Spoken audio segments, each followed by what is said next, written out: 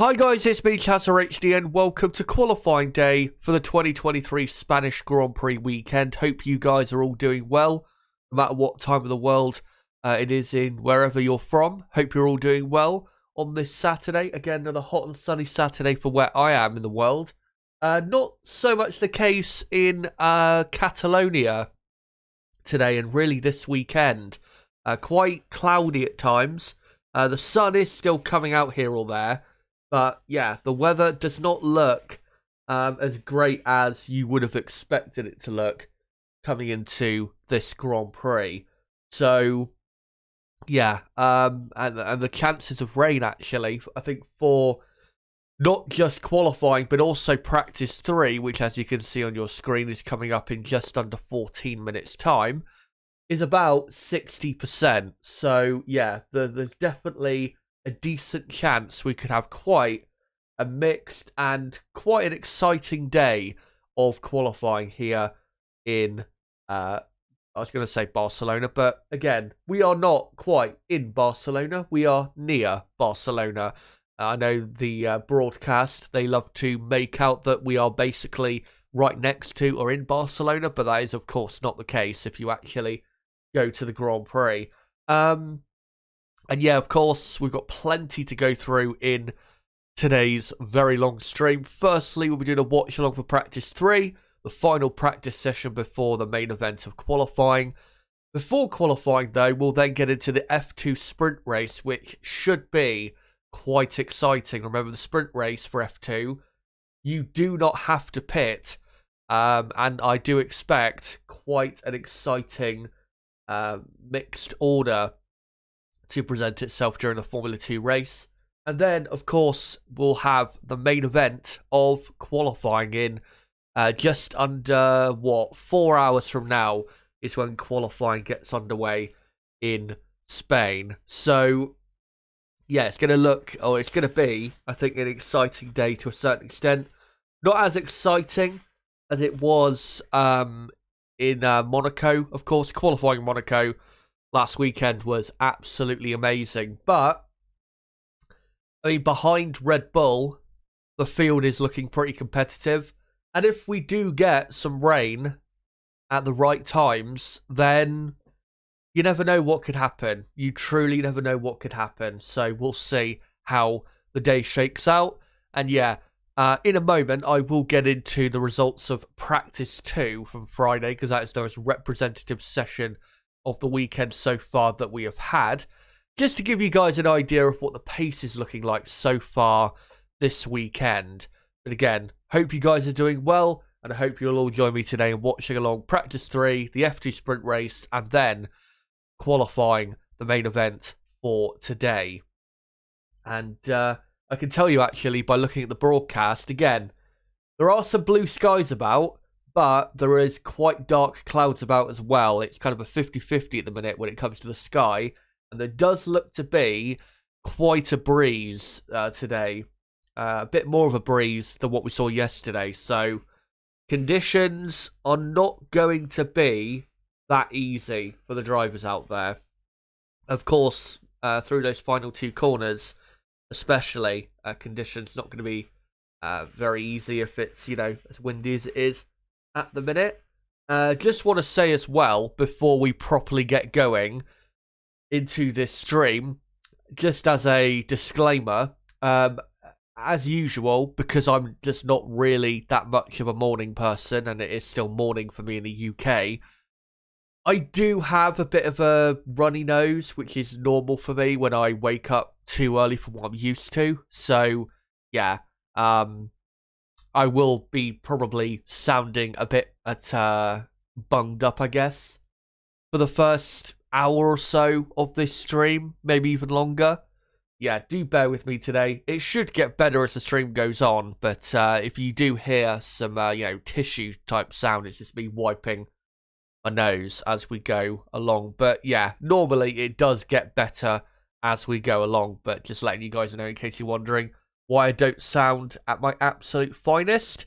Just want to quickly, though, before we get into the results of practice 2, just to give you guys again an idea of what it's looking like so far. Just want to read out a super chat from Turbo GSR for $5, who says, thanks for another race weekend stream, Chazza. No problem. And great to have you guys all along. And actually, before we get going, let me just start up a poll in the chat. So actually, guys, once again, who do you think will get pole for the Spanish Grand Prix? And this poll will keep running until the start of qualifying. So for the next almost 4 hours, this poll will keep going. And we'll see in the end who comes out on top. And the options are going to be Verstappen, Perez, Alonso, and Leclerc for this poll. And you guys, again, could let me know who you think out of those four is the most likely to get pole position. I think most likely those are the only four, or the best four that could get pole position here today in Spain. But anyway, let's hide that timer and get on to the results of practice 2 yesterday. So Max Verstappen was about 0.2 of a second quicker than Fernando Alonso in the Aston Martin. Now, you may think, oh, Red Bull, you know, they look like they're the quickest team, but they don't look that much quicker than Aston Martin. That's not the case, because we know, and I've said it so many times in the last year, or even 2 years, really, with Red Bull, that on a Friday, they don't tend to be showing as much of what their actual pace is as other teams do, like Aston Martin, Ferrari, even Mercedes to a certain degree. So for them to already be around quite a short lap, 0.2 of a second almost quicker than the next car, shows to me that Red Bull quite clearly have the best car here. And I do expect today, and especially, of course, in qualifying, for that gap to grow quite a bit to around, say, half a second to the next car. Again, because it's a short lap, I don't think Red Bull are going to be, you know, locking out the front row by a second over everybody else. I think that would be, well, quite amazing if they were to be able to do that. But they will have a clear gap to the rest of the field. There is no doubt about that. Fernando Alonso, though, in the Aston Martin, the upgraded Aston Martin, which has had a new front wing, really completely upgraded front wing, and I think a new rear wing as well, or a rear wing end plate to, you know, to help their performance, looks a bit better this weekend than I expected it would, compared to, say, teams like Ferrari, Mercedes, and Alpine coming into the weekend. So Aston Martin looking good here, and I think Alonso is looking good for, say, third on the grid, or even at worst fourth on the grid, which wouldn't be honestly that bad of a result for him. Haas F1 were absolutely brilliant in practice too. Nico Hülkenberg up in third, only 0.3 of a second nearly, slower than Max Verstappen in the Red Bull. Of course, Haas will drop off compared to that yesterday. They won't be as quick as that in practice 3 probably, and in qualifying certainly. But I think Haas are definitely strong contenders to get themselves into the top 10. If there is any team outside of the top 5 right now in Formula 1, of, you know, Red Bull, Aston Martin, Ferrari, Mercedes, and Alpine, if there's any team outside of those 5 that I think have the best chance to get into the top 10 today, it is the Haas F1 team. Their car seems to be pretty hooked up to most of the track here in Spain. Sergio Perez looking okay so far this weekend. Alpine having a good weekend so far, quicker just about than the 2 Ferraris. I do believe, though, that Ferrari will have more pace to show in this session than what we saw in practice 2. So I don't think necessarily Alpine are quicker than Ferrari. Mercedes looking quite bad. Mercedes, to me, look like they've probably got the 5th best car here. Really hope I can see something a bit better today, but yeah, realistically, they're going to remain about 5th quickest. Bottas and the Alfa Romeo looking good. And then you got Pierre Gasly rounding out the top 10. And then the rest of the field, you got Hamilton, Piastri, Zhou, Norris, Magnussen, De Vries, Tsunoda, Stroll, Albon, Sargent. Hamilton surprisingly not having a great practice too. McLaren don't look that good. They're not going to be as bad as 12th and 14th today, I don't think. But yeah, I'd be surprised if they could get, say, both cars obviously into the top 10 later in qualifying. But I think even, getting, say, 11th and 12th for them in qualifying will be quite hard because, again, you've got Haas looking very competitive, Alfa Romeo look decently competitive, at least with Valtteri Bottas. AlphaTauri, I expect to improve on what we saw yesterday. So, yeah, McLaren have a tricky day ahead. And we will hopefully see Lance Stroll improve massively on his performance from yesterday.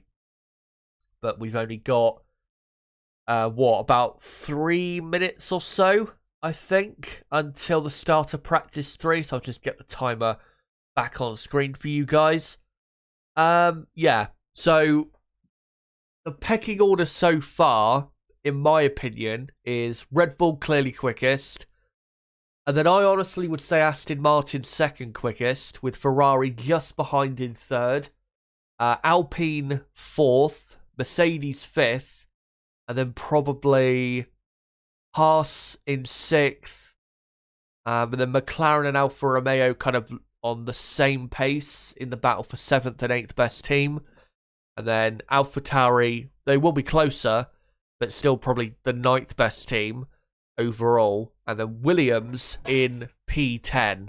So that's how I think is looking so far. As weather conditions, by the way, we have a 16.2 kilometer an hour southeast wind. It's, as it says, very cloudy and only 21 degrees Celsius. I think actually in my part of the UK today, it's going to actually be hotter than it will be currently in Spain. And you can see in the distance on the TV broadcast, there is definitely rain in the area. Whether it actually hits the track or not, I'm not sure, as it says risk of rain for practice 3 is 80%. So I am expecting the drivers, or the teams rather, to get their cars out immediately and get some running in, because, I mean, for qualifying, you don't know whether it will be dry, will it be wet, you just don't know. And I think the teams will be desperate to get in some dry running in practice 3. As, the crowd looking pumped up, excited and ready to go here in Barcelona, or near Barcelona.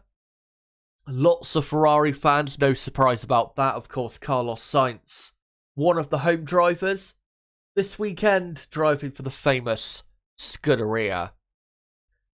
But before we, let me get rid of that and go on to the watch-along part of the setup here. Of course, get everything set up. So, of course, practice 3, 1 hour long, and I'll set the timer up and get it synced up at the 59-minute mark. As, currently live in the pit lane, it is looking quite dark, the clouds, and quite ominous, I would say.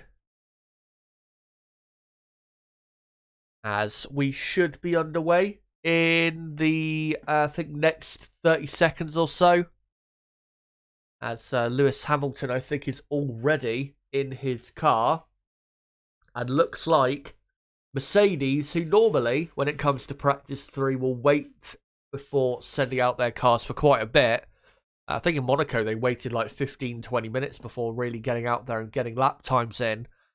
Looks like, Lewis Hamilton on the soft compound tyre is going to be coming out straight away for the start of practice 3. That's an Aston Martin, I can see. And a massive queue of cars at the exit of the pit lane.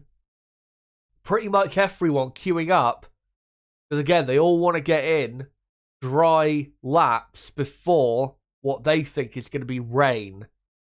Or possibly rain. As on the broadcast, there is Laurent Mekies, the racing director at Ferrari as green light has gone and we are underway in Spain for the final practice session before qualifying later on. And we'll see whether it does stay dry or not, or whether the rain will interrupt proceedings. As yeah, pretty much everyone coming out onto the circuit. And just a replay of thunder and lightning in the area. So yeah, it looks like we're going to have a downpour very soon. Because I did see on the weather radar before, and I'm going to miss the syncing up point, by the way, for the 59-minute mark, so I'll have to do it at the 58-minute mark instead. Sorry about that. Yeah, what do you call it? I saw on the weather radar that there is a big rainstorm not too far away, just to the north of the circuit. So if the rain does fall, it's going to fall pretty hard. It's not going to be just a medium shower or a light shower. It's going to be a pretty hard shower that might just keep the teams in the pit lane. As most people on the soft compound tyre.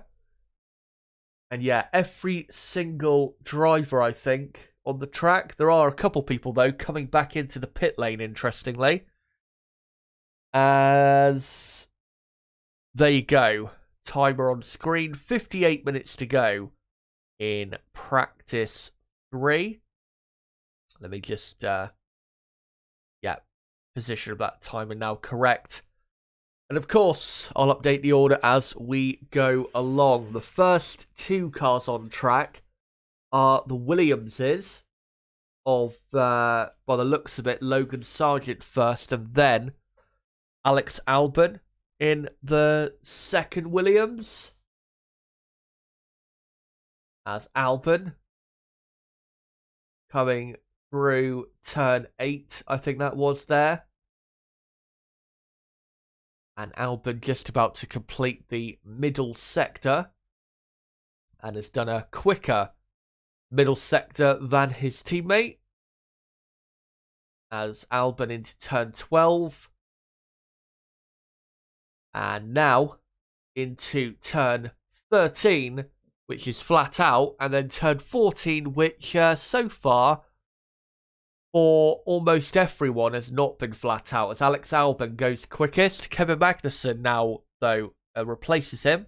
We're going to have lots of position changes, I feel, in these first few minutes. So do bear with me.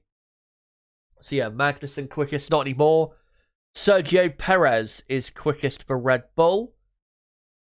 With Hülkenberg in second. And Magnussen in third, not anymore, because you've got now George Russell up to second position. There you go. And Lewis Hamilton quickly replaces him. So it is Hamilton second, Russell third. Lando Norris, I think, is up in fourth place. And, well, not anymore, because Valtteri Bottas and the Alfa Romeo up to P4. Fernando Alonso up in 5th for Aston Martin. As Max Verstappen immediately puts in the fastest time, not just of this session, but of the weekend so far, and does a 1:13.6. Great lap from him. It's already a Red Bull 1-2. And then it's Hamilton third, Russell fourth, Bottas fifth, Alonso sixth, Norris seventh. Lance Stroll is in 8th place with Oscar Piastri in 9th. And then 10th is Hülkenberg, so the top 10 is currently correct. Zhou is in 11th with Ocon in P12. As Nick De Vries, who I think did pit initially, has come back out and has gone up to 8th place now. So now it's Hulkenberg in 11th, Zhou 12th, Ocon 13th, Yuki Tsunoda is 14th, with Magnussen 15th, Gasly in 16th, and then Albon 17th, Sargent 18th, and then the two Ferraris at the bottom, because I don't think they've done a proper lap time as of yet. As an excited young Ferrari fan there in the spectator area. And yeah, the two Ferraris on outlaps, as Hamilton saying drivability is still not great. Not great to hear. Of course, drivability is something that, you have to have, it's good if you have it, have good drivability is what I'm trying to say, around a track like this. Some tracks, it doesn't really matter that much about drivability, but here, yeah, it matters quite a lot. As Carlos Sainz for the first sector, already a third of a second down on Max Verstappen, as Nico Hulkenberg goes up to P10. Carlos Sainz now into turn 7 and 8. Ferrari car looking okay on this lap so far, as Fernando Alonso goes up to 4th place for Aston Martin. And now half a second down is Sainz after the first 2 sectors. As Sainz is now coming through the final 2 corners, flat through the penultimate corner, and then lifts about halfway off the throttle into the final corner. He has a good slipstream to the line and goes up to 4th place. But yeah, Ferrari definitely not on Red Bull's level. I think that's pretty clear to see. Well, from so far this weekend, not just, from this session so far. I mean, we're not even 10 minutes in.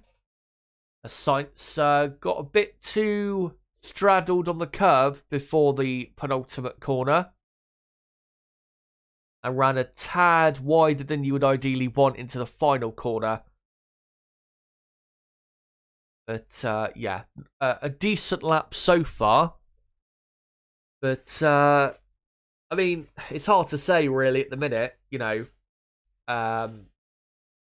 who is looking properly quick, because everyone obviously is getting out there to someone in the gravel, and it looks like an AlphaTauri.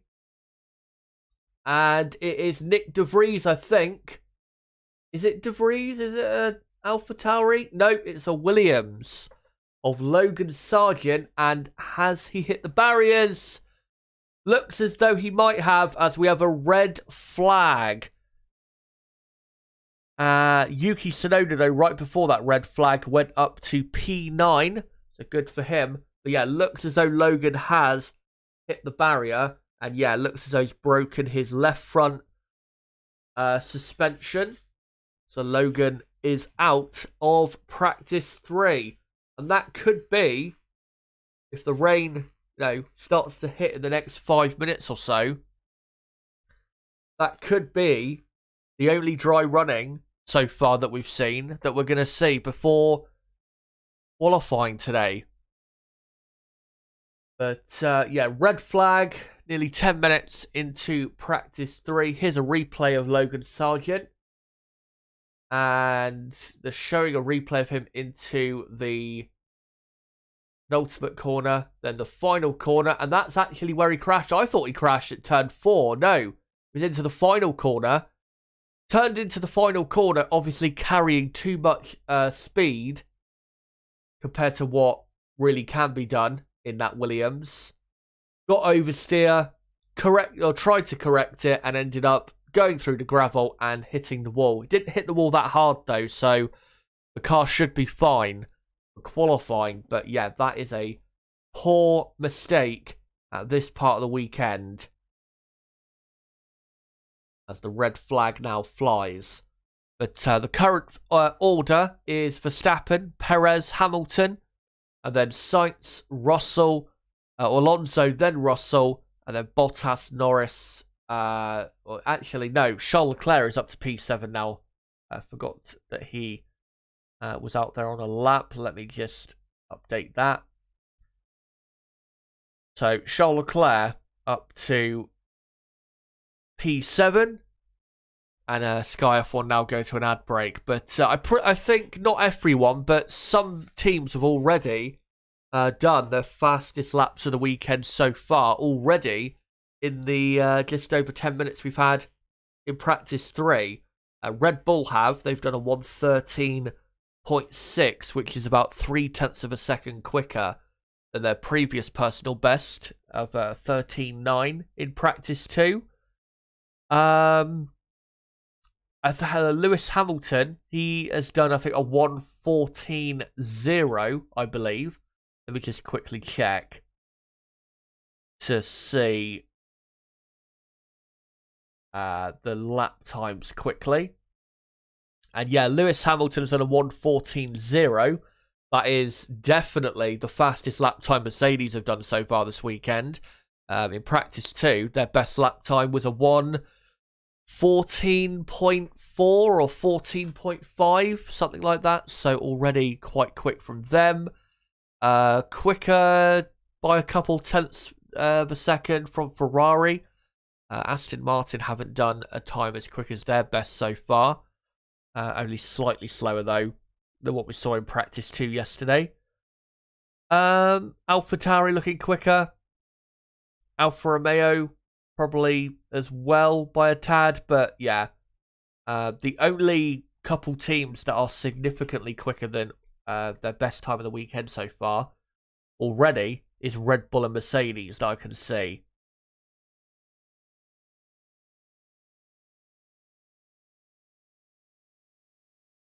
But yeah, red flag, and we'll wait to see when we get back underway.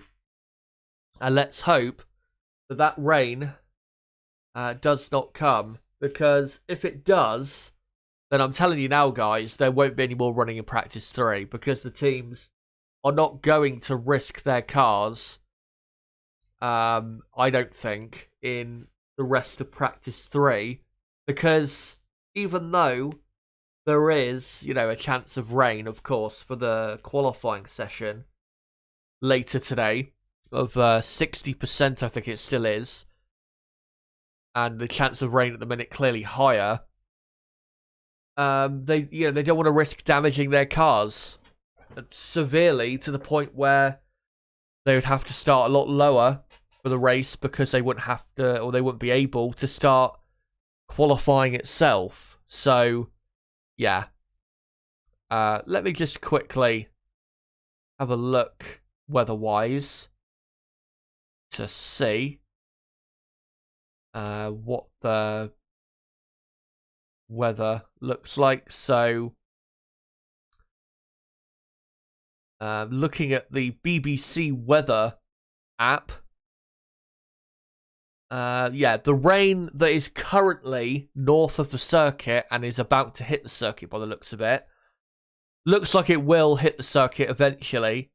But by the time we get to the end of qualifying, it does look as though that rain would have been gone and it will be dry. So this rain,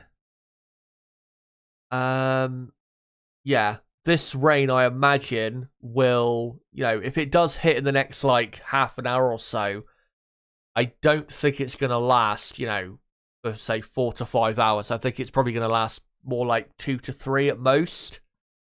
So maybe the start of qualifying will be wet, but I don't think qualifying will finish up as a wet session. As red flag still out, as they are now back from the ad break. And yeah, Logan Sargent walking back to his garage. Other positions to update is that Zhou is up to 11th place. Is a replay again of Logan Sargent again, he carried too much speed into the final corner for what the Williams could handle. Got oversteer, tried to correct it, and ended up in the barriers. A poor driving error from Logan. As looks like a couple spots of rain on the helicopter cam. And yeah, still looks to be quite dark clouds coming, and there are now umbrellas up. So I suspect that the rain is just about starting to fall at the circuit.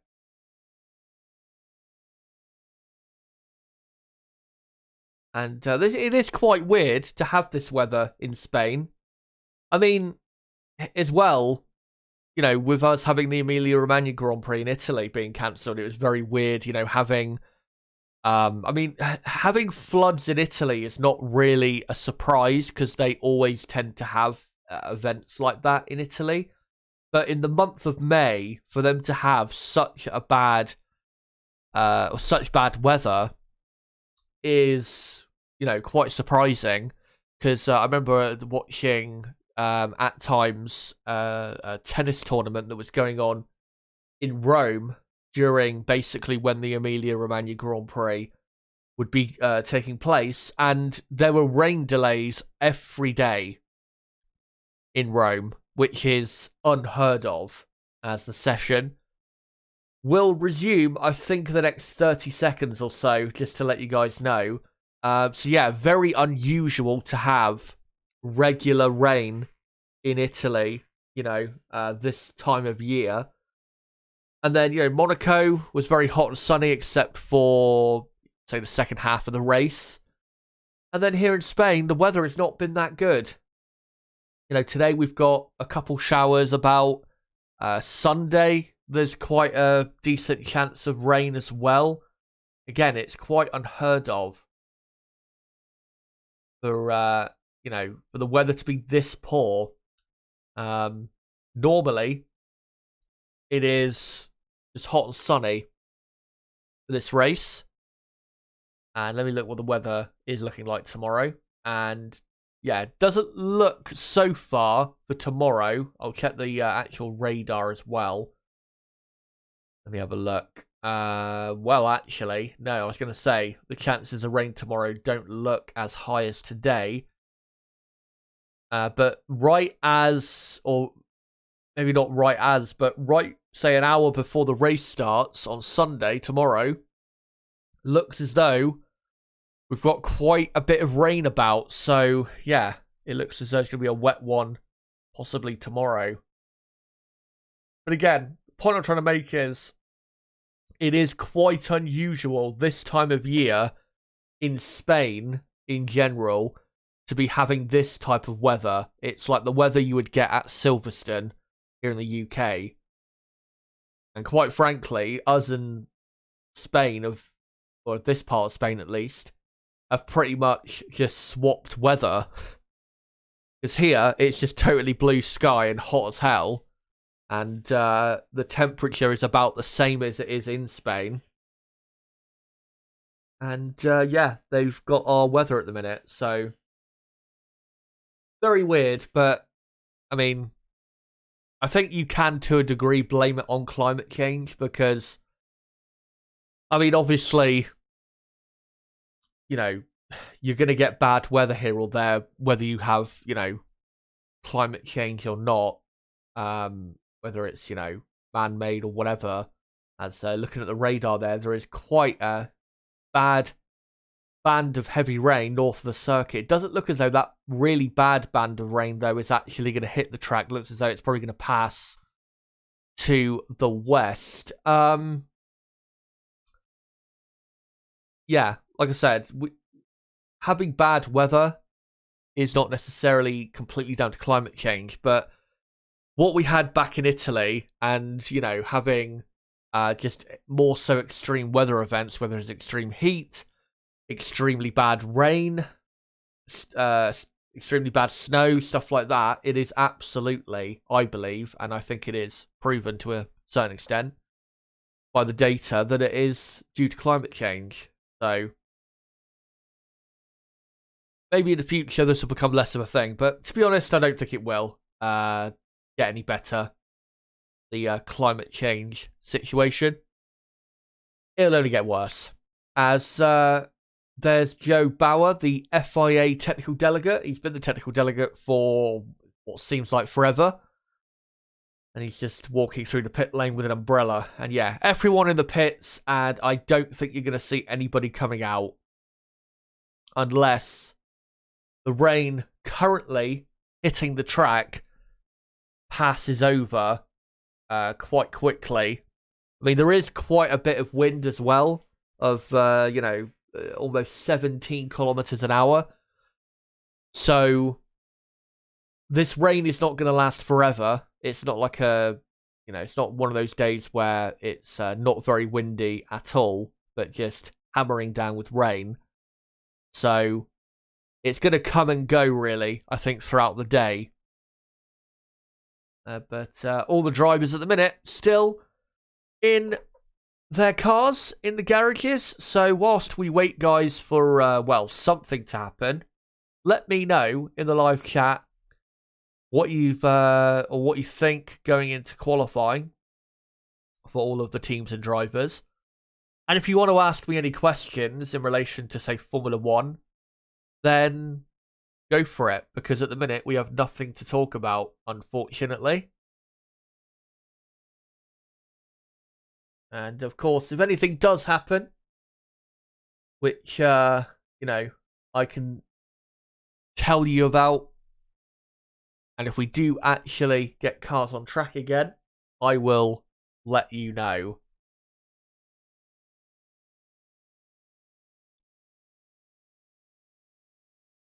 Right. Whilst we wait for some comments to be posted in the chat, let me just read out some comments that were posted a bit earlier. Let me see if I can find a couple decent ones. Pure Blood says, I think Leclerc going to Merc just by the fact that they only put the upgrades on Sainz. That was only for practice one. They're not doing that for the entire weekend. Both Ferrari cars have the upgrade. Just to be clear. It is, it's not only for one car over the other.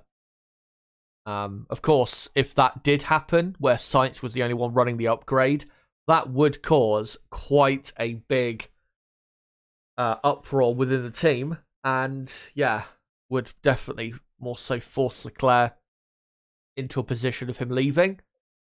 As they're now just showing FOM. A small highlights package of Max Verstappen and the Red Bull on his best lap of the weekend so far. The best lap overall by anyone of a 1:13.6.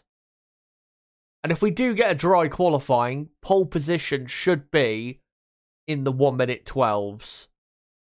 I think. Probably a late 1:12. Maybe a mid 1:12. I would be surprised if we get into the low 1:12s or even the late 1:11s. I think that would be, quite a surprise.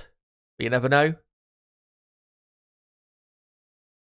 But yeah, with Leclerc and Mercedes, I really hope with Leclerc that at least he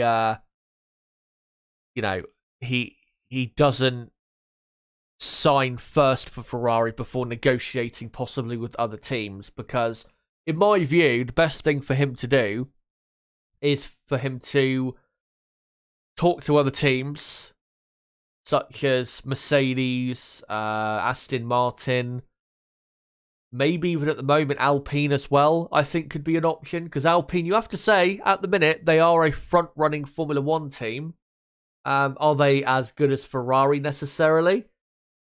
At the minute, not entirely, but Alpine are just getting better and better. And if Alpine had Leclerc in that car, I think Leclerc would actually be getting pretty good results this season.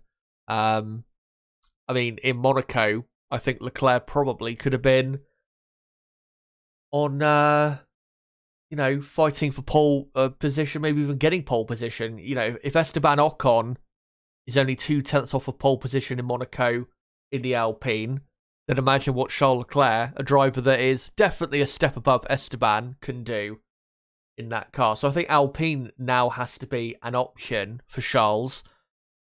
And yeah, I think he should negotiate with those three teams and, see what his options are.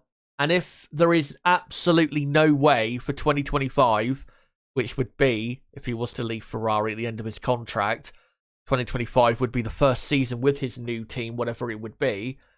If he can't join a new team for that season, then, go ahead and sign for Ferrari, because at that point, that is the best decision to make. But he should at least try his best to negotiate with other teams and see what he can maybe negotiate. And again, Alpine, you definitely have to add as an option for Leclerc going forward, in terms of, a team that he could sign for, because Alpine, at the minute, are not that much slower than Ferrari are, and maybe this season, you never know, could catch and pass Ferrari in the championship. So, again, it's not something out of the question. And of course, I know he's not French officially, but Leclerc is, Monegasque, and it would still be a massive thing for Alpine as, a French company. Obviously, they are still basically the Renault F1 team. It would be massive for them having Leclerc in their car, because that's really the only thing I think at the minute they're missing. No disrespect to Ocon and Gasly, both good drivers, but they're not able to consistently get the best out of the Alpine car. So, yeah, I think that's really the only thing Alpine are missing is a top Formula 1 driver like a Charles Leclerc, and obviously like what they had last season in Fernando Alonso, and that's what they need to search for in the next couple years, because if they can maintain this type of performance where they're fighting for, say, podiums and fighting with front-running teams, then, and, if they're maintaining that for the next few years, then really they need to aim to get a better driver in than what they've got at the minute. Dane asks, do you think Emilia Romagna will reschedule? They have come out and said that there will be no rescheduling of that race. So, yeah, there will not be a race at Imola in 2023, which is sad because I love Imola. But, yeah, it was the right decision in the end. But the race will be back in 2024, and I believe that everyone who bought a ticket for the 2023 Emilia Romagna Grand Prix will be, I think, reimbursed, or I think they get like a free ticket to next year's race. So good to see on that front. But yeah, there was no way a race could take place, because even some of the actual paddock, I think, was underwater. It wasn't just the surrounding areas that were, underwater and suffering quite a bit of damage. Even the F1 and I think the Formula 2 paddock at Imola, which is separate to the Formula 1 paddock, was almost completely underwater. So yeah, there was no way we could have a Formula 1, 2 and 3 race weekend in Imola. Dane also asks, when will we see the penalty affecting Red Bull about the wind tunnel time, Chaz? You'll see it affecting them the most after the summer break. That's when it'll hit them the hardest. So yeah, after the summer break, if they are, up until, say, the summer break comes, if they win every single race, their chances of winning every race in the entire season will be quite difficult after the summer break, because I do expect teams like Aston Martin, Mercedes, Ferrari, even Alpine to be a bit closer to them and make life a bit tougher for the Red Bull team.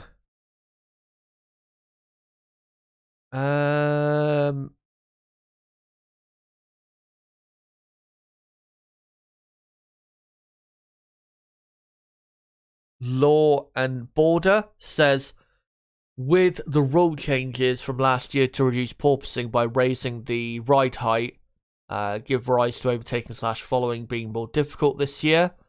Should the ride height be dropped a bit? And he goes on to say, and the technical whiz in each team engineered their way around the porpoising problem. In hindsight, I think it would have been best to not bring in that rule. I understand why they did it, the intentions of why they brought in that rule to limit the porpoising.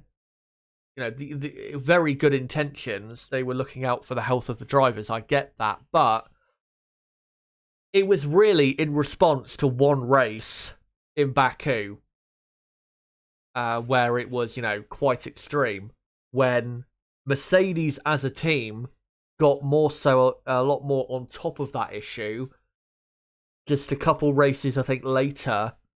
And it wouldn't have been an issue for them anyway, or that much of an issue for them anyway anymore.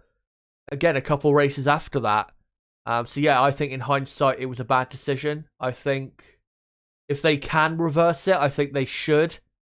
But will they reverse it? No, I don't think they will. I don't think there's any realistic chance of them reversing the technical directive. As Lando Norris, I can see, is currently on the track. Don't know what tyres he's on.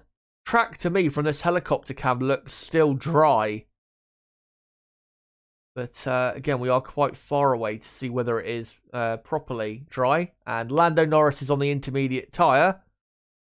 Yeah, the track doesn't look that wet, to be honest. I mean, the thing is, even if it does rain, soon as it stops raining, the humidity and the heat will still be good enough for it to dry the track up pretty quickly. But, again, that technical directive definitely made things a bit less interesting. Definitely hurt Ferrari by the looks of it. Because, their performance was a lot better compared to Red Bull before the technical directive. As Lando Norris on the intermediate tyres comes back in to the pit lane.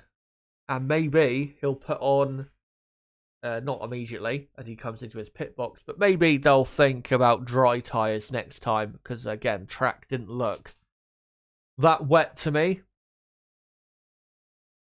As looks as though he's going to be wheeled back into the garage.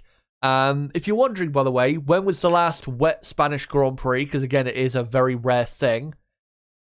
It was the famous 1996 Spanish Grand Prix, the race that saw Michael Schumacher win his first, get his first win for the Ferrari team, where he produced arguably his best drive of his entire career in that race. Ferrari were, I wouldn't say very slow at that point of the 1996 season, but they were definitely not anywhere near the Williams team, who were by far the best team on the grid in the whole of 1996. But I think if you go back and actually, let me just quickly look on Wikipedia. I'm pretty sure in qualifying, Michael was about a second a lap slower than the Williamses in qualifying in the dry. And was about a second away from the Williamses. Again, the Ferrari wasn't actually that bad at that part of the season. They were 3rd and 6th on the grid. So let's not sit here and pretend like they had like the 5th or 6th best car, which some people like to pretend like that was the case that season or even just for that weekend. They had pretty much the 2nd best car in the dry. But then in the race, Michael had a terrible start from 3rd. Dropped so many positions and then produced an amazing drive, coming back to pass Jacques Villeneuve and Jean Alesi and win the race by, I think, over 45 seconds. Definitely one of the best drives of his career. And and, was one of the races that contributed to his nickname of the Rainmaster. And there was actually, before that race in 96, a couple more wet Spanish Grand Prix. If you remember the first ever race here in Catalonia, we had the famous moments between Mansell and Senna where they were really close side by side with each other down the main pit straight. That was a wet race. And then the year after, in 1992, we had a full wet race where Michael Schumacher, also in that race, showed his incredible quality in wet conditions. So, yeah, we've had, 3 wet Spanish Grand Prix in about 32 years. Right, let's find some other comments here if I can. Dane asks, when do you think Hamilton will retire? I still think it'll be the end of this season, but we'll see whether that's the case. 3 wet race weekends in a row. This Josiah, possibly. Obviously, we've got rain at the minute, but, whether it's properly raining in qualifying and for the race, we'll have to see. During a Formula 1 season, you do get quite a lot of rain, but a lot of the time it just doesn't happen during the most important sessions. So, yeah. Ewok says, I'm surprised that no one has bought out Red Bull. Braun was taken over after 1 season. It's because Red Bull have got a massive financial backing. That's why. Red Bull, if they were a privateer team, yeah, they would have been taken over a long time ago, back in like 2010-11, something like that is when they would have been taken over. But yeah, obviously they've got financial backing to not have that happen. Looney Classic says Red Bull going with Ford is a bit risky. We have seen how returning organizations do not always hit the ground running. True, and also with Ford, the last time they were properly in Formula 1 as, fully committed into Formula 1 was 2004, when, funnily enough, they supplied the Jaguar team. And Jaguar, of course, when that partnership ended, the year after, it became Red Bull, who were running the Cosworth V10 in 2005. So, bit weird how history, turns around, comes back around. But, yeah, it is a risk. There is no doubt about it. And obviously with Red Bull, it isn't going to be all of Ford's doing. What the hell? Why am I saying it like that? Doing, I mean, not doing. Yeah, it's not going to be all of Ford's doing, the, designing and making the power unit obviously powerful but reliable. Red Bull, with their powertrain department now, they are going to be basically designing the engine, and Ford will help with, consultation, suggestions, stuff like that, as to where they could improve. So it is mostly on Red Bull for 2026, as we got both Ferraris now, by the way, on the track on intermediate tyres. Still, though, looking at the track, it looks dry to me. I'm surprised they're on inters. I can't, there's no spray really I can see being kicked up, and the track, I can't see any clear, wet areas, to be honest. There's a bit of spray on the exit of that corner of turn 6, I think it is, or turn 5. But yeah, it doesn't seem that wet. If we were in a race situation right now, I think the teams would probably risk... yeah, I could see certain teams risking, being out on dry tyres in these conditions, because it doesn't look, in certain corners, to be that wet. Certain other ones, though, it does look to be a bit wet, as they're on the exit of turn 11, I think it is. It looks to be a bit wet through there, and a bit wetter towards the end of the lap, yeah. But towards the first sector, it looks a lot drier, as Carlos Sainz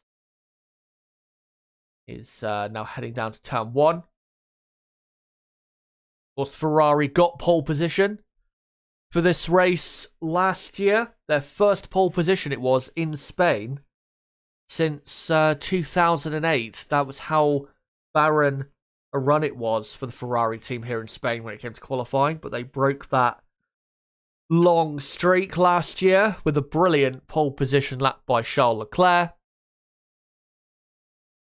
And yes, Sainz just doing a lap on the Inters and Charles Leclerc doing the same as well. But if it was to stop raining now, then the very end of the session, we probably would see it dry enough for dry tyres.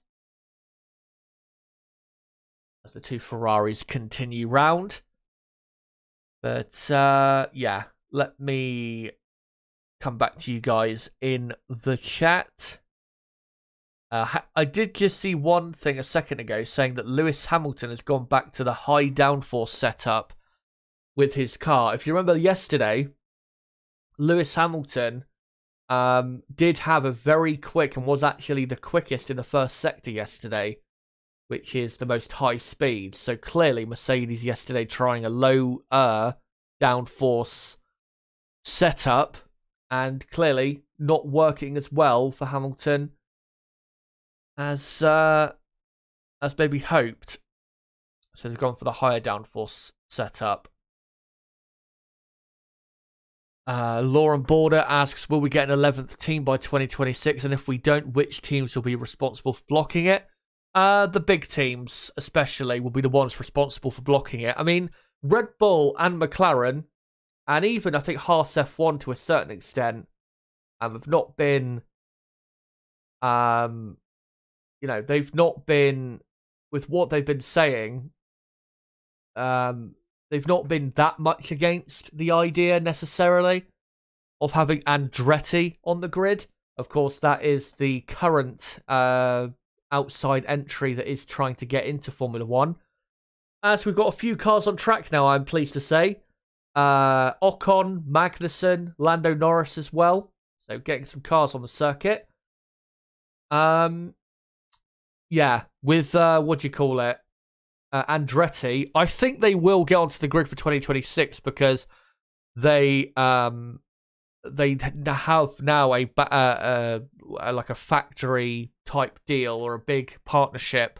I think is it with Chrysler going forward to support their F1 project, and I think they will get into Formula 1 for 2026. I think actually the last time we heard from Andretti and Michael Andretti, the person who would be running the Andretti Formula 1 team, last thing we heard from him in Miami was that at the minute they are petitioning the FIA for an entry for, say, 2025, I think, or even 2026. And they expect to hear something in the summer. So probably in the next couple months, we will hear whether Andretti have made progress on securing a place on the grid. But there is no doubt Andretti deserve to be on the grid. They're a team with racing pedigree, just like, the Haas F1 team. Before they came into Formula 1, Haas had racing pedigree. And Haas have been a good addition to Formula 1. Andretti would be a good addition to Formula 1, especially now with the cost cap we've got and the aero testing rules where the lower down teams in the championship get to use the wind tunnel more than the teams at the front. Andretti would maybe not start off that quick, but they would get, a lot better as time went on and would be at least a decent midfield team and would add another couple seats to the grid. And who doesn't want that? I mean, in my view, we should have at least 24 cars on the grid. So I'm hoping we can get Andretti and possibly another team. There is rumours of other teams as well, but whether they actually come onto the grid, I don't really know if their chances are really that good at all. And if it's just talk, really, as Esteban Ocon just completing a lap there, just over 10 seconds slower for Max Verstappen. But yeah, I think we will see Andretti on the grid for at the latest 2026.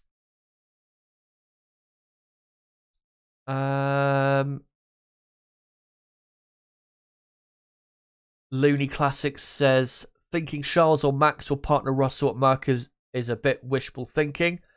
After Lewis, Merc will probably get a Bottas-like driver to partner Russell and avoid a Lewis and Rosberg situation. The thing is with Russell, he's a very good driver. He's one of the top few drivers in Formula 1. There's no doubt about that. But I'm not necessarily sure that George Russell has proven that he is worthy of that treatment. Because, you know, let's say they let Lewis Hamilton go, whether it's because Hamilton decides he doesn't want to be around anymore in Formula 1 or just at Mercedes, who knows. If there are options out there, such as Charles Leclerc or Lando Norris, I mean, Max Verstappen is definitely wishful thinking because I don't see Verstappen driving for Mercedes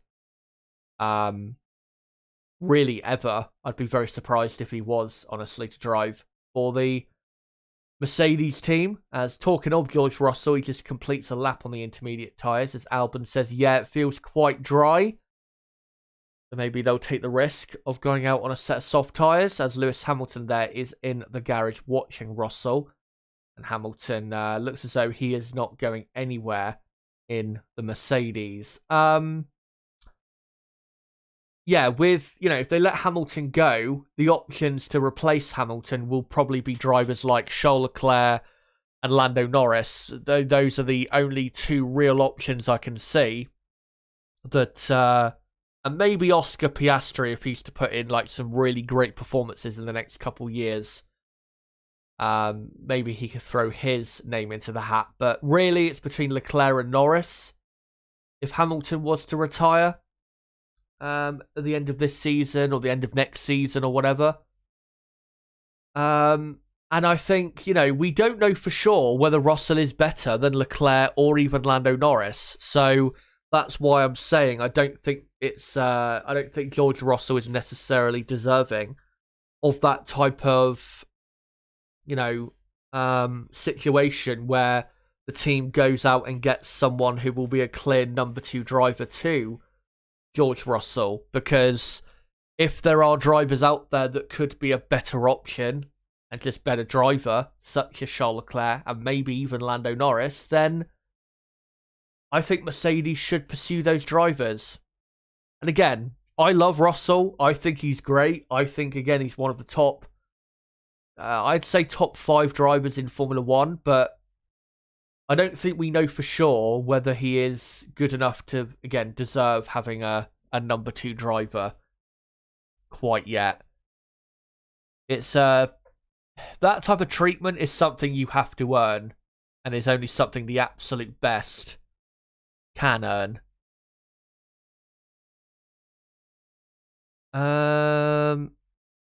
Dane asks if Alonso keeps going until 2027 and still performing at his best, where would you rank him at the greatest of all-time drivers? To be honest, it would depend on what he does. Obviously, when it comes to like championships, race wins between now and 2027, yeah, it would honestly depend on that. As, by the way, pretty much everyone on the circuit now, except for Hamilton, Alonso, and Leclerc. And also, I think Magnussen and Sargent, obviously Sargent out of the session. So everybody else other than those drivers.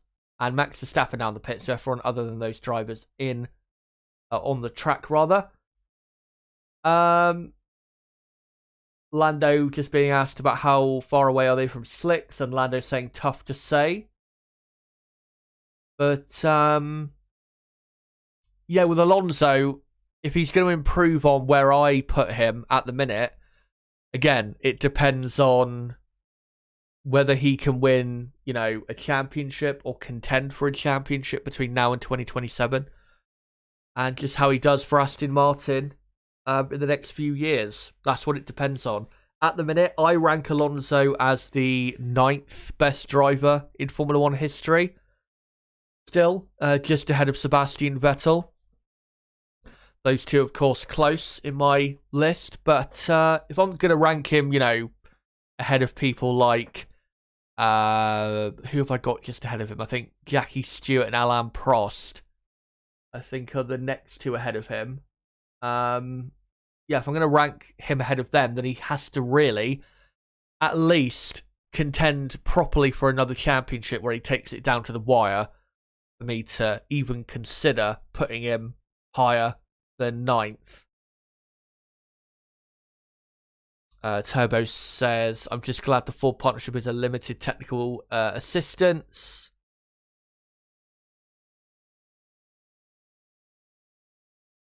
Francisco says, I don't get how teams can block other teams from entering a championship. It's kind of ridiculous and embarrassing for F1. The reason it happens is because at the end of the day, the teams are what run Formula 1. It is, inmates running the prison type of situation with this series. And I agree. I don't think that should be the case. I mean, I know, yes, certain teams do bring value to Formula 1, but as far as I'm concerned, it's a sport. And as Lance Stroll there, going off track at turn 5, thankfully got going again after travelling through the gravel on the exit. But, as far as I'm concerned, the teams should have no power when it comes to, especially that sort of stuff, deciding whether new teams can join. Again, it should not be up to them. I can understand them having power over deciding what regulations are in Formula 1. I can understand that because, we see other sports where that is a thing, and I think that is fair to a certain extent. But agreeing or not to other teams, I disagree with that. I think it's the complete wrong thing to do, and I think it's really anti-competition. As here on the broadcast, we are looking at, I think, Oscar Piastri, is it? Nope, Lando Norris, actually, it is, on a set of soft tyres. Track still doesn't look dry enough for him to improve on his best time so far of a 1:14.6, but yeah, looking so far on this lap, he doesn't look like he's doing that bad. Is Lando. Car looks like it's handling just okay. So yeah, just a minor shower really for a 30 to 40 minute period of some light rain by the looks of it. That's Lando just coming up to turn 7 and turn 8. The worst of the rain is towards the end of the lap in the final sector, so he'll have to watch out through there. Yeah, car looks absolutely fine at the minute. He's not improving on his lap time, but he's not having any, massive moments in the car. Another super chat from Turbo GSI for $5. He says, breaking on Sky, poorly 5 fingers to rest, stating Merc going back to 0 Tide Pod. Side Pod, simply the best. It's for that. Let's find a couple more comments if I can. Francisco says, WEC currently has 7 manufacturers. 1 will likely exit next season, with 4 more joining next season, and the teams don't block new entries. Yeah. As far as I'm concerned, again, that should not be a thing. It's anti-competition. And I just think if you're just a fan of sports in general, it's just something that is, it's just anti-sport even. Because I don't think that certain competitions should be a closed shop, essentially, where you aren't allowed to admit any more teams and you can only have, 9 teams, 10 teams. I mean, I can understand they don't want to have more than, I think the limit is 13 teams is the most you can have on the Formula 1 grid at the minute. I know obviously there are some circuits where it would be dangerous to have, 14 or 15 teams overall on the grid because what do you call it? Some tracks, in qualifying at certain street circuits, it would be impossible essentially to what do you call it? To do a clean lap without being blocked. And certain starting grids don't have enough space, really, to have that many teams on the grid. So, yeah. As George Russell there, I think just completing a lap. I think Russell on the soft compound tyre, I believe. And Carlos Sainz is as well. So they're all on dry tyres pretty much now. Whether they do improve or not is another story, and I don't think we are going to see in these final now 4 minutes, or just under 4 minutes, any more improvement from the teams. So a reminder of the order, reminder of the top 10 at least. Verstappen quickest from Perez second, Hamilton third, Sainz fourth, Alonso fifth, Russell sixth, then Leclerc seventh, Bottas eighth, Tsunoda is actually in ninth. I don't know why I've got Norris in ninth.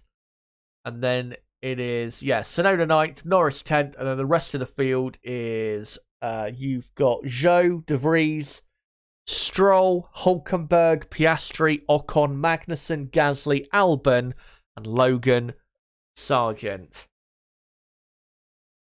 As Carlos Sainz, continuing around on the dry tyres, but the track still not quite dry enough for from what looks like, I just don't think you can really improve on your lap time at the minute with the conditions the way they are. I do think, though, certain teams are just putting in a couple heavier fueled runs quickly before the end of the session, just to give the team extra data, as Lewis Hamilton and Sergio Perez very quickly come out onto the track. They're probably just coming out to do an installation lap, and then a start on the grid to test out their starts for Sunday.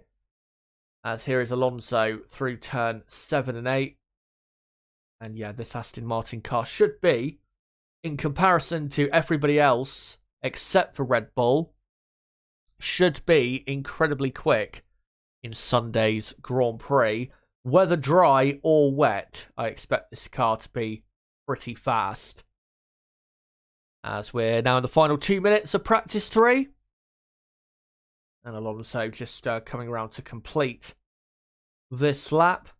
And quickly, before we get on to the very end of this session, I will just quickly have a drink of water before we move on to the second part of this stream. So just give me a second, guys. I'll just mute myself and be back in a second.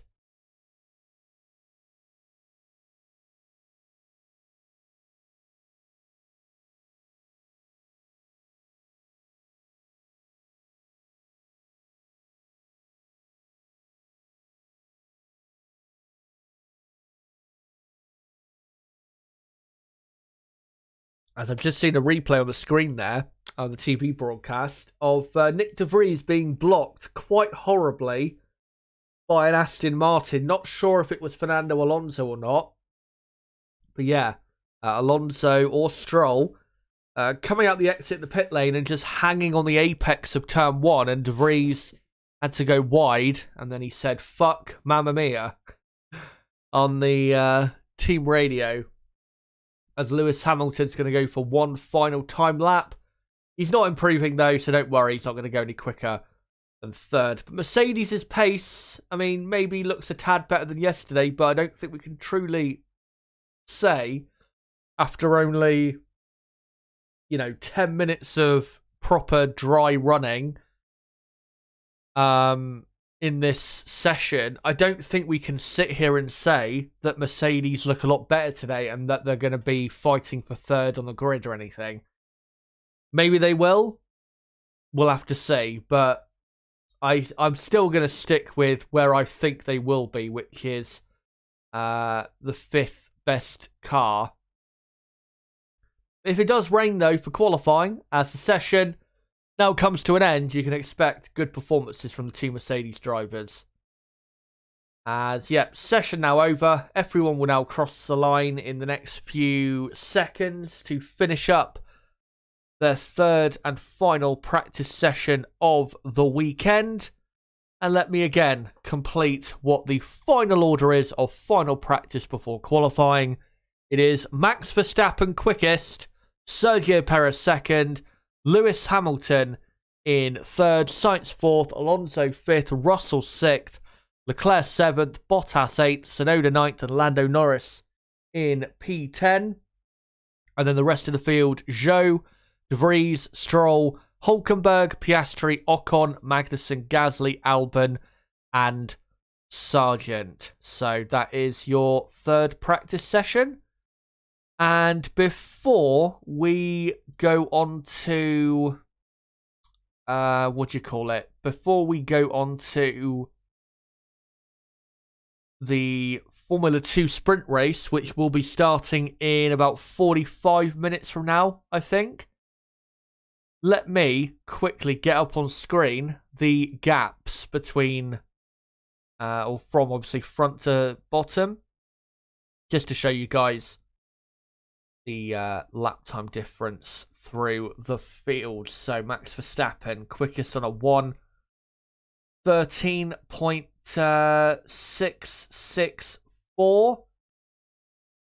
And what I will do is quickly do this, and then I'll change the title of my stream. But I'll do that in a second. Sergio Perez was exactly 1/4 of a second slower than Verstappen. And then Lewis Hamilton, 0.4 of a second slower than the Red Bull. Carlos Sainz, nearly 0.6 of a second slower than Verstappen. And still, I don't think Ferrari are going to be competing for pole position, but I think they will be better than what they looked in practice 2 and practice 3. Fernando Alonso was exactly 0.6 of a second off the pace. And that'll be probably about the gap it'll be in qualifying, to be honest, between Verstappen and Alonso, as I still think Alonso will get 3rd on the grid. Russell just behind, also 0.6 of a second off. And then Leclerc about 0.7 of a second behind in the Ferrari. And then Valtteri Bottas only just behind. Bottas has had a good weekend so far. Again, watch out for him in qualifying because he's always been very quick at this track. And then you've got Yuki Tsunoda in P9, who is about a second off of Verstappen's best lap time. And then Lando Norris, who is just over a second slower than Max's best lap time. And let me just do the rest of the field. Norris and Zhou actually set the exact same lap time of 114.681, I think it is. Yeah, I think that's what it is. So interesting there. Nick De Vries only just behind them, with Lance Stroll once again having a poor session. Didn't really have much of a chance, though, in that session to do much of anything because of the rain that came down. Nico Hülkenberg in 14th, 1.3 seconds down. I still think Haas will be in good position for qualifying. And even in the wet, I don't think they would do too badly, Haas, because they've got a couple drivers who are good in the wet, I think. But the car definitely won't be as formidable in wet conditions as it is in the dry. And then you've got Oscar Piastri in 15th, 1.4 seconds off the pace. And then Esteban Ocon in 16th, 1.6 seconds off. Remember, though, with Alpine, they did their best lap times in practice 3 on the medium compound, which this weekend, the medium compound is going to be, I think, 1 to 1.2 seconds. Actually, will it be 1 to 1.2 seconds? I'm trying to think. No, it'd be more like 7 tenths to a second per lap slower than the soft, given the shorter layout here compared to, say, longer tracks out there. So yeah, Ocon could have gone easily into the top 10 with his first run if it was not on the medium and rather on the soft. So don't think for a second that Alpine are, that their pace is poor, because I'm sure they'll be pretty quick in qualifying. And they should have, even in wet conditions, a pretty fast car. And let me just do the final couple gaps for the cars.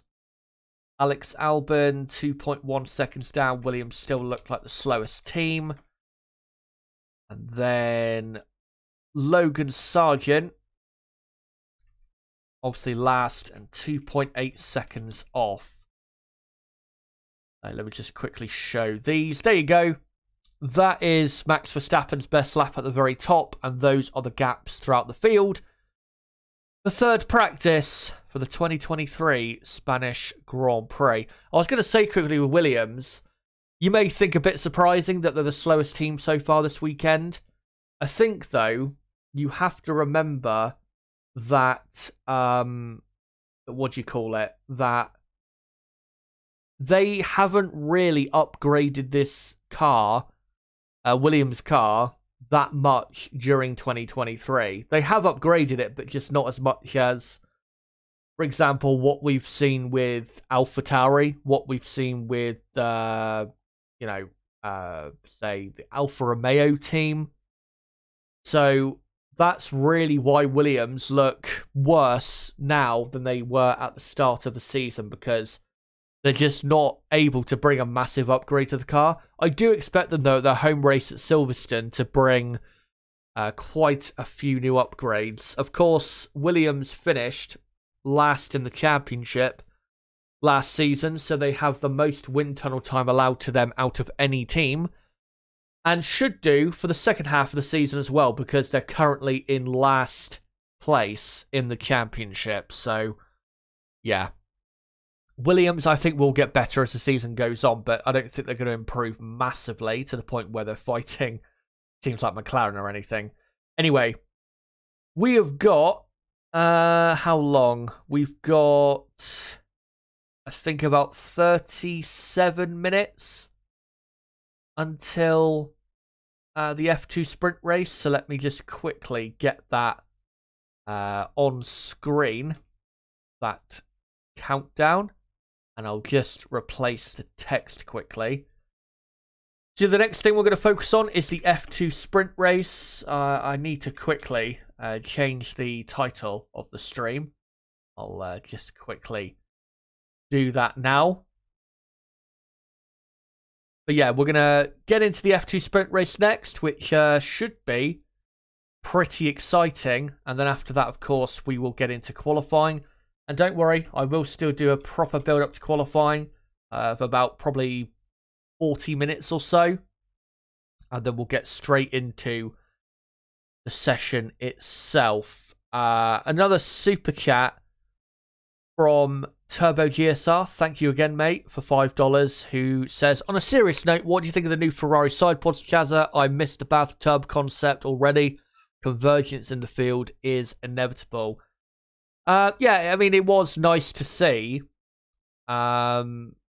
different concepts initially, but it is clear that the way the Red Bull and Aston Martin teams, the way they designed their floors, and how the side pod is designed and interacts with the floor and all of that, that is the best design for these regulations, and all of the teams are having to get with the program. And yeah, it's good to see Ferrari bring that new side pod. Better now than, in a few races from now. Because if they did not go for a new side pod, then I think it would cost them in the next few races coming up. But whether this new side pod has actually worked for Ferrari in improving their car, I don't know.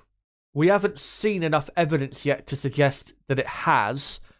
And of course, if it's a wet qualifying, we won't find out that much about whether it has worked or not. I'm hoping really for a dry qualifying to see whether Ferrari's new upgrade, and it is quite a big upgrade, whether it will see them possibly, I don't know, a couple tenths of a second closer to Red Bull or something. Aston Martin, though, have brought the biggest upgrade to this weekend's race. Completely new front wing, and also new important elements on the rear wing as well. So I want to see what Aston Martin's upgrade does for them too, because initially yesterday with that new front wing looked quite a bit quicker than I expected in low fuel running.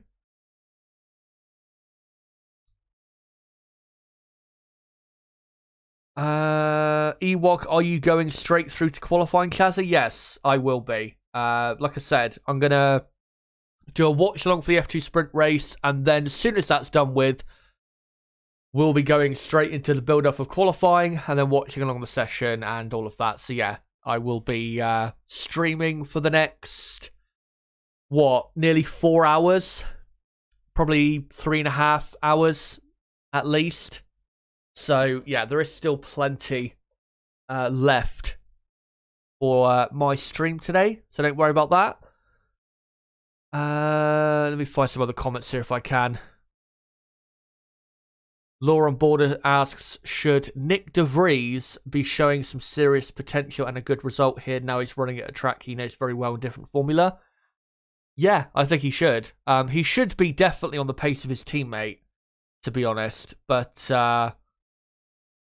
Tsunoda has had a very good season so far, so it's going to be tough to a certain extent to, for him to be able to do that. Good to see Astro Stevo in the chat, who asks how long until quali. We have got 2 hours and 15 minutes, I think, until qualifying starts. So, yeah, not too long. And once we get through the F2 race, it'll just whiz by qualifying. Let me see if I can find any more comments in the chat. Ewok says Sergio Perez was paid to crash at Monaco so other teams can see the Red Bull floor. It was lucky that Perez obviously crashed so the teams could get a look. And yeah, I think those are some of the best comments I can find for the minute. Make sure, though, as we've still got a bit of time until the F2 sprint begins, make sure to post in the live chat any questions you have for me or any comments you just want to make in regards to this Grand Prix this weekend. And of course, remember, there is a poll running at the top of the live chat where I ask you guys, who do you think will get pole position today for the Spanish Grand Prix tomorrow? So let me know in that poll. That poll will keep running for the next 2 hours at least. You've got plenty of time to make your mind up. But yeah, we'll see how this F2 sprint shakes out. If we get a bit of rain, that's definitely going to make things a bit exciting. But it did end practice 3 pretty much dry. So if it continues in that vein, then yeah, I think it should be mostly dry sprint race. But you never know what could happen. The weather in that part of Spain at the minute does not look to be that that assured and that consistent, really. We don't really know what is going to happen with the weather. looking again at the weather for the rest of today. The chance of rain at the minute in Montmello, which is where the track is. It's in the town of Montmello. At the minute, the chance of rain is 50-50, I would say. But it does increase again when qualifying starts to, quite a bit more than 50-50. Probably at least a 60% chance of rain, if not more. The rain is definitely possible. And then for tomorrow, the race starts at 3 p.m. local time. And by the looks of it, the chance of rain for Sunday looks to be about a 50-50. By the looks of it, though, as the race goes on, the chance of rain will diminish. So if it does rain for Sunday's race, it'll only be really at the start and for the first stint of the race. But let's come to back to you guys in the chat. Astro Stevo asks, Piastri, what are his prospects for this weekend? The best I can see in qualifying is a Q2 finish, really. I don't think McLaren have a good enough car to get into Q3. It would take an exceptional driver performance, I think, to see McLaren into the top 10. I just don't think they've got a good enough car in dry conditions. In wet conditions, I think absolutely McLaren can get into the top 10. But if it's dry, I just don't see McLaren having a good enough car for that. I think McLaren will be around 12th, 13th on the grid with both cars. So, yeah, with Piastri, as long as he is not too far behind Lando Norris, then, you know, that'd be fine. Given that this isn't Lando's strongest track, though, I think Piastri really should be pretty much on the same pace as Lando here, if not a tad quicker. Because from the looks of it, Oscar, you know, from the past, looks to be pretty decent here. So, yeah, should be maybe more competitive between Norris and Piastri this weekend than it was in Monaco. Still was competitive in Monaco. Only, I think, a few seconds separating them on the track, but yeah.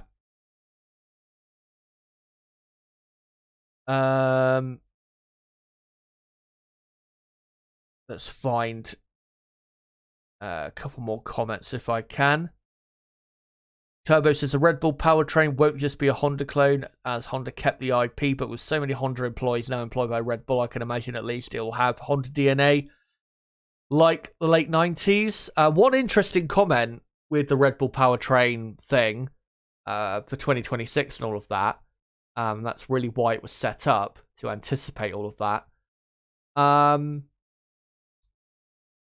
When Honda announced, with Aston Martin, of course, that they would be partnering up for 2026, and, you know, the Aston Martin team would have a works deal with Honda for 2026, Christian Horner, when he was asked about that and what he thought about it, he said that if he had known that Honda were going to come back in 2026, then they probably would not have bothered with setting up the whole Red Bull powertrain division, which I found quite interesting. Because when Honda decided to leave at the end of 2021 officially,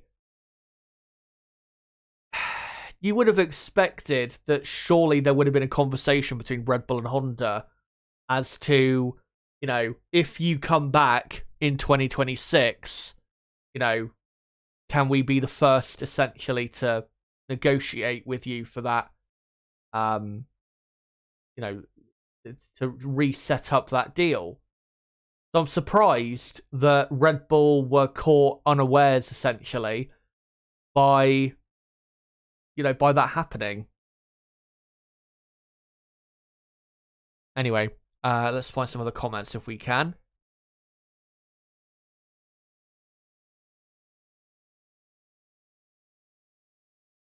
Turbo says, I read on some dodgy conspiracy website that McLaren is still desperate for a works deal.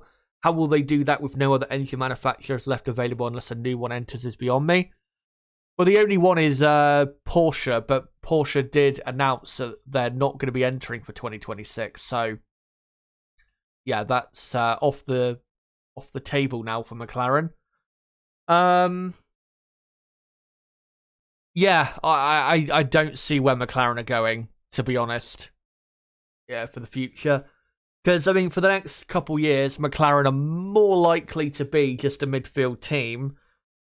And then post 2026, I don't see them producing a good enough car that even if they have the best engine on the grid and are a customer, I don't see them producing a good enough car to the point where they can be, the quickest team on the grid.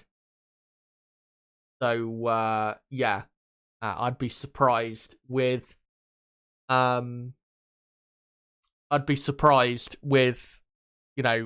if they were really to become a proper front-running outfit in terms of like regularly contending for podiums. I'd be surprised if that was to happen really in the next few years. And really, at this point, I think Lando Norris should not be signing a new contract with McLaren. Obviously, his contract comes to an end at the end of 2025, which is good timing, I guess. But,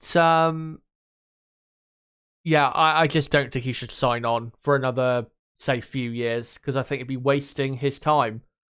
The chances of McLaren winning a championship post-2026 is quite low. I think pretty much most people would agree with that. Even the most ardent of McLaren fans. So, yeah, I just don't see why Lando should sign a new contract with the McLaren team. Where does he go, of course, for 2026 is another story. Because, I mean, maybe there'll be an opening at Mercedes, maybe even an opening at Ferrari. You'll have, Alpine, possibly. Aston Martin, possibly. And then you never know, because, the Alfa Romeo team currently is being ran by Andreas Seidel, who has been hired with a view to the Audi F1 team becoming a proper works team in 2026 and taking over properly the what is basically the Sauber team. Yeah, with Audi, maybe they'll decide to hire Lando Norris. I mean, it would be a good decision for them to do that, because with with Audi, what they do need for 2026 is a star driver. And Lando Norris is definitely an option that they could go for, and a realistic option they could go for.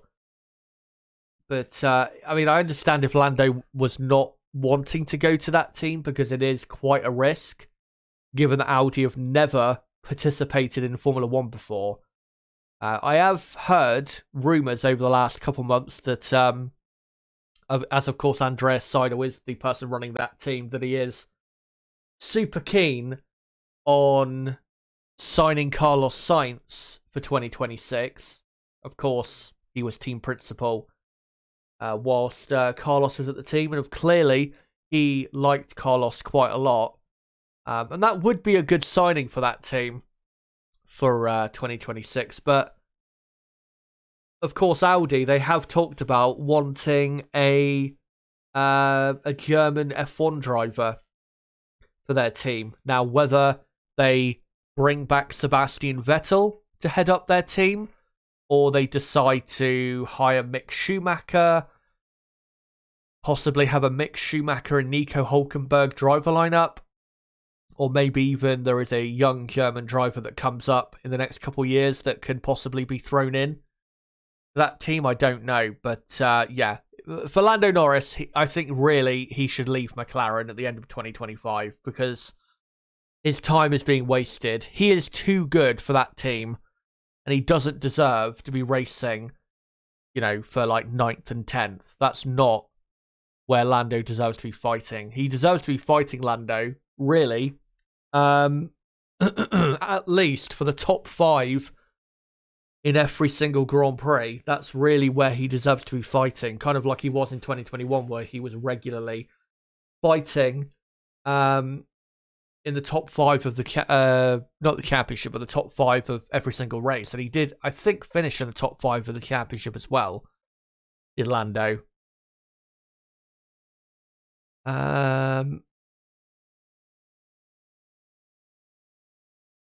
Ewok says Norris to Mercedes, calling it now. Would be a good signing for Mercedes if, Hamilton was to retire, end of this season or leave in a couple seasons. It's definitely, would be a good signing for them if they can't go and get Charles Leclerc. I still think Charles Leclerc is better than Lando. That's still my overall feeling. I will admit, though, we don't have quite enough data in terms of comparing those two, in my view, to really say categorically who is better out of those two. Because the only 2 seasons where they were racing in similar cars were 2020 and 2021. And, in 2020, McLaren had a faster car, yet I think Charles Leclerc actually finished higher in the championship in 2020. Let me just have a quick look to see if that is true. And let me have a quick look. And yeah, he did actually finish higher by 1 point. So it was close, but yeah. Leclerc, I think, was better in 2020. Given he had to put up with a lot of bullshit from his own team. And then in 2021, what is it? Yeah, Norris beat Leclerc in the championship by how many points? By 1 point. So yeah, very close there. I'd say in the first half of the season, McLaren were quicker than Ferrari, but second half of the season, Ferrari were definitely faster than McLaren. So yeah, bit hard to say in 2021, who was truly better. I would probably say Lando because he was more consistent than Charles was. Leclerc had the odd race here or there where things didn't really go right for him. So yeah, I'd probably say Norris was the better driver that year. But yeah, again, it is still hard to a certain extent to compare the two. But from the comparable seasons we have, I would probably say they are, very, very closely matched, but I'd probably just give it to Charles Leclerc because I believe that he is just a tad quicker than what Lando is. But again, it is very close between those two.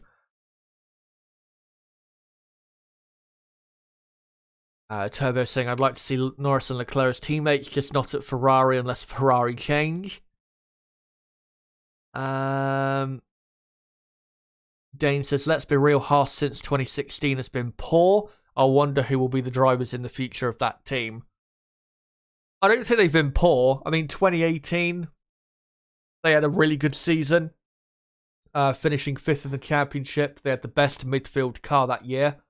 Should have finished really 4th, but they just couldn't put the results together consistently enough to finish in 4th. And also Romain Grosjean, the second Haas driver that year, had quite a bad season. So yeah,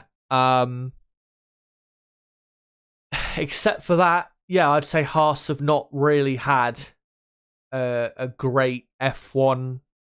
A great time in F1, but all we were asking of Haas was for them to be a solid midfield team, which they have been for most years since they joined in 2016. So to be honest, I can't really sit here and complain that much because with the way the Haas team is and their finances, their resources compared to other teams, there isn't really much they can do compared to other teams. I mean, they don't have the financial backing and the resources that the top 5 or the top 6 teams of Red Bull, Aston Martin, Mercedes, Ferrari, Alpine, and McLaren have. So right now, 7th in the championship is really the best they can hope for, and realistically, the best they should be able to do in a Formula 1 season. And if they can do any better than that, great, but I don't think you should be expecting any better than that. Prank says Charles' best car was first half of 2019. Not sure about the first half of 2019. I think second half of 2019 definitely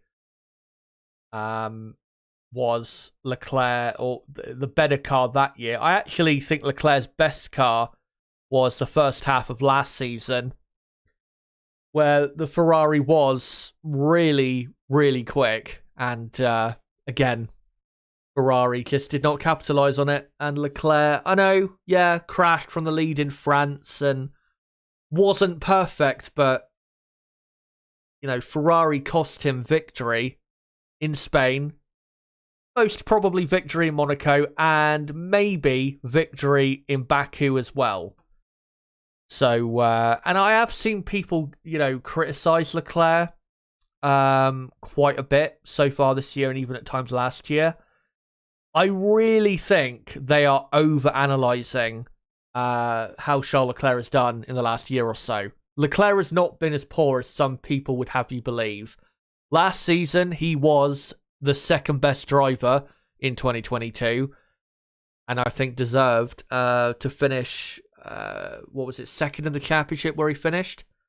And deserved actually to put up a proper fight for the championship against Max Verstappen, but again, Ferrari team were just not good enough to be able to support him in that effort.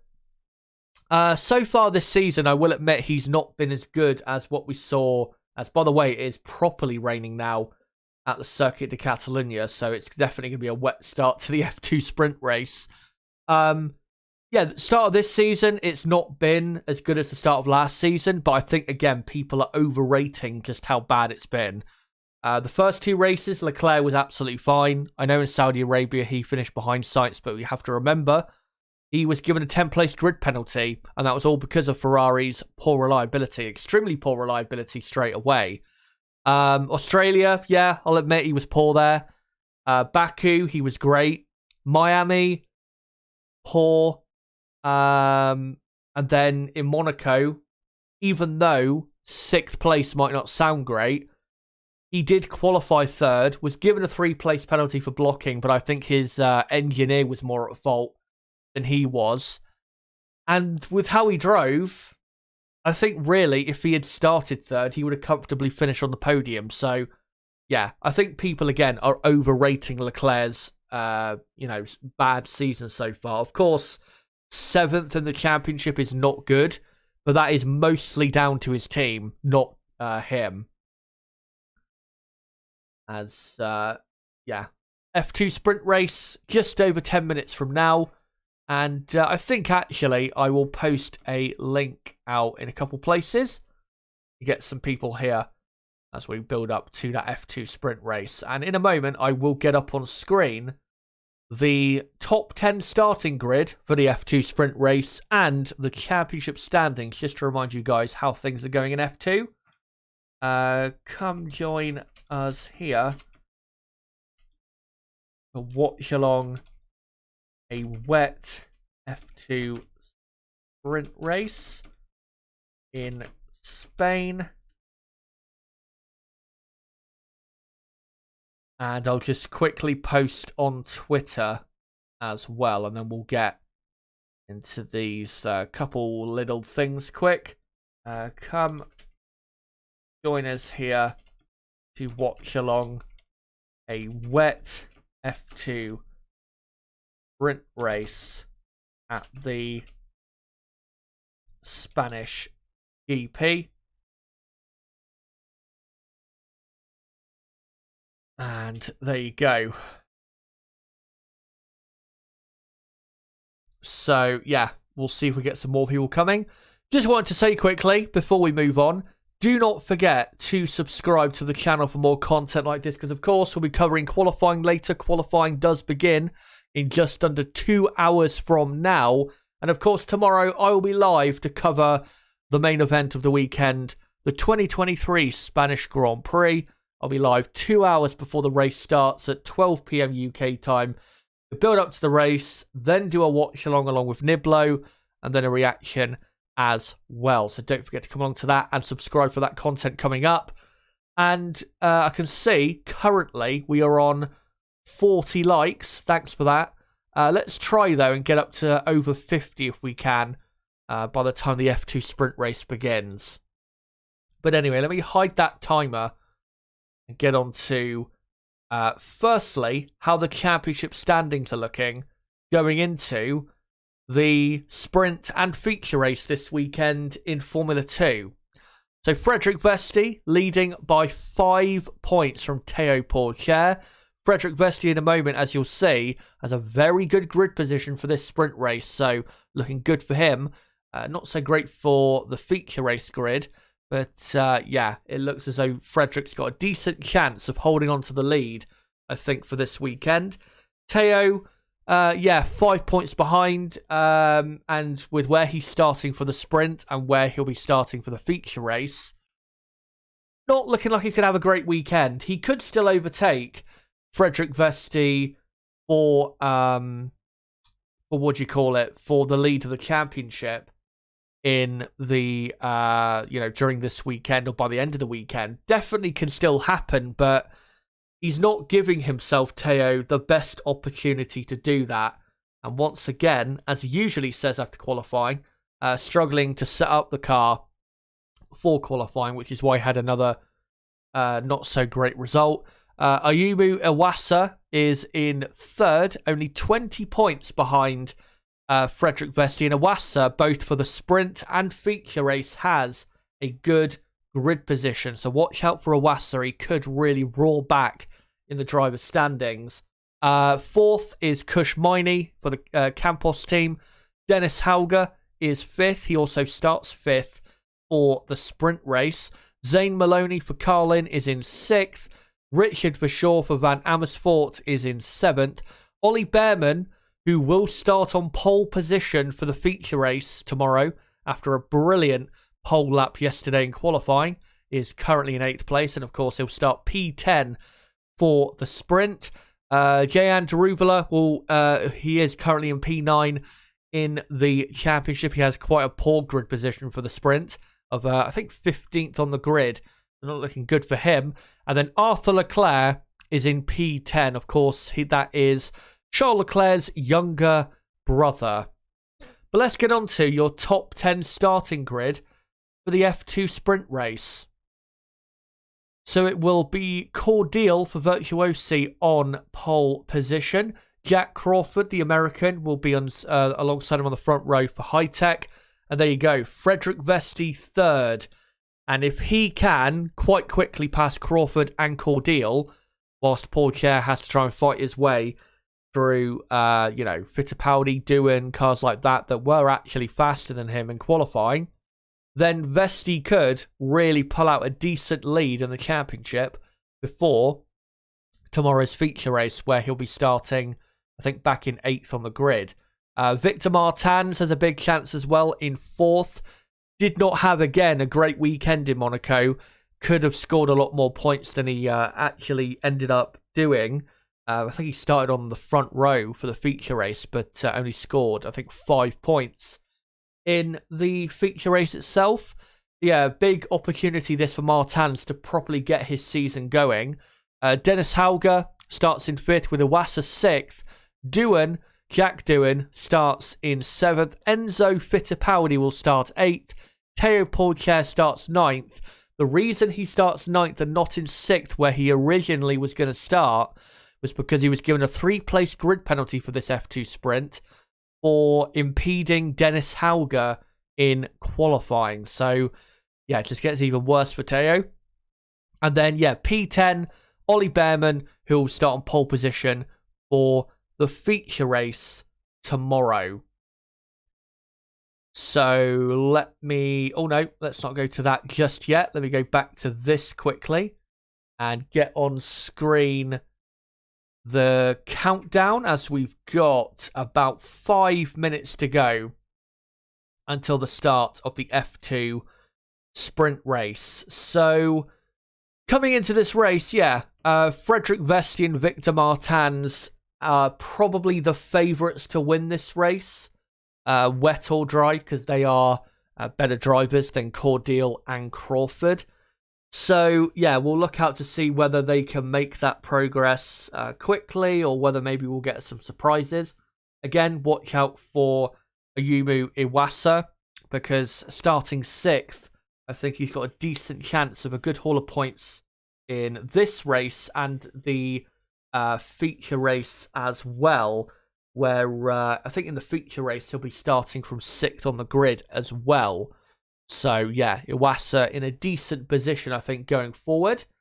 Of course, Iwasa did win, and brilliantly won, the F2 sprint race in Monaco, and took his, I think, 2nd win of the F2 season so far.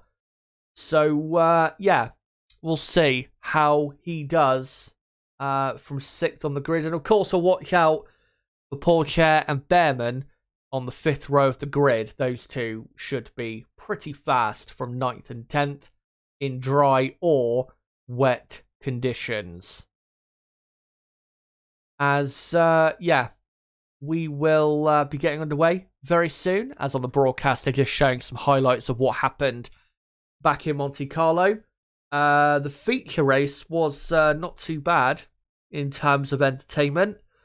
Of course, the sprint race that we covered in Monaco was not really much of anything, and that's because with no pit stops being necessary in the sprint race, and they didn't allow for anything really different to happen.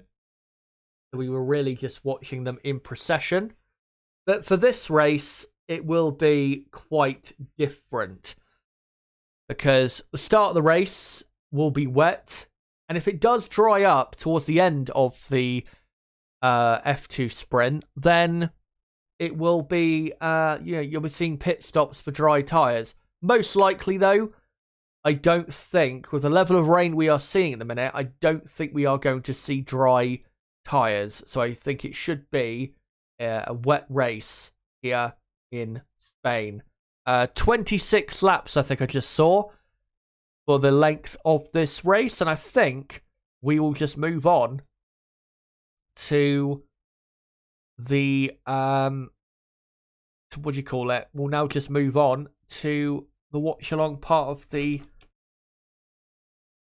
F2 build-up, and let me just update it will be a 26 lap sprint race. There you go. And I will also move on to these pictures of the F2 cars so far this weekend. But let me now do your starting grid for the sprint race. So again, it is Cordial on pole, Crawford second. As by the way, the formation lap will be started behind the safety car, so we aren't necessarily going to be getting underway straight away. But Jack Crawford is second, Vesti third, Victor Martins fourth, and then it will be Hauger in fifth, with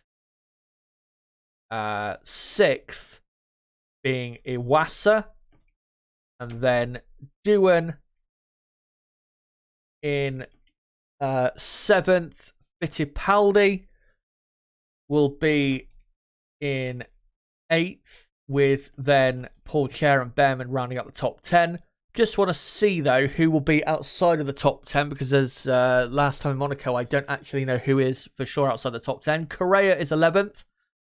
The Shaw is 12th, and then you've got Leclerc and Miney 13th and 14th. Daruvala and Nissani are 15th and 16th. And then Boschung and who else? I couldn't quite see, actually, who was on the next row, 17th and 18th. But, 11th, Correa, 12th for sure, Leclerc, 13th, 14th, Miney, and then 15th, Daruvula, as the formation lap, guys, has got underway. Again, though, behind the safety car, so I'm not sure we are going to get going straight away. Daruvula 15th, and then Nissani in 16th. And let me just update the 9th and 10th is Teo Pourchaire and Ollie Behrman. As the race, they say FIA race control will start with a rolling start procedure. There you go. Formation lap now underway. I just need to complete the rest of the order if I can. Just give me a second, guys. So, 17th is Ralph Boschung. And then in 18th place is Stanek. And then 19th and 20th, which is not the final row of the grid, because we have a 21st and a 22nd out there. 19th and 20th, Novalak and Hadjar. So, there you go. And I'll get it on screen now. There you go. That is your top 20 order for the F2 sprint race. And I will let you know when we get properly underway. Just want to quickly, though, read out a super chat from Ewok from Endor for £12. Thank you very much, mate. Says, thanks for your F2 coverage, Chazza. Amazing effort. No problem. Thank you, guys, obviously, for the support. As, track looks quite wet towards the end of the middle sector and coming into the final sector, and definitely the right decision to be on the wet tyres. But then once they get to the final 3 corners, it looks a lot drier, as the safety car has gone off into the distance. So again, it will be a rolling start, no overtaking until the start-finish line, as Cordial decides to get it going as they go through the 2 very fast final corners. Very scary in these conditions, as Vesti right behind Crawford as they get going now for the first lap of the F2 sprint. Frederick Vesti right on the back of Jack Crawford. Will he go for a move? The Mercedes young driver, he is going to try and go round the outside. And will he get it done? Yes. Oh no, he has a bit of a moment there. I'm not sure if they had contact, but I think Vesti, will he just stay ahead of Crawford? Yes, he will. And Crawford has damage to his car and is dropping down the field. What a shame for him, as we've got a Alpine livery car there going round the outside of everyone at turn 3. Not sure exactly who that is, but it is currently Cordial leading from Frederick Vesti in second, as a Red Bull livery car there going a bit wide. I think Ollie Behrman taking advantage of that on the exit of turn 5. So positions changing around quite a bit. I will let you know soon what the positions actually are. They're not showing what the positions actually are at the moment, so I can't tell you, as they all look to be doing just fine at the minute, as Vesti already right on the tail of Cordial in the lead. So I can tell you the top 3 is Cordial, Vesti, and Martins. That is your current top 3. As Crawford is seemingly out of this race.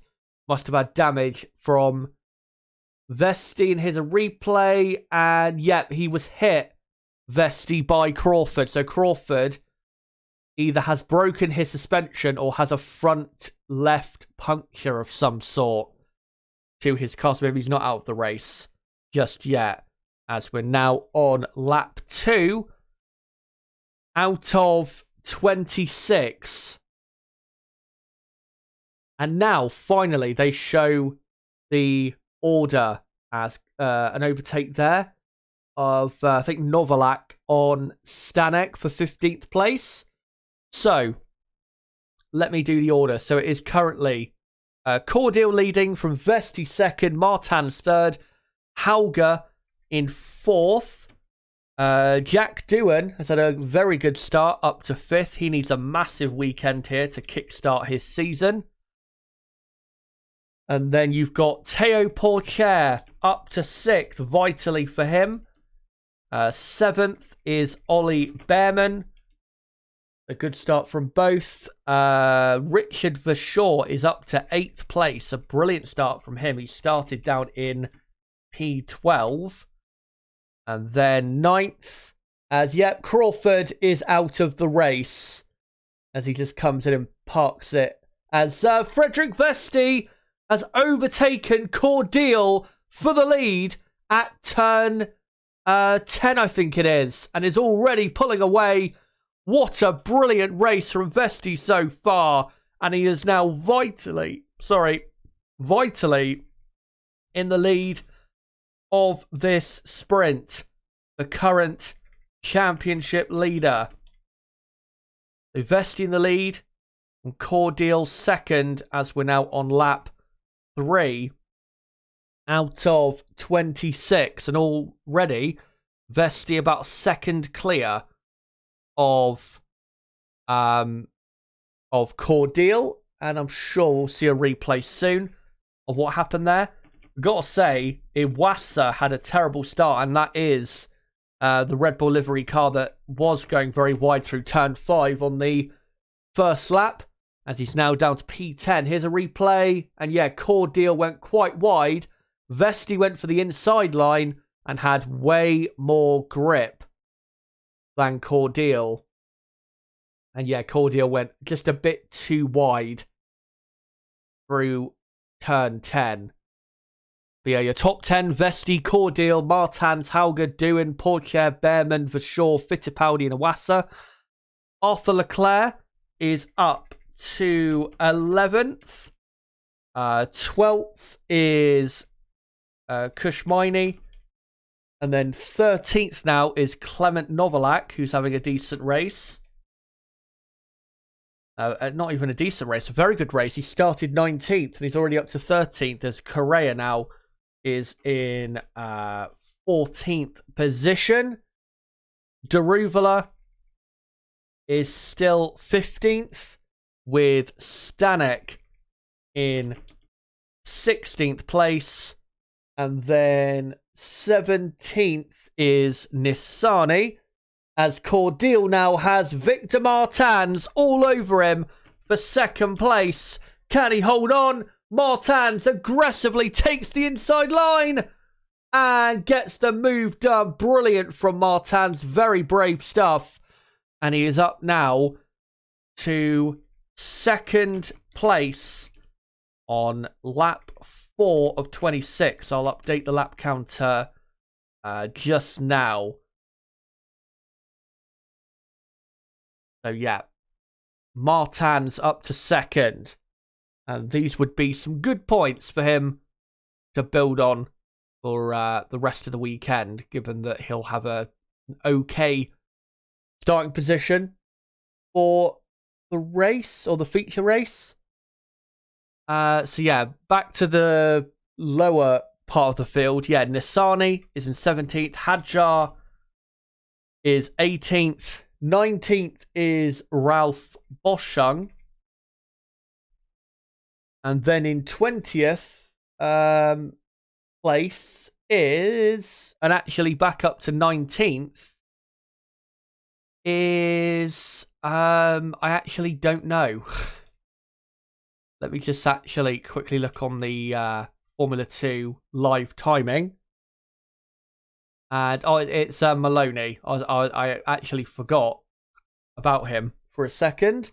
Maloney, who is actually in, I think, 6th in the championship, is all the way down in 19th as Ralph Boschung, who started this season very well, is 20th in this sprint race as we're now on lap 5 out of 26. Frederick Vesti has done the fastest lap and is over 3 seconds clear of Martins out in the lead. As Cordial struggling quite a lot, already 4 seconds behind Martins. As, no other position changes to report. And the field order for the top 20 is as it says on screen. As here's a replay of Benavides at turn 10, trying to dive bomb someone and going off into the gravel. Thankfully came back on the track, but he is in 21st place. That was him trying to overtake Ralph Boschung for 20th. As we're now looking at Ayumu Iwasa right behind Enzo Fittipaldi. I've just seen FIA Race Control just notified car 12 of Arthur Leclerc, and all they put on the message was, please turn on rain light. So clearly the Dams team have not got the rain lights going on. I don't know if it's a malfunction or they've just forgotten to put them on. I don't know. I've never seen that before. As Pourchaire here within a second of Jack Doohan as they're just coming up to the final couple corners. As we're now on lap 6 out of 26, Martins was actually quicker by a tenth or two than Vesti on that lap. Still have 20 laps to go, so Martins does have time to catch, pass, and win this sprint race. But he'll need to catch Vesti at least a couple tenths of a second per lap to have a really good chance of that. As we're looking at Haugen. Oh, we know it's Fittipaldi and Iwasa racing over 9th and 10th. And Iwasa looks a lot quicker than the young, I think, Brazilian driver.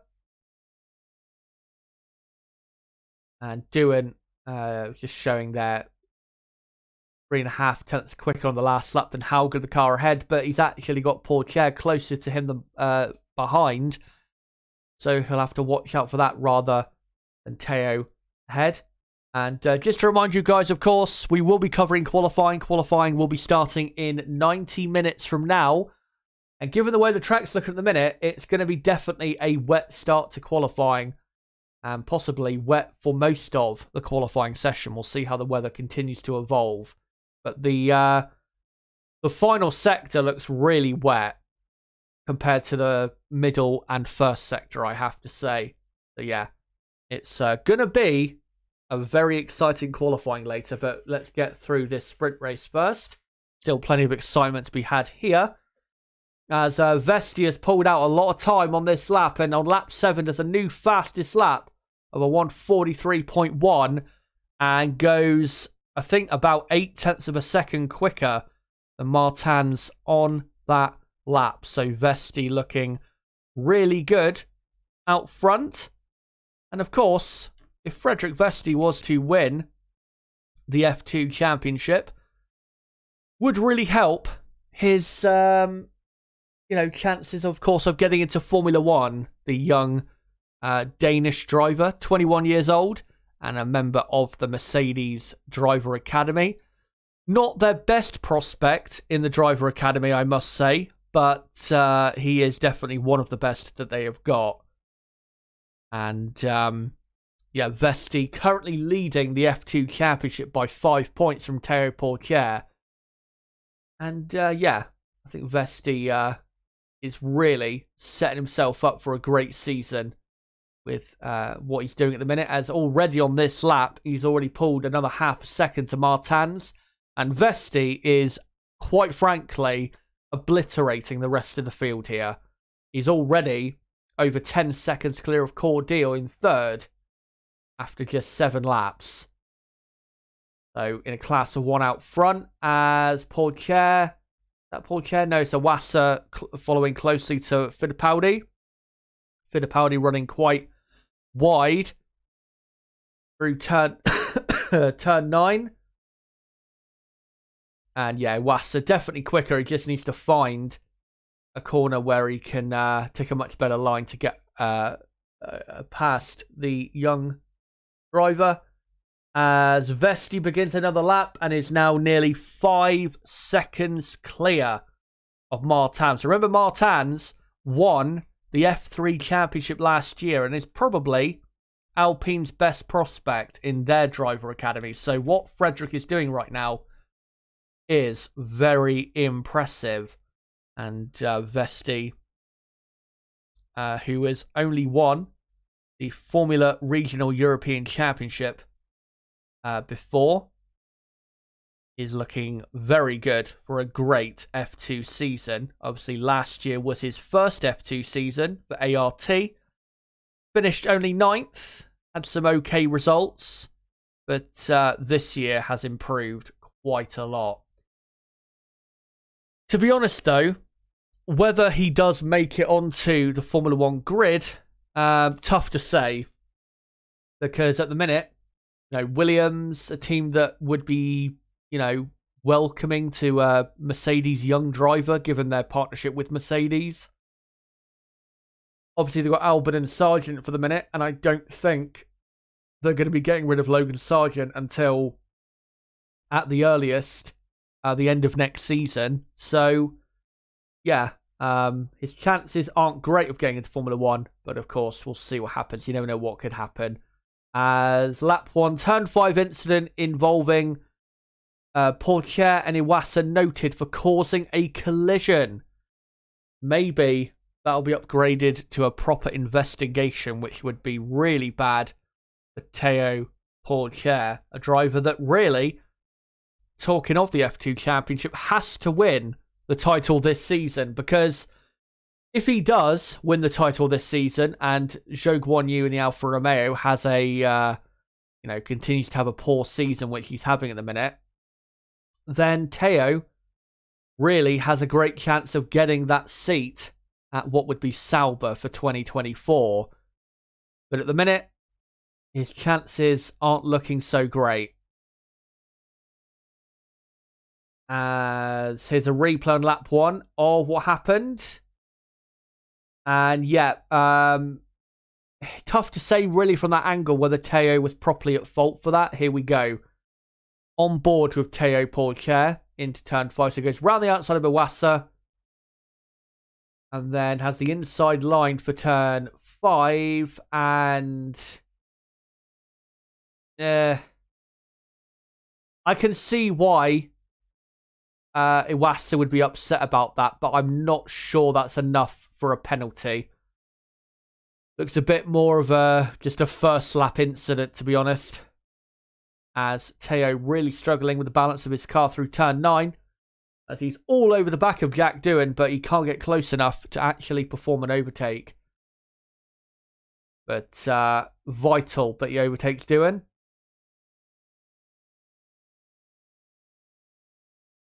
And trying to go for this much wider line is Théo. Try and get a good exit like everyone else is. As we are now on lap 10 out of 26. And yet, Frederick Vesti leading by over 5 seconds now over Victor Martins. Cordial is in 3rd. Cordial already, nearly 14 seconds off the lead after 10 laps, and Cordial started on pole position. Hauger is 4th, with Doohan 5th, Pourchaire 6th, Behrman 7th, Vasseur 8th, and Iwasa has overtaken Fittipaldi, so Iwasa is now up to 9th. Needs to try and claw back some points in what really, at this point, is a damage limitation drive after that poor start due to the contact. There you go. That is your current top 10. And we're just waiting, really, to see if Théo can get a good enough run on Doohan to actually go for an overtake. He's getting close in certain areas, but just not close enough. As Jehan Daruvala has overtaken Juan Manuel Correa for 14th place. So that's a new position change for you. As we've got nearly 15 laps to go in this sprint race. As there you go, Teo Pourchaire overtakes Jack Doohan, I think, round the outside. Yes, he does. Into turn 11, and Teo is up to 5th and now has 2.5 seconds ahead of him to attack and get after Dennis Hauger in the MP Motorsport car. So, Pourchaire, importantly, up to 5th. Of course, for the feature race, Pourchaire will start 5th and Vesti will start in 8th. So, important that Teo gets some decent points here to limit the damage. Yeah, Doohan now in 6th. Of course, Doohan will start, I think, 3rd for the feature race tomorrow. Which, looking at the forecast, should be dry, the feature race. And yeah, better exit from turn 10. And then just hung it around the outside and had the superior line. Good move there as Iwasa now all over the back of Richard Verschoor, who obviously had a great start from P12, but he's not looking so great at the minute with Iwasa crawling all over his tail.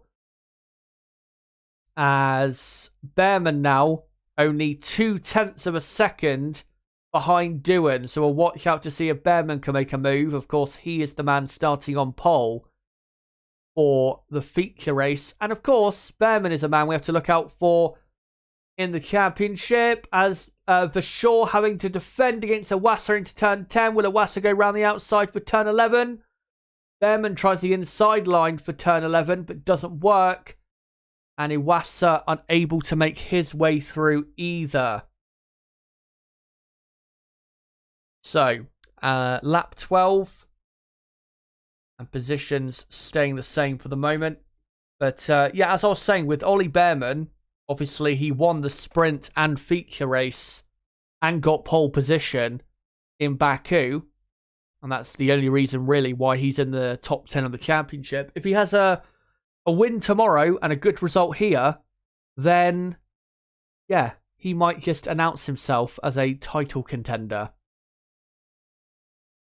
And definitely watch out for that Ollie Behrman for the future, because I think he's only 17 years old and is probably the best prospect that Ferrari have in their driver academy at the minute. As it is a replay of Clement Novalak with a brilliant move.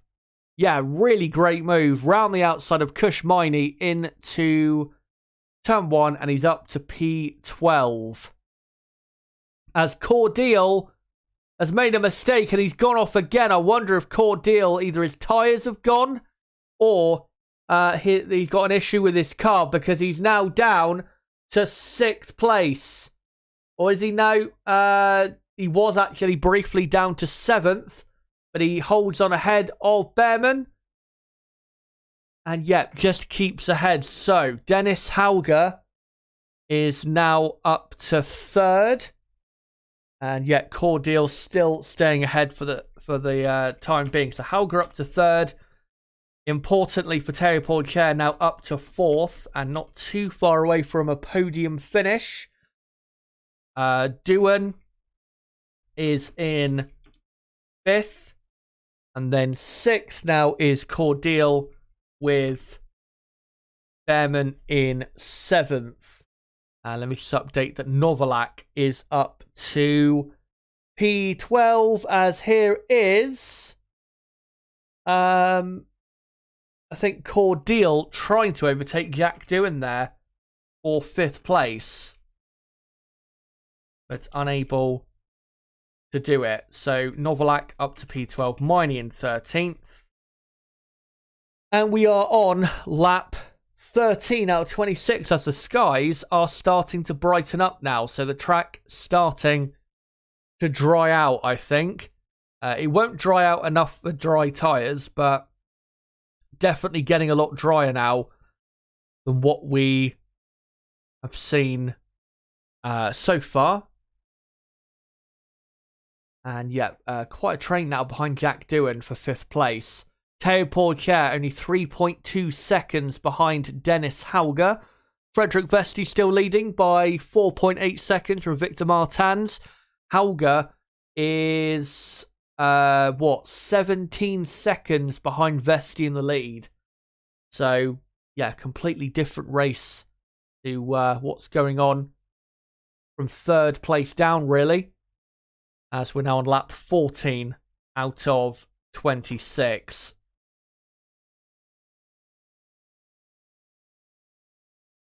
And still this train persists as Doohan is really struggling a lot, because since Teo overtook him, about 3 or 4 laps ago, Teo is now 5.6 seconds clear of Jack Doohan. So Doohan is clearly struggling and has got 1, 2, 3, 4, and soon to be 5 and 6 cars in a train behind him. So yeah, really struggling is Doohan. And now that it's starting to dry, they're having to cool those wet tyres. As Iwasa thinking about a move into turn 4. Will he try maybe around the outside on the exit of 4? Nope. But he's going to try maybe a move into turn 5. Nope, he does not. But, of course, there are no intermediate tyres in Formula 2. You just have the wet tyre. So, on a track that is, at the minute, intermediate, really, these tyres are now going to be, well, killed quite a bit. As I can see the pit crews of certain teams waiting. And some dry tyres ready at Campos there for Kush Miney, if, of course, he wants to come in for a new set. And talking of Miney, he is now down to 14th place. So let me just update that.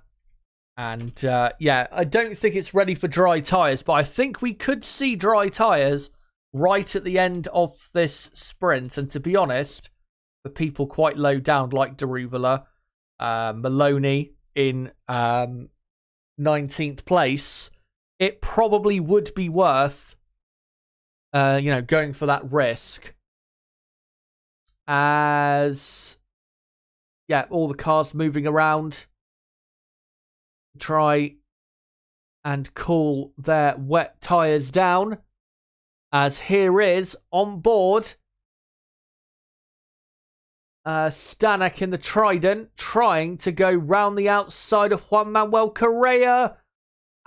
Brilliant move. No, he spins. I don't actually think Correa hit him. I think he just got a bit too trigger happy on the throttle. And Stanek is now down to 20th position. A shame that, because that was looking like a good move, and then he made a silly mistake there. So you've now got Nissani up to 16th. Let's just see a replay of what happened. And actually, no, there was contact. I think the front wing end plate on the rear right of Stanek. Is it Stanek? It says for sure, but I'm pretty sure it is not him. And yeah, just slight contact there. And yeah, Richard for sure is still in 8th place. I don't quite know why they said he was, back down there. So Hadjar up to 17th. Maloney up to 18th. Boschung is in 19th position. And then in 20th, it is Stanek, who just had that spin. As on lap 16 out of 26, we've got about 10 laps now to go of this F2 sprint. And very close racing there between Fittipaldi and Leclerc for 10th place. But Fittipaldi in the Carling holds on ahead of the Dams. And yeah, track in the towards the end, or really in the first sector, and even most of the middle sector looks very dry. So I don't think we're that far away from dry tyres now. It's dried up a lot. And now that that cloud of rain has passed for the minute, until maybe more dark clouds come, it has gone, yeah, much warmer. And the track, of course, because of how hot and humid it is in Spain, drying out very quickly. So I think we are now really just waiting to see who will gamble on a set of dry tyres. As we're now lap 17 and officially have 10 laps to go of this F2 sprint. Of course, guys, remember, as soon as we finish up here for the F2 race, I will get straight into building up to the F1 qualifying session, which gets underway in about an hour and 15 minutes from now. And not too far away now. And with the weather the way it is at the minute, looks as though it's probably going to be a dry start for qualifying. Unless rain hits again. At the minute, though, there doesn't look to be that many threatening clouds around. So, yeah, looks okay weather-wise for the minute. As Miney is coming in, so they're going to go for it. They are going to try the dry tyre, and they're going to see. And Daruvula also, from 13th, is going to try it. Will it pay off? Of course, the teams up in the top 10, they will be watching their sector times like a hawk to see whether it does work. As also Maloney in the Carlin comes in as well for dry tyres. The Correa up to 13th. 14th is Nissani. 15th is Hadjar. And then you've got Boschung in 16th place. As a 5-second time penalty for car 15 for track limits. I'm not quite sure who that actually is. So we'll see in the end who car 15 is. But to be honest, I don't actually know who that is. I'll make sure to check in a second though. So yeah, Boschung in 16th. 17th is Stanek. Benavides is up to 18th, and then 19th is Daruvula, and 20th is Miney. But again, Daruvula, Miney, and Maloney are on dry tyres now. We'll see what they can do. And here is a replay of Miney at turn 3 on the entry to turn 3, having quite a moment. Trying to warm up those tyres, of course, as Vesti out in the lead on lap 18, leading by 7 seconds as Juan Manuel Correa pits as well to take that risk. So up to 13th now is Roy Nassani, the greatest reserve driver of all time. Hadjar is in 14th. 15th now, Ralph Boschung, as Brad Benavides is in the pits as well. So Boschung 15th, Stanek is in 16th. And where will Correa come out in relation to Daruvula? And I think Correa will actually come out ahead of Daruvula. Yes, he does. The Correa has actually jumped himself up the field a couple of positions. So Correa up to 17th, but he's net now 13th when he was down in 15th. And then you've got Daruvula in 18th. Miney 19th, and 20th is Zane Maloney, as none of the top 10 are going for the risk of dry tyres, as we are now on lap 19 out of 26. And here we have Ayumu Iwasa, who has a good run on Richard for sure into turn 1, but just isn't close enough as Clement Novalak now pits for a set of dry tyres. And Novalak should come out in about 16th place. As also Nissani pits as well. So Hadjar is now up to 12th. With Stanek, I think, in 13th, is it? As is a replay of Kushmini at turn 1. Still having some troubles by the looks of it. As, yeah, Ralph Boschung in the pits as well. So, Hadjar 12th, Stanek 13th. Novalak has come out in 14th. And then as Jayan Daruvala has done the fastest lap of the race. So there you go. Dry tyres is now the tyre to be on. So I'm expecting them all to come in now, as Daruvala did actually overtake Correa on that lap. As yellow flag in sector 1. Think that might be for Correa.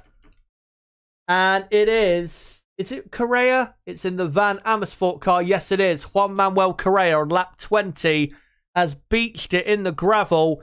And that should cause and it's the exit of and virtual safety car deployed. Great timing for Théo Pourchaire and Richard for sure, who both pit right before that virtual safety car is deployed.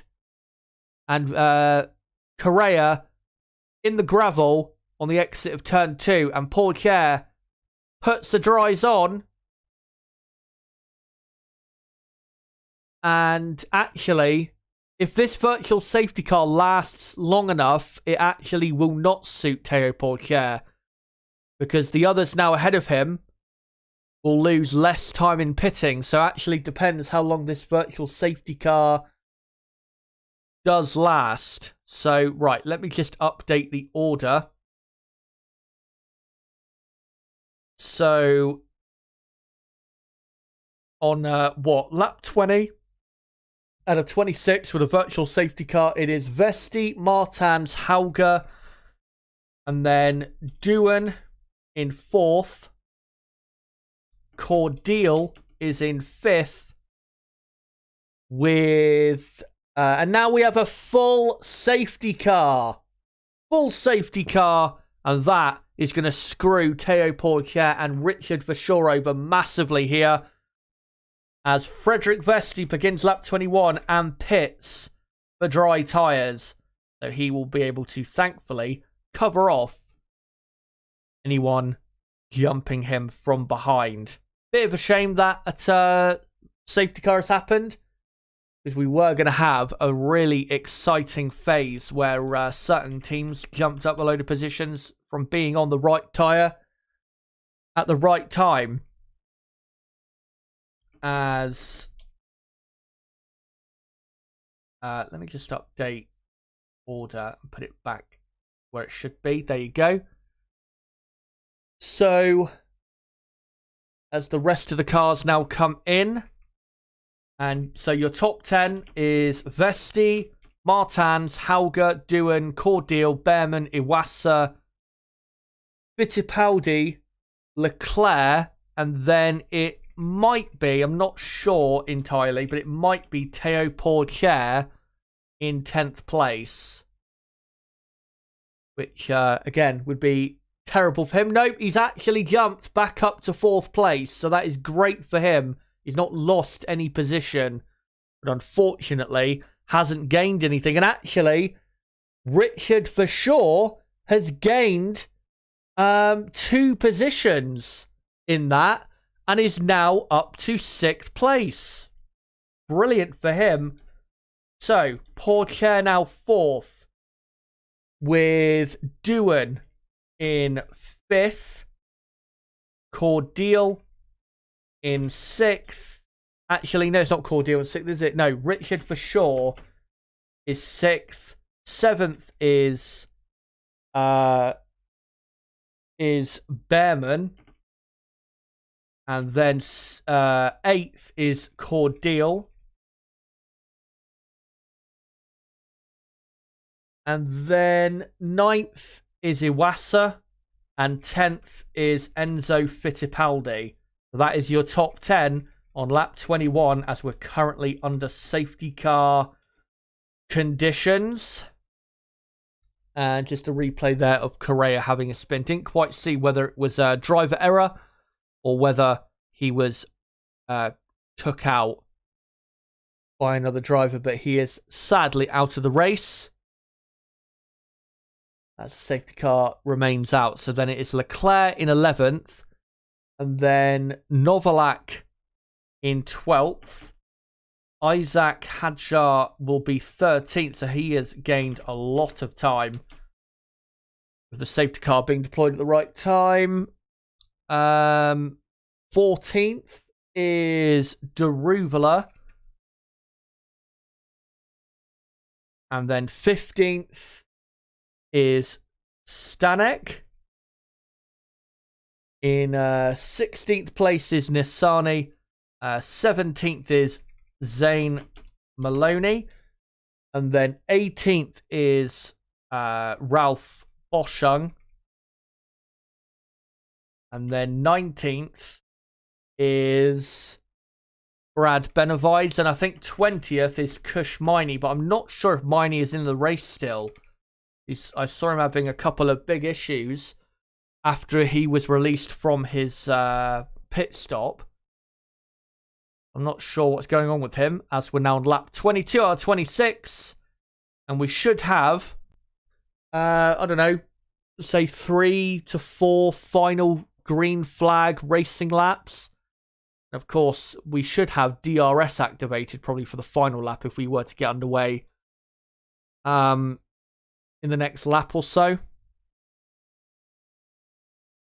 But yeah, the current field as is on the screen, as Zane Maloney, in catching up to the safety car, has just done the fastest lap of the race of a 1:41 something or other. I didn't quite see what the rest of it was, but that's a bit funny. Hopefully the stewards don't punish him for that. I mean, the reason he's set a fastest lap there is because he's trying to catch up to the safety car. And because, you know, the previous fastest lap was a lot slower on a damp track on dry tyres. Yeah, that's why he did that.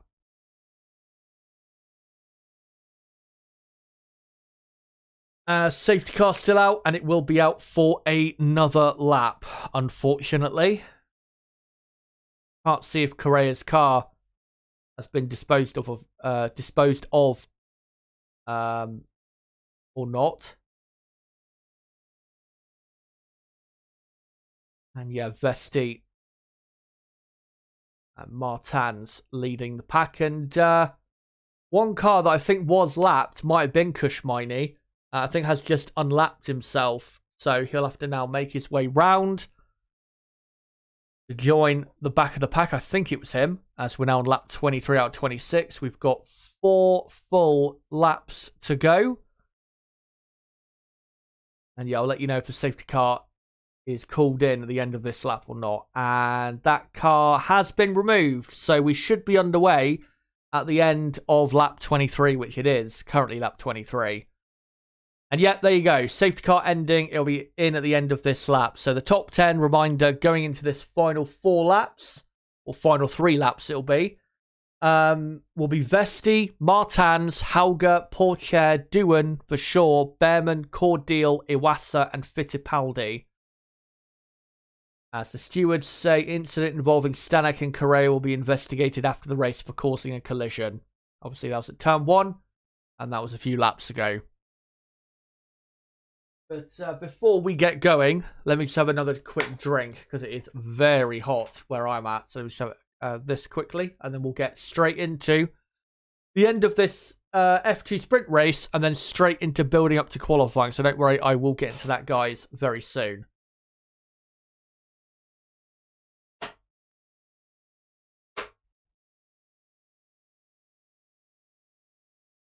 as I've just seen, Jan Daruvula has been noted for a virtual safety car infringement. Only thing I can think of is that he went too quick and went too fast for the delta that he should have been doing or sticking to. Which is a shame for him. But, I mean, he is in, 14th place, so it's not exactly heading for anything special. In these final laps, as Frederick Vesti now becomes the safety car. Of course, no overtaking until the start-finish line, and Vesti decides now to get on with it and leaves the rest of the field for dead. And Martins actually gets a pretty good run on Vesti out the final corner, as we are now on lap 24 out of 26. And side by side, Hauger and Pourchaire down to turn 1. And Théo Pourchaire vitally up to third as Leclerc passes Fittipaldi.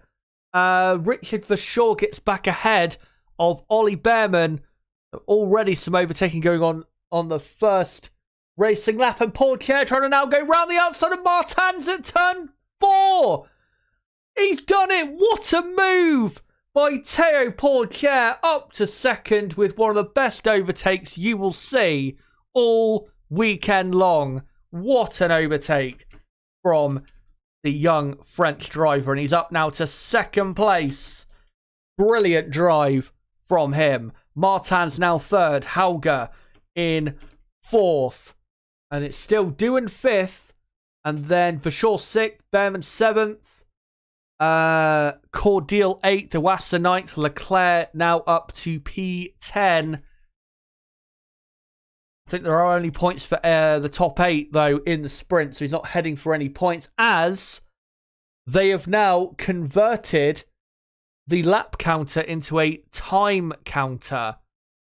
So I'm not going to be able to get the timer on screen now because they've shown it too late, as Théo Pourchaire does the fastest lap of the race. So I'll just say it's lap 25 because it, pretty much is. As Théo Pourchaire, fastest lap of 1:31.6. Let me just update the order. So Fittipaldi is in 11th position. Can Théo win the sprint race? He's only a second behind Vesti. It's definitely not impossible, as Stanek is up to 14th ahead of Daruvula. Let me just update that. And the time now at 0. I think, though, they crossed the line before it hit 0, so I still think they'll be able to do one final lap, I think. I'm not quite sure about the rules when it comes to that. As Hauger having a look at Martins into turn 10, but nothing going. And Benavides, I see, has passed Boschung for 18th place. So Ralph Boschung back down to 19th as they begin, I think now, one more lap of the sprint race. Lap 26 out of 26 here. And Frederick Vesti that time around did the fastest lap and pulled out a couple tenths of a second over his main title rival, Théo Pourchaire. Still key that Vesti holds on to win here, but Pourchaire really has produced a brilliant damage limitation drive. Started 9th, and it looks like he's going to finish in 2nd.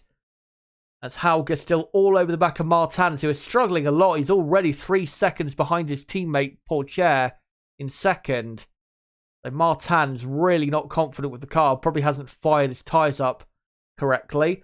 As Cordial will be investigated after the race for failing to serve penalty correctly. So he was the one who had a 5-second penalty for track limit violations.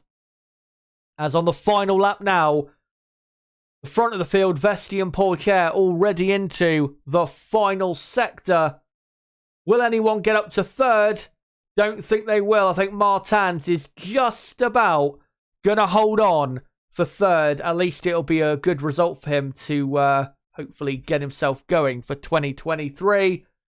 As at the front of the field, what a drive by Frederik Vesti. He has absolutely battered the rest of the field, and he wins the F2 sprint race from Théo Pourchaire in second. Third is Victor Martins, fourth Hauger, fifth Doohan, sixth Verschoor, seventh Behrman, eighth Cordil, ninth Iwasa, and 10th Arthur Leclerc. And then it is Fittipaldi, Novalak, Hadjar, Stanek, Maloney up to 15th. I did see right before the end there that, and yep, Daruvala had contact clearly with someone and is stuck in the gravel trap. And here you go.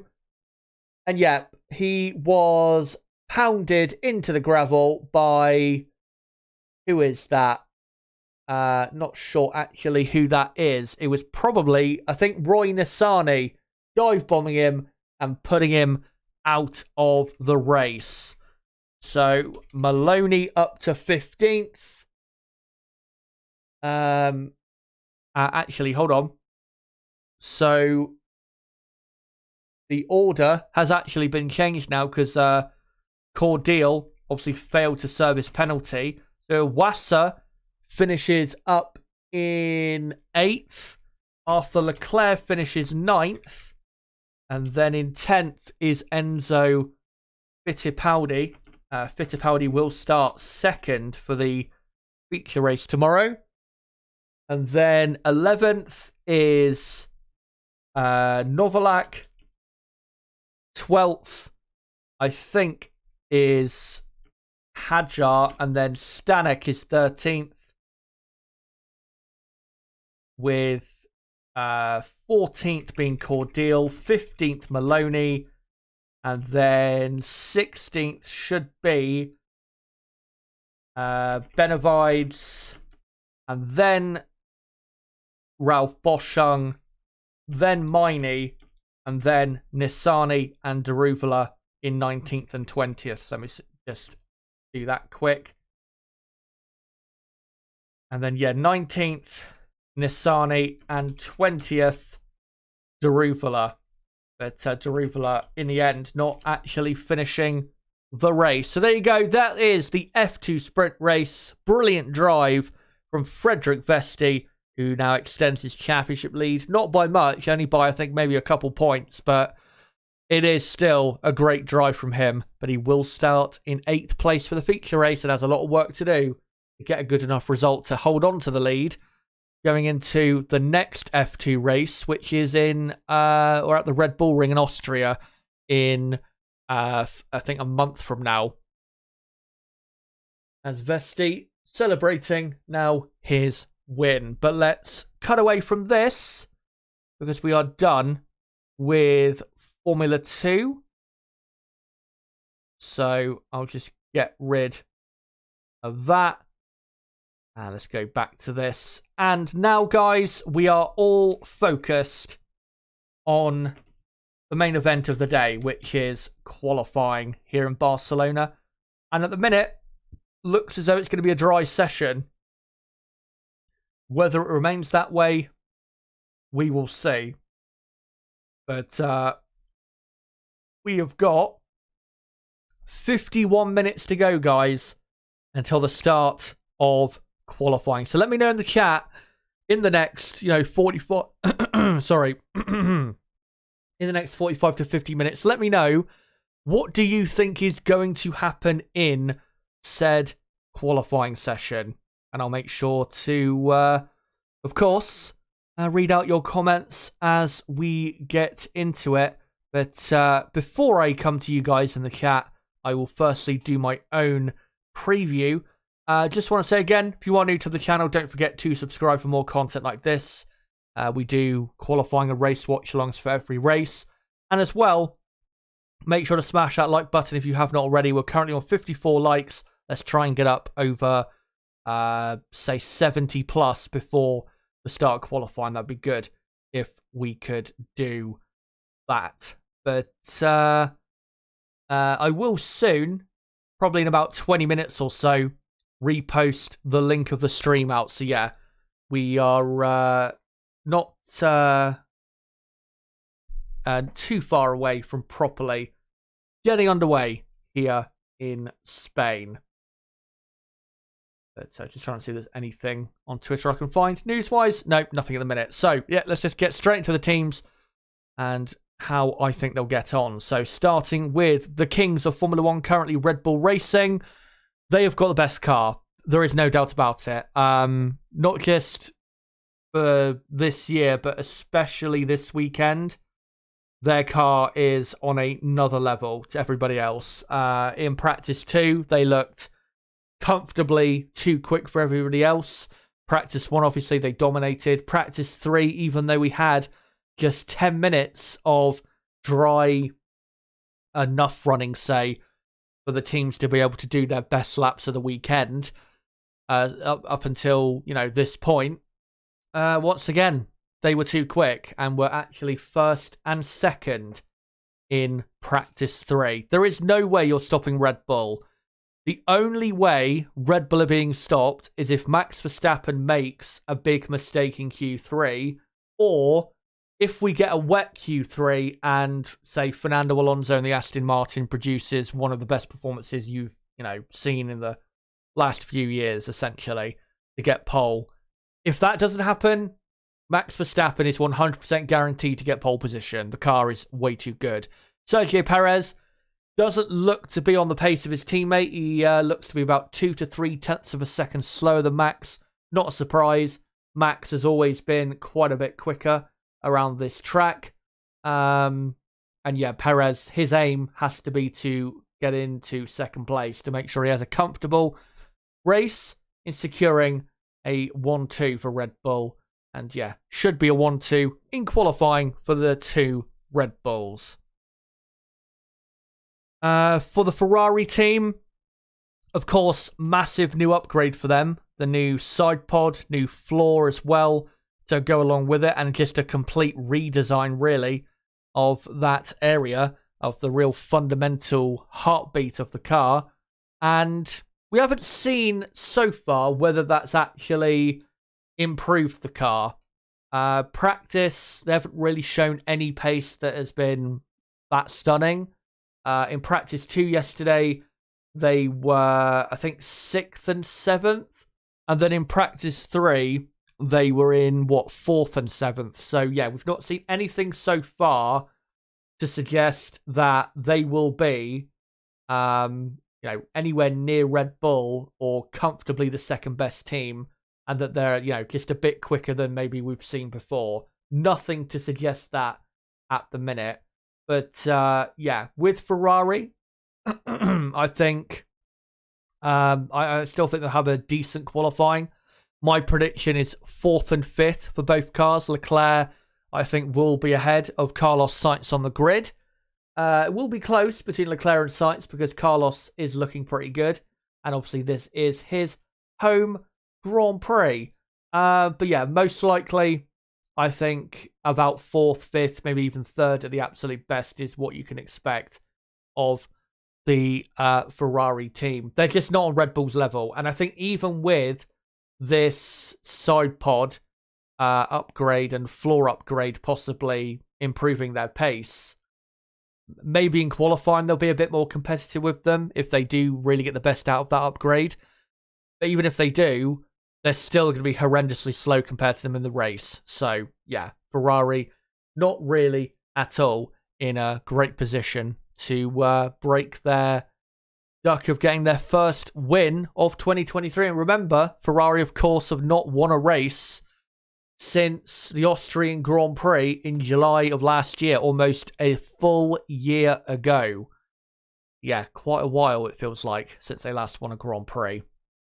Anyway, let's move on to the rest of the teams. Mercedes, initially looked better in practice 3. Lewis Hamilton was up in 3rd place, only 4 tenths of a second behind the Red Bull Max Verstappen, and it was the best lap time that Mercedes have done so far this weekend. But I don't think we can really read that much into it, because I think a lot of the other teams could have gone quicker. Alpine especially, a team that I think are just a tad quicker than them this weekend.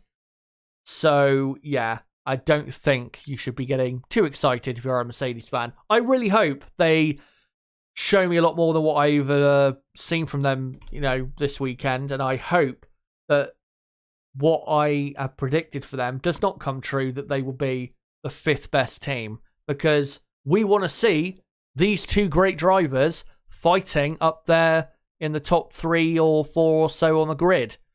Not back in 6th, 7th, 8th or something like that. That's not where we want to see these drivers. So, yeah.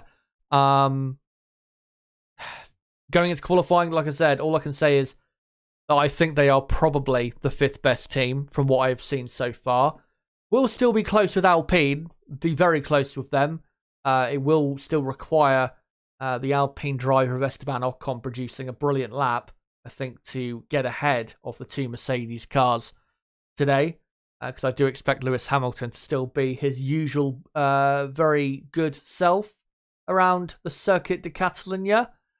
But yeah, with Mercedes, we have seen no evidence so far since the Monaco Grand Prix that these upgrades have actually made them any quicker.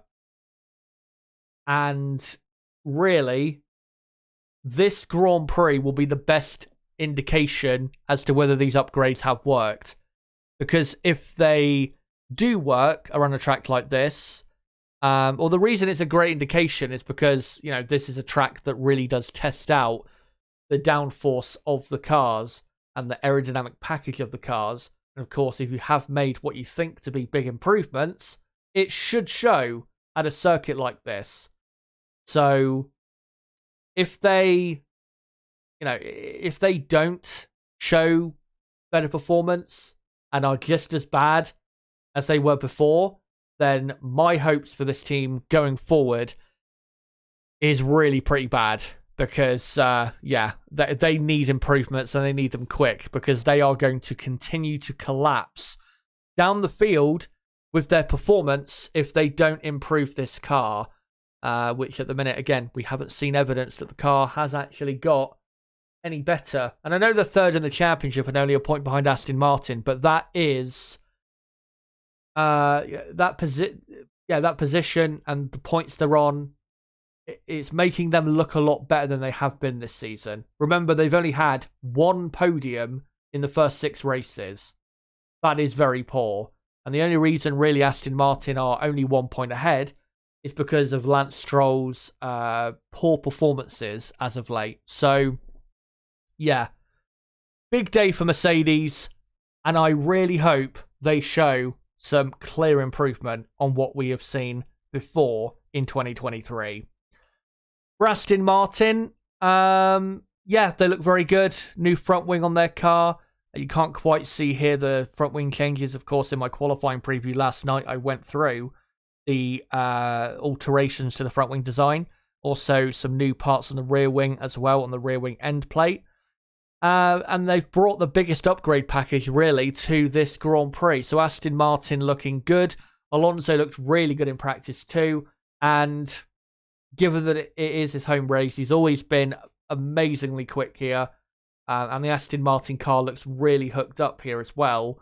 I think Alonso will be really having a great day. I don't see him any worse, obviously, I don't see him outside of the top 5 on the grid.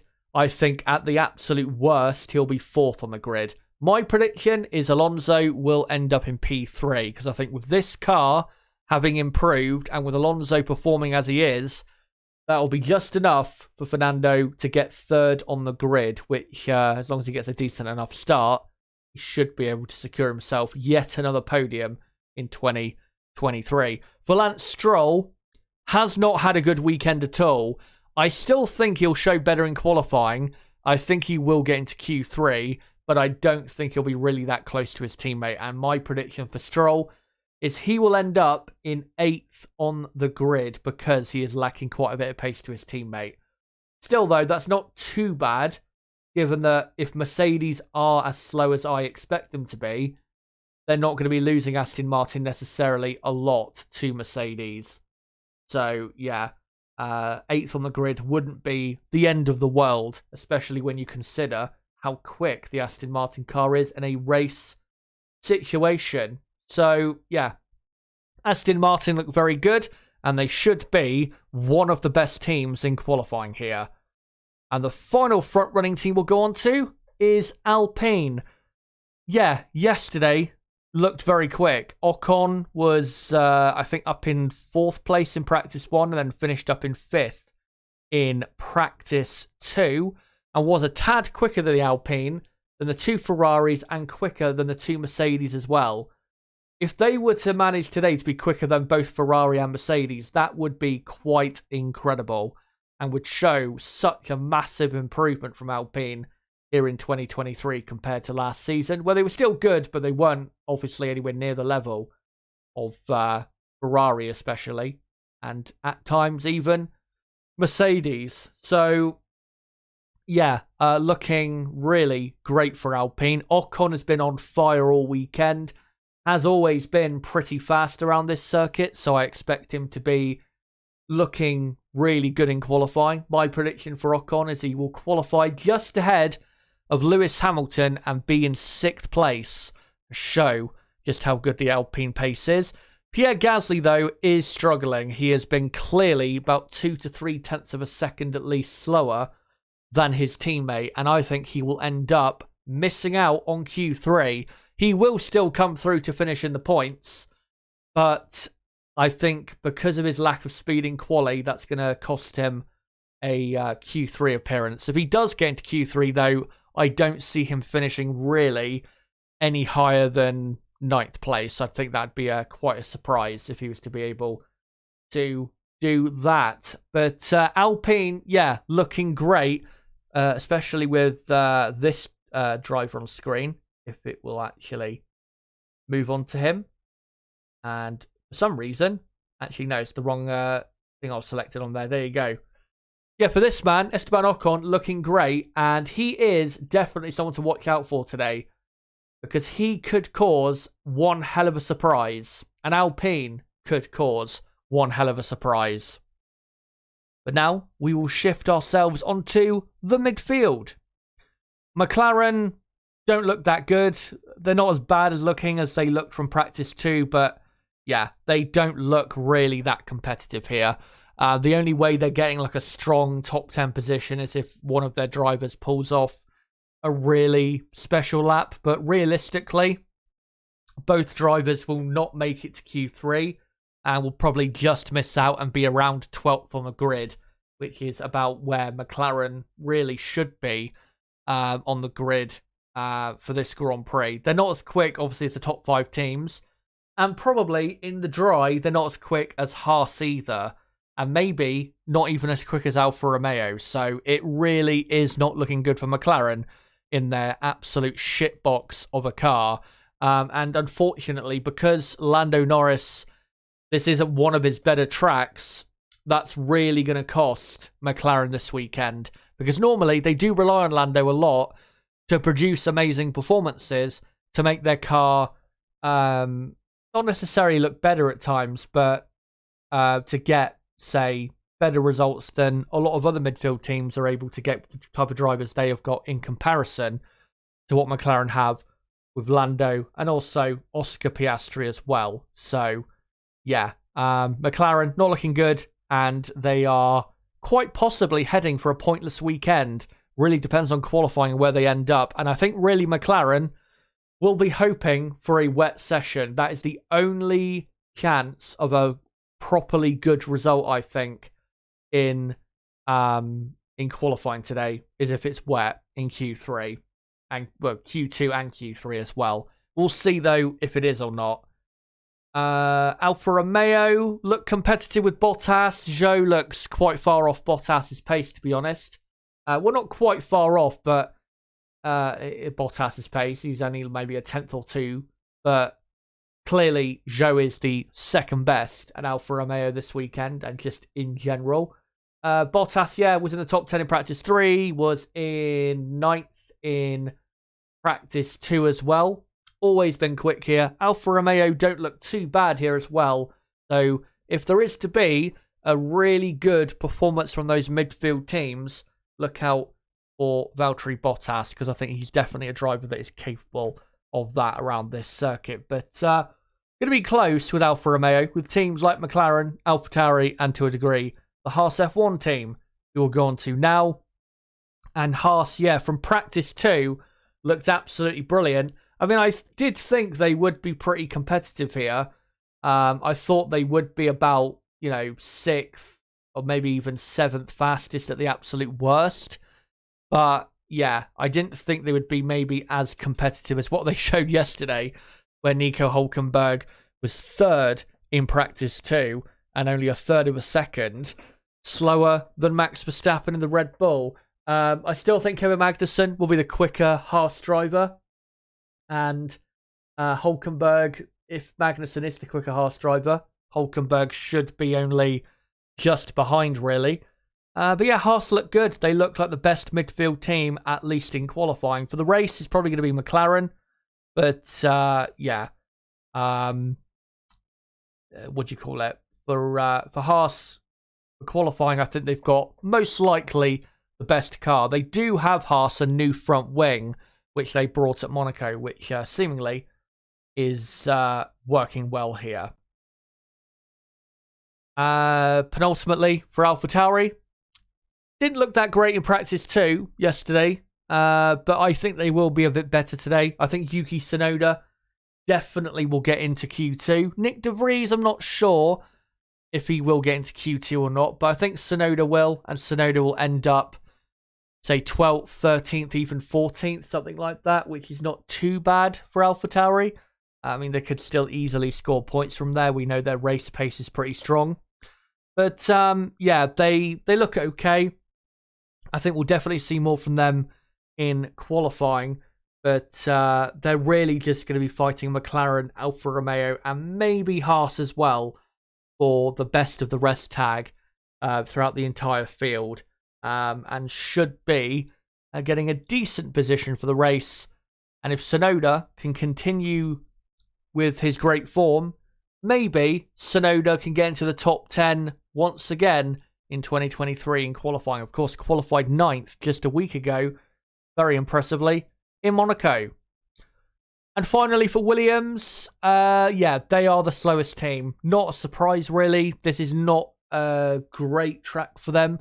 And also, like I pointed out earlier, Williams have not upgraded this car that much during 2023 when you compare it to other teams. So, yeah, it's not really a surprise that Williams are having not so great of a weekend. Alex Albon, I think, will do a bit better than 19th. Logan Sargent definitely will qualify in 20th. I don't see him any higher than that.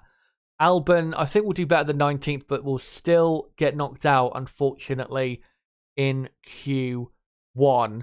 The other drivers to get knocked out in Q1, though, hard to say. Again, 2 Williamses should be knocked out, but then the only other drivers I can think of that could get knocked out is Zhou, De Vries, and then you're going to have probably a surprise elimination. One of the McLarens, one of the Haases, probably. So, yeah, we're going to have a shock elimination in Q1. Q1 should be very exciting. But, of course, those are all the teams. And then we go back to these pictures. There you go. And one thing I will do, actually, quickly, and I'll have to... And you know what, actually, whilst I do this, I may as well show what my official final top 10 qualifying prediction is for today's session. So here you go. This is my predicted top 10 with the gaps as well. So I think it'll be Verstappen on pole by a third of a second from Perez second. And then Alonso will be third, half a second off pole, just ahead of Leclerc in fourth, with Sainz in fifth, Ocon sixth, Hamilton seventh, Stroll eighth, Russell just behind in ninth, and Kevin Magnussen will sneak into the top 10 for the second year in a row. Kevin Magnussen always been very quick in qualifying around this track, so should be pretty quick today as well. But yeah, that's my predicted top 10. Let me know whether you agree or disagree with this. But I'm going to quickly delete some of this stuff to make my stream run quicker. Because, of course, you guys know my PC not in the best condition. So let me just get rid of this stuff for the, smoother running of the stream. Here are the results of practice 2, by the way, that you can just quickly see. And then the bottom half of the order. Practice 2, the most representative session of the weekend so far. So, yeah. So we have got 29 minutes until qualifying starts. So before I come to you guys in the chat, there you go, 29 minutes to go. Let me, is it 29 minutes to go actually? I think it might be actually 30 minutes to go. Let me just get rid of that for a second and I'll get it back up on screen in like 30 seconds or so. I think I was a bit too premature there. But yeah, what I'm going to do in a minute is post a link of the stream out a couple places. And then we will get into your comments, your thoughts, predictions, all of that going into the final half an hour before the session gets underway. But right, there you go.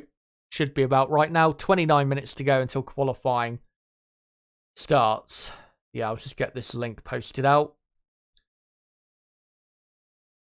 And Hank M, I will make sure to read out your comment in a second because I was seeing you just added me. Yeah, let me just post this out quick. So come join us here to watch along the possibly wet qualifying session in Spain.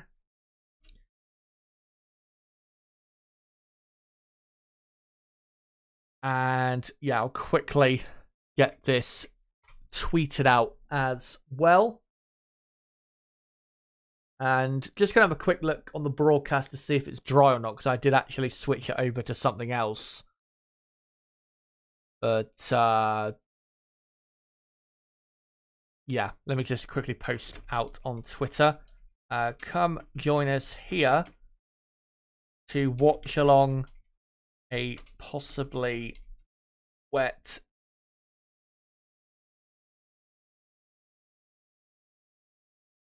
Spanish GP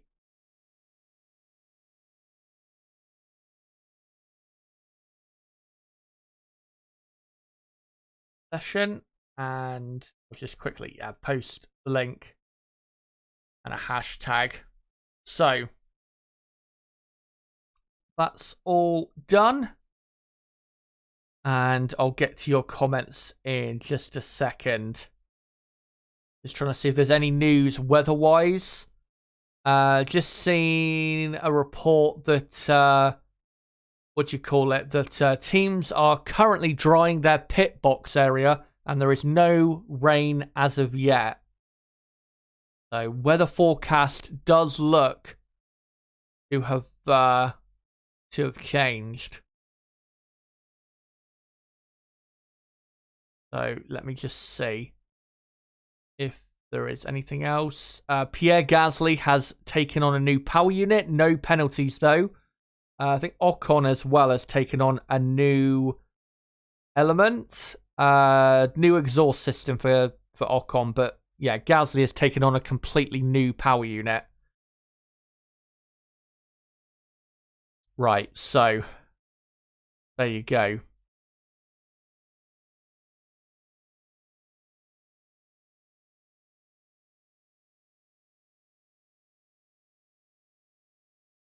And let's now get to your comments in the chat. So again, let me know what you think is going to happen for qualifying. And again, like I said a few minutes ago, if you haven't hit the like button yet, make sure to do so. We're currently on 62 likes. Let's try and get over 70 before the start of qualifying in 25 minutes from now. So Hank in the chat says, Perez said Thursday that Red Bull that Red Bull had no big updates planned for this year. Do you think they're starting already with the 2024 car? Yeah, I think they pretty much are. The only thing really that what do you call it? The only thing really that they can do with this year's car, because they have a lot less runs than other teams. Yeah, the only thing they can do is just slightly evolve what is already an amazing car. There's not really any point in massive upgrades because it doesn't need massive upgrades. It's just fundamentally a very good car. So, yeah, I think Red Bull have already got their attention on 2024 and are probably already planning for, how to make their car at least a second quicker than last year's car. And if they can gain a second, of course, on this year's car this time next year, then they should still be the best team in Formula 1. Unless someone behind them gains, 2 seconds or more. Right. So, let's get into some more comments. Vettel Hamilton asks, when is the summer break after Belgium? Yes. So we've only got, after this weekend, we've only got 5 races more before the summer break. Canada in 2 weeks, and then another 2 weeks after that, we have the Austrian Grand Prix. A week after that is the British Grand Prix at Silverstone. And then 2 weeks later is the Hungarian Grand Prix at Budapest. By the way, I saw yesterday that qualifying format that was going to be trialled at Imola, of the teams only using hard tyres in Q1, then the mediums only in Q2 and the soft only in Q3, because obviously the race at Imola did not happen. It will now be trialled instead in Hungary, just to let you guys know. So yeah, then it'll be Hungary, and then a week after that it'll be the Belgian Grand Prix at Spa, and then a 4-week summer break. And then after the summer break, it'll be a double header of Zandvoort and then Monza.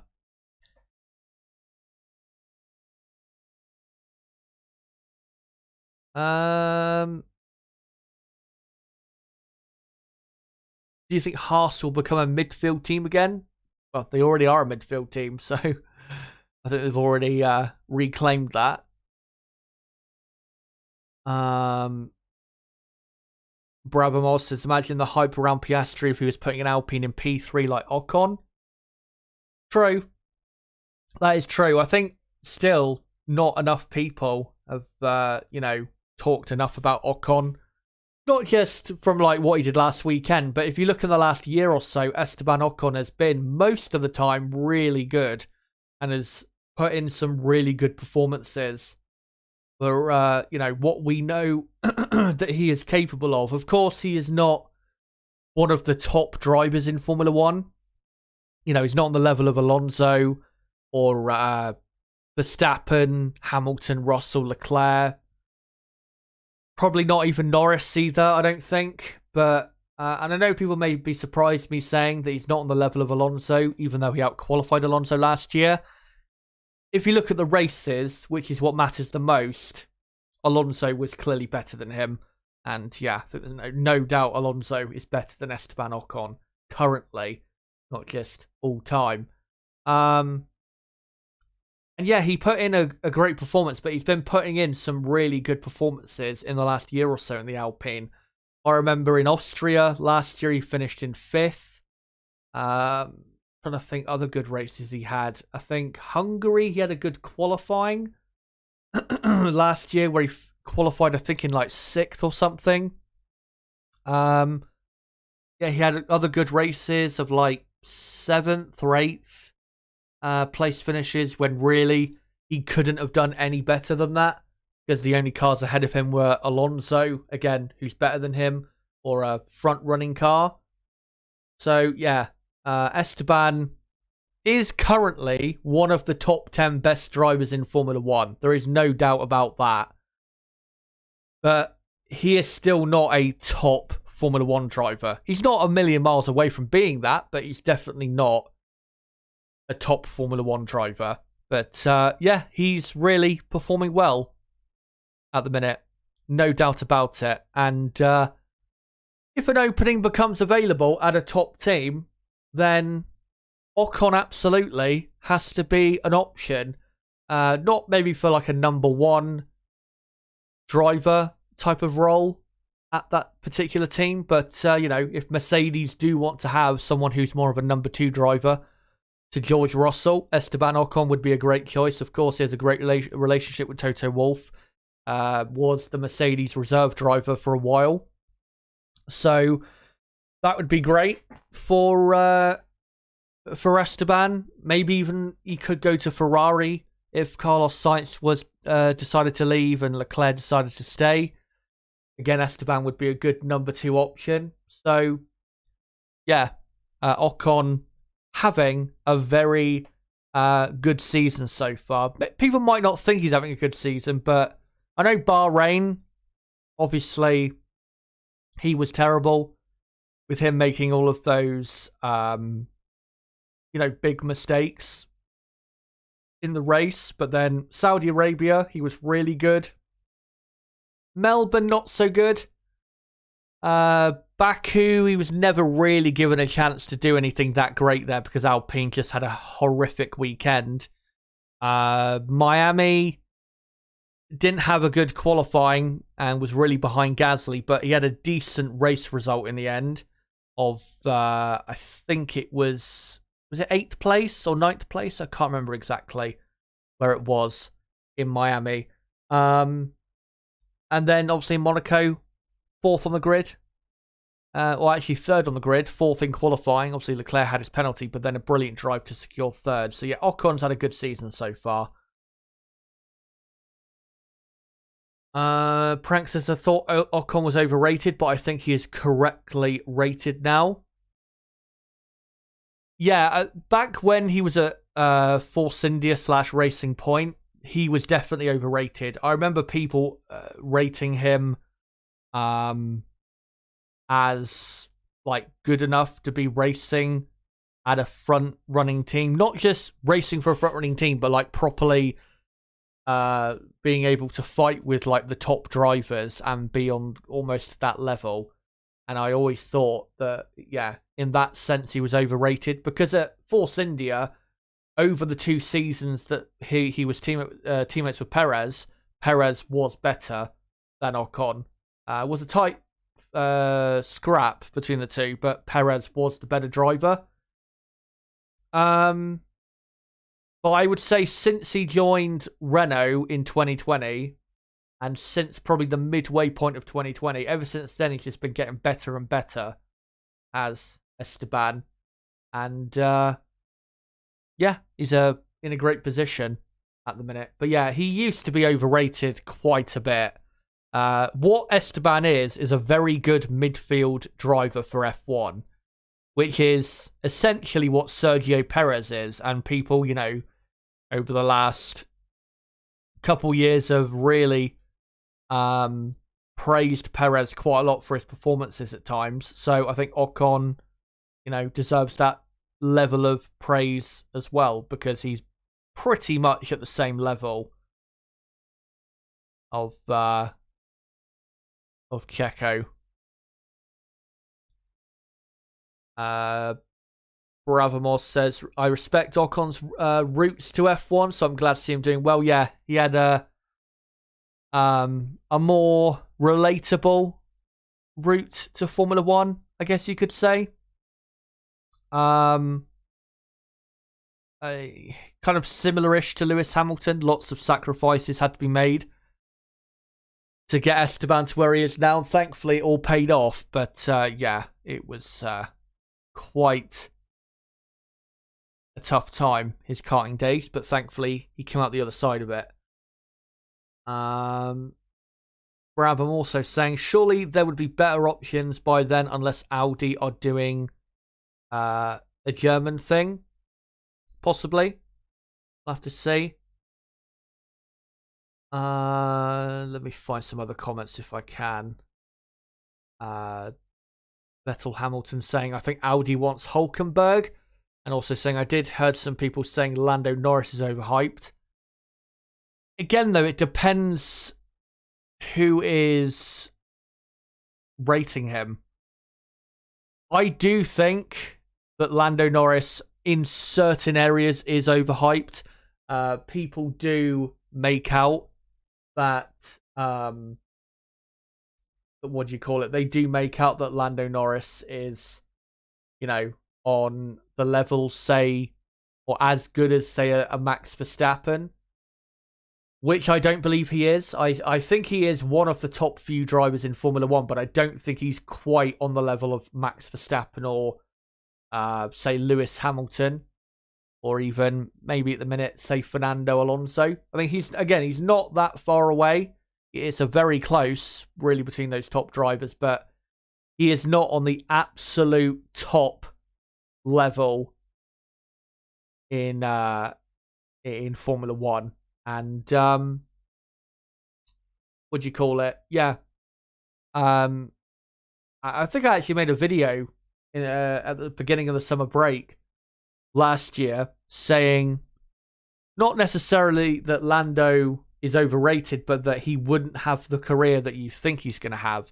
Not because he isn't good enough, but because I just don't see him having, because of the competition currently in Formula 1, and given the team he's at the minute, it's just going to be very hard for him to have proper success in Formula 1. And I think I said in that video, he is going to have a similar career basically to Jenson Button, where he'll have, many really great podium finishes, great drives, always be one of the top few drivers, a driver always deserving of a better car. But if he's ever going to win like a championship or anything like that, it will depend on a lot more for him. It will depend on the situation and car he finds himself in. Because again, the competition at the top of Formula 1 at the minute is very, very high. And hello to some of you guys in chat. Good to see you all. As qualifying not too far away now. Hankam says the aero restrictions rule is working great in my opinion. Aston Martin will go to 75% or 80% this June instead of 100% now, which gives other teams to get closer to the top. F1 should have done this way earlier. Well, that's, the back in 2010 when we had Caterham, HRT and basically Manor. That's why they came into Formula 1, because they thought that Formula 1 was going to go in that sort of direction, but unfortunately for those teams it didn't, and that's why they could never really make themselves of anything in Formula 1. Yeah, we should have had it way earlier, but unfortunately it took a long while because of greed. And yeah, it really does work well, and it is good that halfway through the season they reset it so that they don't allow, say, a certain team who started the season with a lot of wind tunnel time compared to others and is a lot faster, say, at the start of the season, like an Aston Martin. They don't allow them to continue that advantage as the season goes on, because it would rather create a bit of an unfair scenario going forward, because you could then, in a way, legitimize tanking if you only set the aero restrictions for the full year rather than changing it up midway through the season.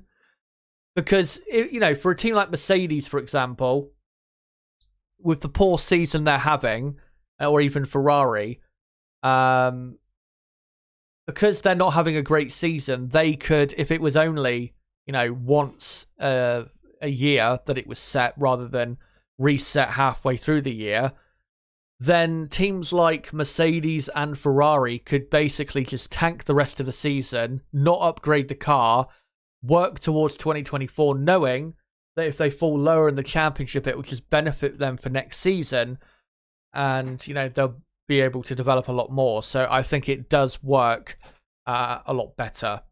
And I mean, I know Red Bull are dominating Formula 1 at the minute, but you cannot tell me these regulations are not working, because in 2022, we only had 3 front-running teams.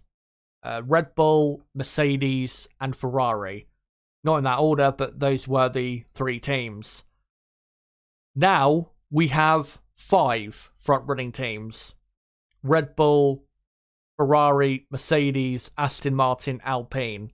And soon, if McLaren get their act together, they'll probably be there as well. So, I don't understand why people... There are certain people out there that still criticise these regulations. I mean, they weren't going to be perfect. They were never going to be perfect. They were never going to get absolutely everything that was desired. So, yeah. I think the... I think the regulation changes for 2022 have worked out absolutely fine, to be honest. But anyway, let's see what you guys are saying in the chat. Chaz, Audi could also be at the front, maybe. Yeah, we'll see. A lot will depend on how well of a power unit they can make, because that really is going to be what is the most important thing post 2026. Let me see if I can find some other comments here in the chat. Prank says, I think Lando is just below Charles and George. Maybe his luck is bad with McLaren.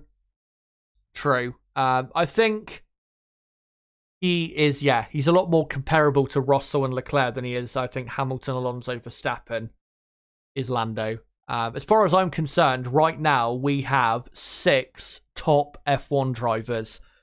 Verstappen, Hamilton, Alonso, Russell, Leclerc, Norris. Those are the top F1 drivers. Everyone below that is either midfield drivers or even lower than that. And out of those 6, I would say the second tier of those 6 would have to be Russell, Leclerc, Norris. And Lando, because he's been in a car that is just regularly just not quite enough for what he needs as a top driver, it's hard to say how good he is compared to Leclerc, Russell, and even, Hamilton, Alonso, Verstappen. As we are about 7.5 minutes, guys, away from the start of qualifying. Looks dry at the Circuit De Catalunya, and looks as though it will be dry for the entire session. As just seen a weather radar, looks as though it is going to be clearing away. So, looking good for a dry session. I still think we'll get an exciting session even in the dry, to be honest. Bradham saying that will take till 2030 at least for Audi. Yeah. I think it's going to take quite a while for Audi to really get into a position where they're properly a good outfit in Formula 1. Probably going to take them until 2030 at least, to be honest. I'd be very surprised if they came in and immediately produced a really good power unit, which of course will be a bit different from the old ones. The MGU-H, which is currently part of the current power unit, will be gone and will be a lot more electrical than before. But right, let's get into a final couple things before we get into the start of qualifying. I'm going to quickly end the poll in chat that I started 3 hours ago, where I asked you guys, who do you think will get pole for the Spanish Grand Prix? 348 votes in total. Thank you guys for voting. And you voted for Max Verstappen with 61% of the vote. Alonso second with 17%. Leclerc third with 11%. And Perez fourth with 9% of the vote. Let me just read out this final comment from Looney Classics, who says, Russell is not second tier, Jazza. He will beat Max and Charles if given the car to do so. He is actually as good as Lewis. I know he is not your favourite, but he is not second tier. Well, you're wrong. He is one of my more so favourite drivers. I really like him. I rate him more so in terms of what he can do in Formula One. His potential, I think his potential is honestly higher than someone like Charles Leclerc. I think he is, a phenomenal driver, but I just don't think yet consistently he is right up there with Hamilton, Alonso, and Verstappen. He's not far away, he's close, but he's just not quite there yet. And yeah, when it comes to like him beating Max and Leclerc, really, yeah, I mean, if given the car to do so, he definitely will be able to, it'll be a possibility of him being able to beat those drivers. But again, it will really still depend on just how quick that car is, whether it's as quick, slightly quicker, or slightly slower as to whether he can actually beat those drivers. But maybe in the future we'll see him in a championship winning car. Let's hope we do, because he's definitely good enough for it. As guys, the F1 intro now playing, so I think I'll hide the timer and get into this session. Before we get into it though, quick reminder of the championship standings. Max Verstappen coming into this race weekend 39 points clear of Sergio Perez. Fernando Alonso in third, only 12 points behind Perez, looking good so far this season. Hamilton is in fourth, with Russell in fifth, Sainz in sixth, and then Leclerc seventh, Stroll eighth, Ocon ninth, and Gasly in 10th. And on the constructors' side, Red Bull 129 points clear of Aston Martin in second, who are only 1 point clear of Mercedes in third. Ferrari 30 points behind Aston Martin in the championship in fourth. Not too far behind, but they need to really get a good qualifying here to the Ferrari team. And then fifth are Alpine, not a million miles away from Ferrari ahead. McLaren are sixth, with Haas seventh, Alfa Romeo eighth, AlphaTauri ninth, and Williams are last. And let's now get into qualifying in Spain. And there you go. That is your running order, of course, from practice 3. And I will just quickly get the dotted line ready in a second. Of course, Q1, 18 minutes long. I'll sync up the timer at the 17-minute mark. But yeah, let me just get that dotted line ready and the track looking dry. Weather still looking pretty dry, and I think it will remain dry, at least for most of the session. But let me just shorten that down and place it here. There you go. So obviously anyone below 15th place and below that dotted line at the end of Q1 will be out of the session, as the Spanish fans going absolutely wild in the grandstands. Of course, they don't just have 2 home drivers racing this weekend. It's 2 drivers in 2 front-running teams. Carlos Sainz for Ferrari and Fernando Alonso for Aston Martin. And that's why there is such a massive crowd for this weekend's race, because finally, after, 10 years, Alonso is back in a front-running car. And he is still the one they all adore. And the session, I think, is now pretty much underway. And the cars now coming out. They were about to come out onto track. They're all just queuing up on the exit of the pit lane. And we will see whether, rain hitting immediately might cause things to jumble up with the order. As also, one thing to remark on is that because, of course, it did rain heavily and then, dry up, I mean, the F2 cars would have laid down a tad bit of rubber, but really, this track has not got a lot of rubber on it. It's got as much rubber on it, if not less, than what you would have for practice one, as there's a Spanish fan dressed in Alonso's championship-winning Renault overalls. And yeah, session should be underway in a moment, as Russell saying, yeah, it's spitting in the pit lane, but only very lightly. So vital that the teams get good laps in early in case it starts to rain. As the session is now underway, and the first car on track is Nick De Vries for AlphaTauri. And then George Russell, Tsunoda, Ocon and Hamilton, and then Gasly it will be. And then I think Lance Stroll just behind him. So those are the first few cars on the track. I'll sync up the timer as soon as I can. As Red Bull sending their cars out a bit later. They better hope they don't get caught out. And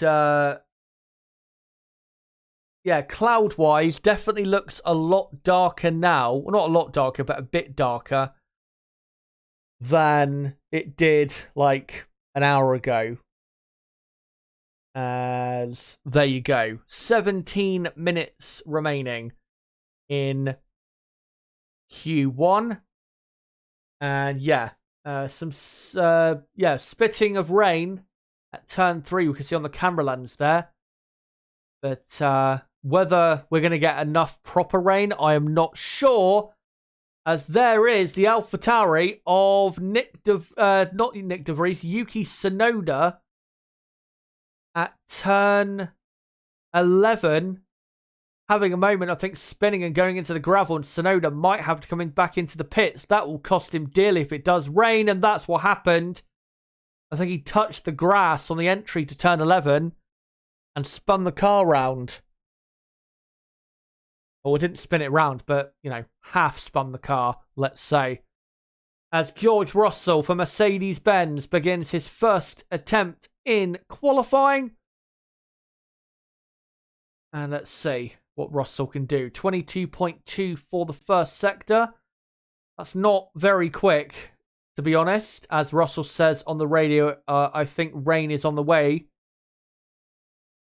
But yeah, that first sector, not that quick. That's actually 0.3 of a second slower than Hamilton was, I think, in practice 2 yesterday in the first sector. As Russell is going to have some traffic ahead. The two McLarens, who just about get out of his way, but it definitely would have distracted him. As slight bit of water there. Still. As Nick De Vries now does a purple middle sector.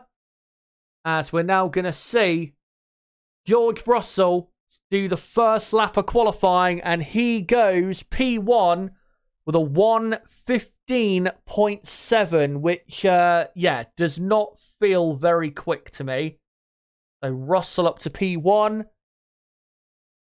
And now here comes Esteban Ocon. Can he go quicker? Yes, he can. By nearly 1 full second. To a 1:14.8. Remember, the quickest time of the weekend so far is a 1:13.6 by Max Verstappen, as Gasly goes a couple tenths of a second quicker than Ocon. So, good job there for Alpine. So, first and second for now. Yellow flag in Sector 3, and it is, I think, Valtteri Bottas, as they red flag the session, I think very prematurely there, because Bottas, was it Bottas? Yeah, it was. He got himself out of the gravel trap. So I think, yeah, that was a very premature red flagging of the session. So Nico Hülkenberg is now up to P1. So I will get the timer back on screen once we get going again. This red flag should not last that long because, yeah, I don't think there's going to be like loads of gravel on track, I don't think. Here's a replay of Alonso into the final corner. Oh, he went off at the final corner, did Alonso. Bouncing through the gravel, turned in probably a bit too aggressively, had a bit too much throttle on as well. Oversteer and was very lucky not to end up in the barriers was Alonso. And here's a replay of De Vries at turn 11 or exit of turn 10 and spinning, doing a full 360. That's why he did not complete a proper lap. And here's a replay of Bottas on the exit of turn 10. And yeah, there's a wet patch right on the exit of turn 10. The only wet patch on the track. I don't quite know why. It's just sitting there.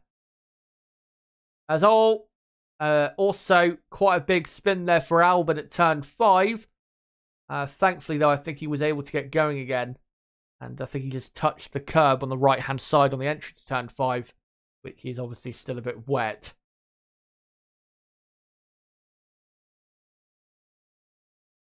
So Albon will be back into the pits, or he already will be back into the pits. But I want to just update what the actual order is. So it is, as we've got a red flag with 14 minutes and 13 seconds to go. It is Hülkenberg in P1, Gasly second, Ocon third, Lance Stroll is fourth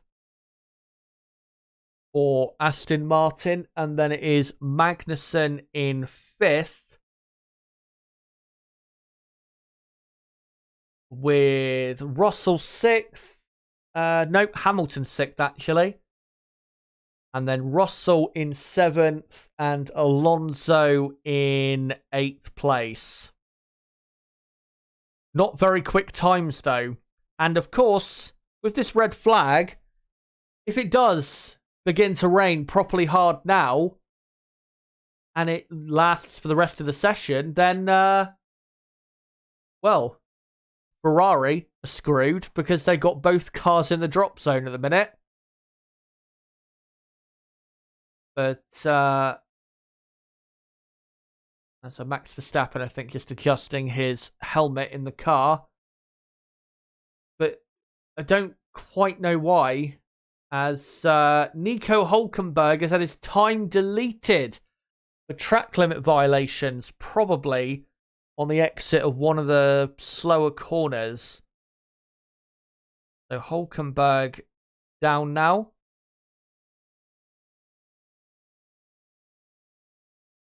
So there you go. But yeah, I don't quite know why there is still a red flag and why we're just waiting. We're not seeing what the actual red flag is for. It can't be because... Don't tell me they've red flagged it because... of... what do you call it? Of... because there's a bit of like water out there, because that is very, very pussified as far as I'm concerned. As hold on, need to adjust my TV because it's actually about to turn off. So I'll just get it back on. And I'll just see on Twitter if there is any news in regards to why we have a red flag. And yeah, even Chris Medland says, not sure if there's another reason for the stoppage. So, yeah, don't know why we've got a red flag. There has not actually been like a clear reason. If it's for that puddle, then I'm sorry, but we need to get going. Not everyone was spinning because of that puddle. The track is not dangerous. Let's fucking get out there and get going. Honestly. Red flag over a puddle. Right, so they say the session will resume in about 3 minutes' time. I'm assuming it's gravel that was on the track. It can't be the puddle. Please don't tell me it's the puddle, because that is the most pussy thing I have heard of.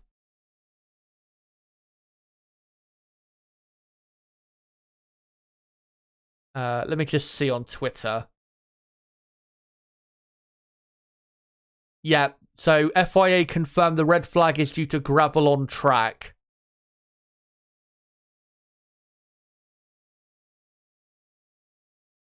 Which, I know people may think gravel on track, you know, that,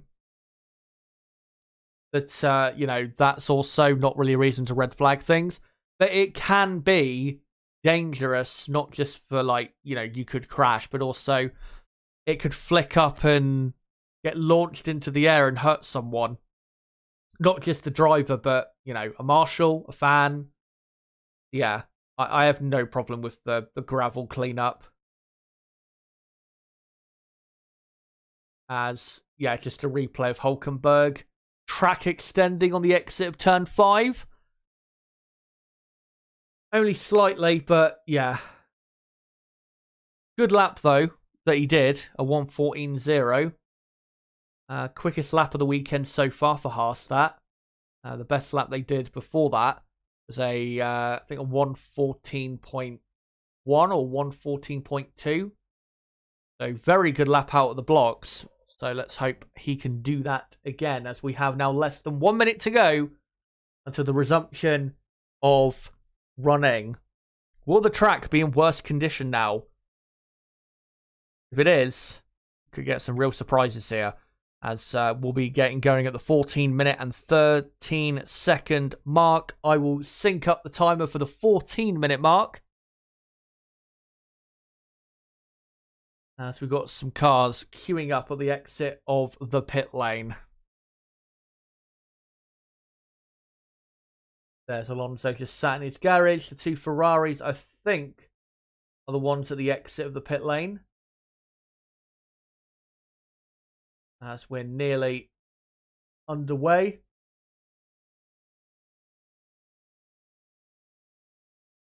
And actually, it's an Alfa Romeo that will be the first one to come out on track.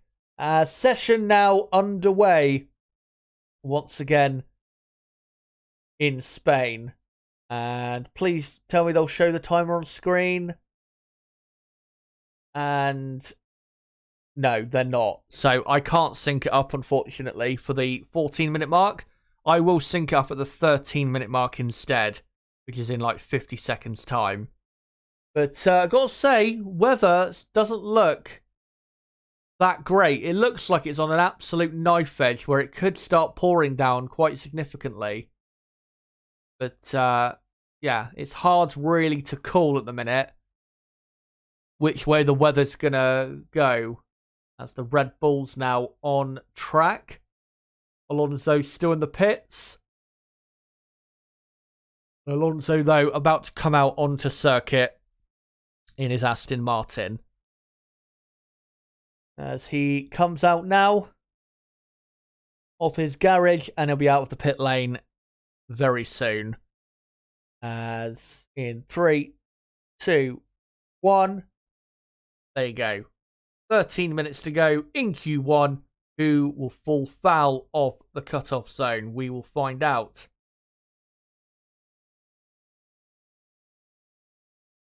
Trying to see if there's any other news I can bring at the moment. Nope, not at the moment. So let's get into properly this session, as here is the Ferrari of Charles Leclerc starting his first lap. Qualifying, of course, pole position it was last year. Not sure that is possible this year, but let's see what he can do for his first timed run. Ferrari's best lap of the weekend so far is a what do you call it? A 1:14.0 pretty much. So we'll see if they can go significantly quicker than that, as the two Ferraris and also Sergio Perez doing a good first sector in comparison to Gasly, who is currently P1.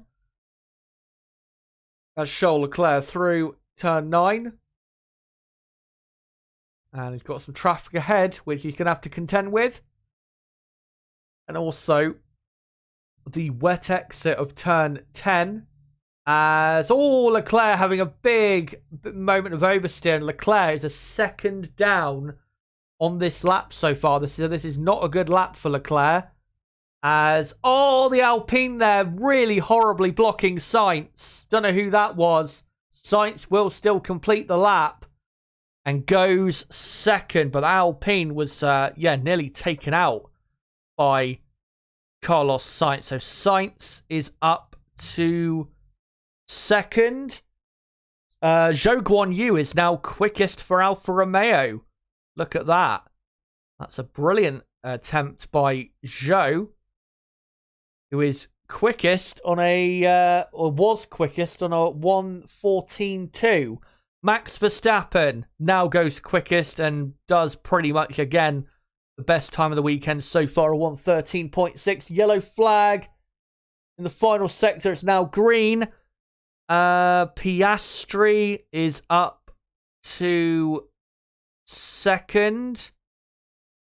Let me just update that. Piastri only slightly slower than Verstappen so far, I think. Yeah, only 0.03 of a second. Very impressive lap there by Oscar. And then it is Ocon in third, with Zhou in fourth, Sainz fifth. Then it is now Fernando Alonso in sixth, with Gasly in seventh. I think Gasly was the Alpine that blocked Sainz there. Gasly seventh. Bottas in eighth. And then here is a replay of what happened with Sainz and Gasly. Yeah, Gasly let Leclerc through, then got back on it, and then I don't think he knew that Sainz was right there, and Sainz saying he should get a penalty for that. I had to lift in the middle of a high-speed corner. We'll see what the stewards make of that. They may think, well, it's not going to affect his overall grid position, so they'll leave it alone. But I think it is pretty much deserving of a penalty. Pretty clear impeding there by Gasly. As Nick De Vries spins again on the exit of turn 10 and puts it in the gravel, but gets out again. But thankfully, no red flag as a result of that. So, yeah, currently Verstappen, Piastri, and that will be investigated after the session between Gasly and Sainz for impeding. And I expect Gasly will get a penalty for that, and he should, to be honest. Yeah, currently Verstappen, Piastri, Ocon, Zhou, Sainz, Alonso, Gasly, Bottas, Stroll, and Hulkenberg in P10. And then Magnussen 11th, Hamilton 12th, Tsunoda in 13th, Russell 14th, Perez 15th, as Logan Sargent actually now goes up to 14th place. George Russell only goes 13th for Mercedes as Lewis Hamilton shoots all the way up to third. Good lap for Lewis. Does pretty much the same time he did in practice 3, as here comes Alex Albon to go up to 14th. So let's see what else is going on. So we've got Perez, Leclerc, Norris, and De Vries in the drop zone, along with now Logan Sargent. Perez no longer in the drop zone, but only goes up to 13th place. Really poor attempt there from Sergio. As Max Verstappen goes even quicker, but only goes a few hundredths quicker. It's still a 1:13.6 for Verstappen out front. As Tsunoda goes 14th, pushes Albon into the drop zone. And here is now Nick De Vries, who is on a lap. Let's see if he can actually do a proper time this time around, as Lando Norris goes up to 7th for McLaren. And De Vries to the final 2 corners. And what is his time? It's a very good one of a 1:14.3. And De Vries up to 7th now. So De Vries, who's looked good all weekend, having a good session lap time wise so far. Here is now Charles Leclerc, who currently is last with 6.5 minutes to go in Q1. Surely can do better than that. As he opens the DRS, and Charles Leclerc, no, he only goes 16th. Why only 16th? I don't get that. The Sainz is up in 6th and is improving, maybe, on his lap. I just don't get that from Leclerc, as Carlos Sainz improves but stays in 6th place. Yeah, both Leclerc, Perez, and Russell as well are all struggling for some reason. I don't get it. They're all lapping a lot slower than their best lap times of the weekend so far. Perez did a 1:13.8, I think, in practice 3. He's only done a 15.1 in Q1. So yeah, don't quite know what's going on. I know the track isn't in the best condition, but that is not an excuse when you've got, Verstappen, Hamilton, Ocon, Piastri, Zhou, drivers like that doing just fine. As here comes George Russell. Can he get out of the drop zone? Yes, he can. He goes up to 8th place. That's a lot more like it, but still isn't quite what he would be hoping for, of course. So Russell up to 8th. Lewis Hamilton improves again. Now on a 1:13.9. And is in 3rd place still, as Charles Leclerc comes back into the pits with 5 minutes to go in Q1.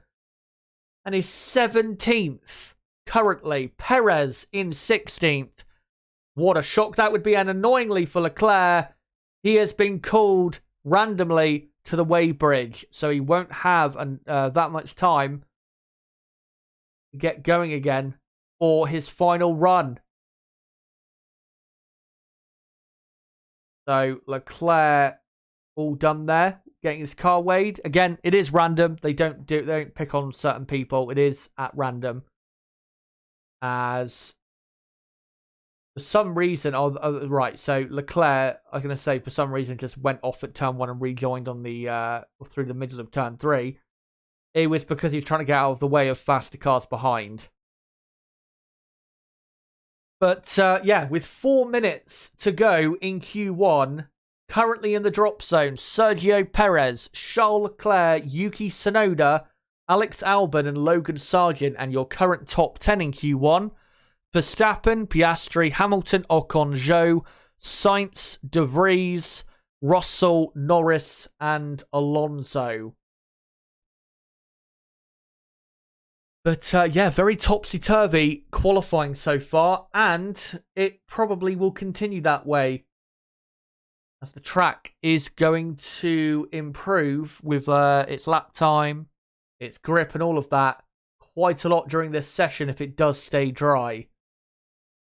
As Lance Stroll on an improved lap, currently in 13th place, only a couple tenths of a second slower than his teammate. But he's on a much better lap this time, is Stroll. And he's probably going to go up to 2nd or 3rd place with this lap as he comes through the final 2 corners, which should be flat out. And Stroll now to the line. Goes 3rd, a tenth and a half slower than Verstappen. So Lance Stroll looking good now. Should make it now with that lap time at least into Q2. As now pretty much everyone on an out lap, as we're now looking at, I think, Sergio Perez. Yep.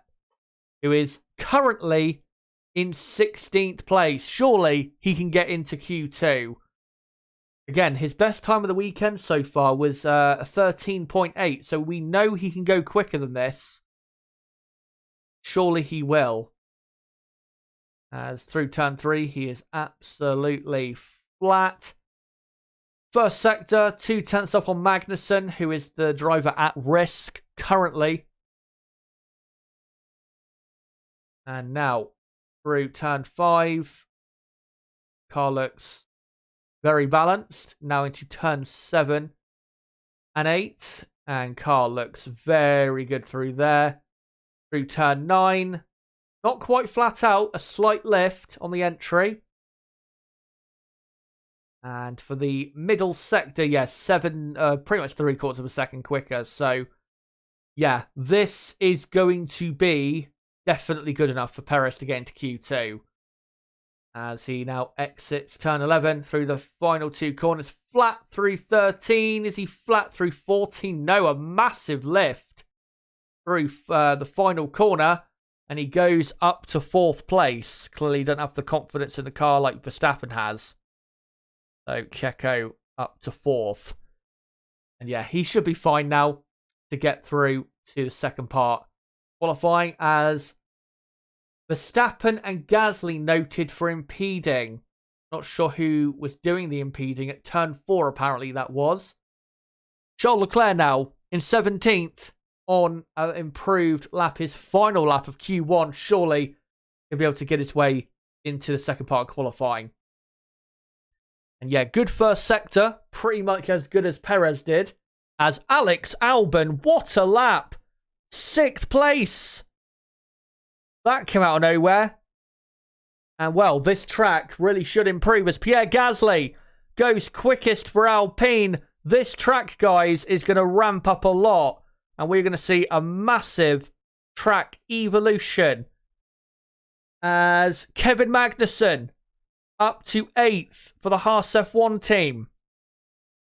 Nico Hülkenberg quickest in Q1 for the minute. So Hülkenberg up to P1. And Charles Leclerc only goes 11th. That might not be good enough. As Yuki Tsunoda goes up to 7th. In the AlphaTauri, checkered flag has now fallen. So these are the final laps. As Ocon is up to 2nd. Alpine are all good. Nick De Vries up to 4th for AlphaTauri. And Lando Norris now goes quickest for McLaren. He was in the drop zone. So Lando Norris quickest for the McLaren team. Let me just update that. And there you go. As Lewis Hamilton replaces him at the top of the timesheets. And Zhou goes up to P10. Let me just update that quickly. As Perez is actually in 11th. And actually Perez has ended up eventually in 15th. Let me do all the other improvements. George Russell is up to 3rd. And then you've got Carlos Sainz up to 4th. Charles Leclerc is out in Q1. What a horrific performance by Leclerc. Just as I said earlier, his performances this season haven't been that bad. He goes in and puts, an absolute shocker. No doubt about it. As, yeah, Zhou to P10, Piastri 11th. Alonso gets his way up to P12. And then Stroll 13th, Tsunoda 14th, Perez 15th. So Perez barely makes it in, but eliminated, guys, in Q1. Valtteri Bottas in 16th. Kevin Magnussen in 17th. Alex Albon 18th. 19th. Last year's pole sitter, Ferrari driver, Charles Leclerc. Wow, that is one of the biggest shocks I've seen in a long time in qualifying. And Logan Sargent eliminated in 20th.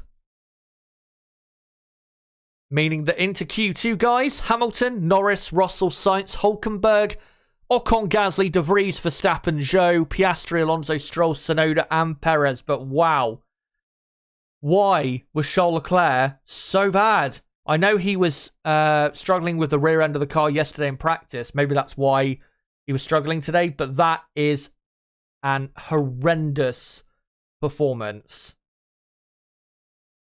And Q2, of course, will be underway very soon. In probably 3 or 4 minutes from now. Well.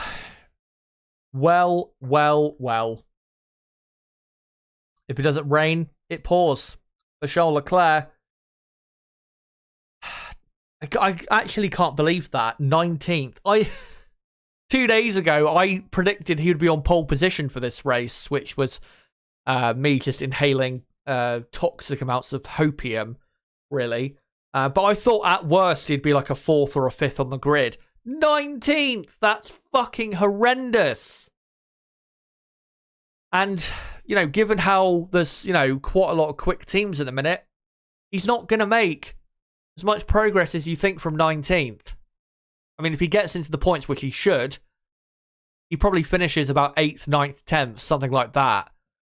So, yeah, what a horrendous weekend for the Monegasque, who was, well, the king, really, of this track last year and now is one of the biggest losers here in 2023. John Hawking saying, great prediction, Chazza. Indeed. What a prediction. Gotta be my best of all time. But, yeah. Let me know in the chat what you thought there of why Leclerc, you know, ended up in 19th. But, did want to say quickly, if you are new to the channel, don't forget to subscribe for more content like this, because we do qualifying and race watch-alongs for every Grand Prix. And tomorrow, I will be live 2 hours before the race starts as... Right, just seen a replay of the Verstappen-Gasly impeding incident, and it was once again Gasly impeding Verstappen. So yeah, Gasly guaranteed a penalty because he's impeded 2 different drivers in Q1 alone. What was I going to say? Yeah, tomorrow we'll be live 2 hours before the race starts at 12 PM UK time to build up to the race, then watch along the race. I'll be joined by my co-commentator as well, Niblo, to help take you guys through it. And then, of course, right after, we'll do a race reaction as well.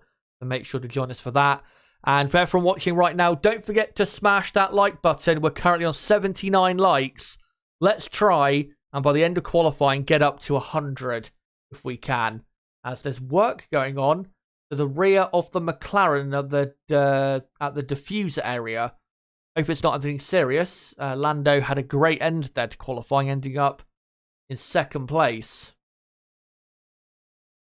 Was great, though, for the other McLaren driver, Piastri, because he didn't have to waste another set of tyres at the end of Q1 there, because he already did a good enough time to get into Q2. So watch out for the young Australian, who's not really been talked about that much this season. He's had, I think, a pretty good start to his F1 career. And, by the way, that lap time from Lewis Hamilton of, which is, what do you call it? Yeah, he ended up quickest in Q1. The lap time he did was a 1 minute 12.9. 7/10 of a second quicker than the previous fastest lap of the weekend we had seen up until the start of qualifying. So, brilliant time. And now, let's see what Red Bull can do in response. You'd think Red Bull can easily do like a mid to low 112, but that was a really good time from Hamilton. Really good time, and that's going to get some people thinking out there that maybe Mercedes have got quite a good package. As we are just over half a minute away from the beginning of Q2, I can let you guys know. Yeah, Gasly for sure is going to be relegated 3 places on the grid, no matter where he qualifies, because yeah, just egregious blocking from him on 2 separate occasions, and Alonso complaining about being impeded. Not sure what the car was ahead of him, though. As Q2 is underway. The first car on track is a Red Bull. Oh, it'll be 2 Red Bulls, actually. So my assumption is they'll just get straight out there, bang in some stunning times, and then sit back and watch the rest try and beat them. But yeah, give it another half minute and then I'll get the timer running on the screen. But yeah, given that Hamilton did that 112.9, I am interested to see what Red Bull will now do in response. Because if they go slower than that, then that is definitely going to get pulses racing at the Silver Arrow team.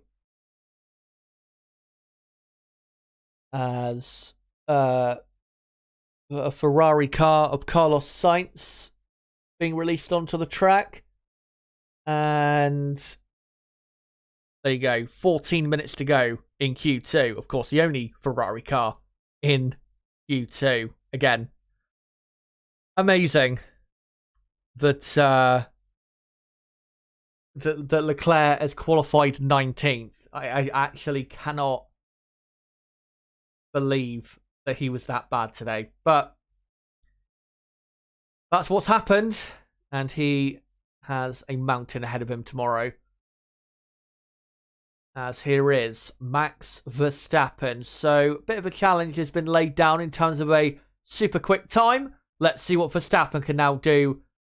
And I'm sure Red Bull will now be pushing quite a bit harder than they were earlier in this qualifying. As DRS wide open on his first time running Q2. Looks great, the car through turn 1 and 2. And obviously flat through turn 3, which is a really simple corner now, in qualifying at least. And first sector, very good. Very good first sector. 21.7. First sector, though, I do have to, as Perez, about a tenth and a half, I think, slower than Max. First sector is the least important sector here, so it's not an indicator really for how good the lap is. As Max would love to see if he was flat there through turn 9. But for the middle sector, can't really tell how good it is until I see the other cars, really. We've only got 4 cars on track at the minute. Sainz, Verstappen, Perez, and Tsunoda. Everybody else is in the pits, interestingly. As Max Verstappen, 2 purple sectors. He will go quickest. How quick is the lap time, though? A 1:12.7. Not quite as quick as I expected, but still pretty damn quick. Sergio Perez comes to the line and does a 1:13.6. Nearly 1 second slower than his teammate. And Perez, with that type of lap time, will be at risk of being knocked out in Q2. So Perez is up to second. And yeah, the only other cars on track that can set a time is Sainz and Tsunoda. Russell and Stroll and Hamilton now join the track, but obviously currently on outlaps. So is now Nick De Vries and Esteban Ocon. As Carlos Sainz only goes third, but Max Verstappen still in a class of 1. But yeah, Lewis Hamilton, reminder, did a 1:12.9 in Q1. So Hamilton could mix it with Verstappen here in Q2. As George Russell, the furthest forward Mercedes in the pack on this outlap for a lot of the cars. And now almost everybody is on circuit. And now they are all on circuit. Yuki Tsunoda currently on a flying lap. Don't know what his sector times are looking like. As Lewis Hamilton trying or thinking about overtaking Nick De Vries, but decides better of it. And obviously these cars got to make sure they get out of the way of Tsunoda if he's still on a lap, which I think he is. As there is Mick Schumacher, the Mercedes reserve driver, in the garage. And here comes George Russell. Let's see what Mercedes can do, as they got, secretly, a very quick car. 10 minutes to go now in Q2. Tsunoda does a lap, but it is a very slow one. Clearly made a mistake or was held up by other cars. So Tsunoda now up to 4th. Russell for the first sector. 0.2 of a second down on Verstappen. That sector, though, again, least important. Plus, you'd expect Red Bull to be that much quicker than Russell in the Mercedes through there. Lewis Hamilton, though, purple first sector. What a brilliant run for Hamilton. Didn't have the greatest turn 5. And turn 4, I was going to say, actually. And turn 5 was even worse. Big correction. And has had to back off. But that was a great first sector for Hamilton. As Russell, half a second down now on Max after the first 2 sectors. So this will probably put him up to second. But he's not going to be anywhere near close to Max's best time of a 1:12.7.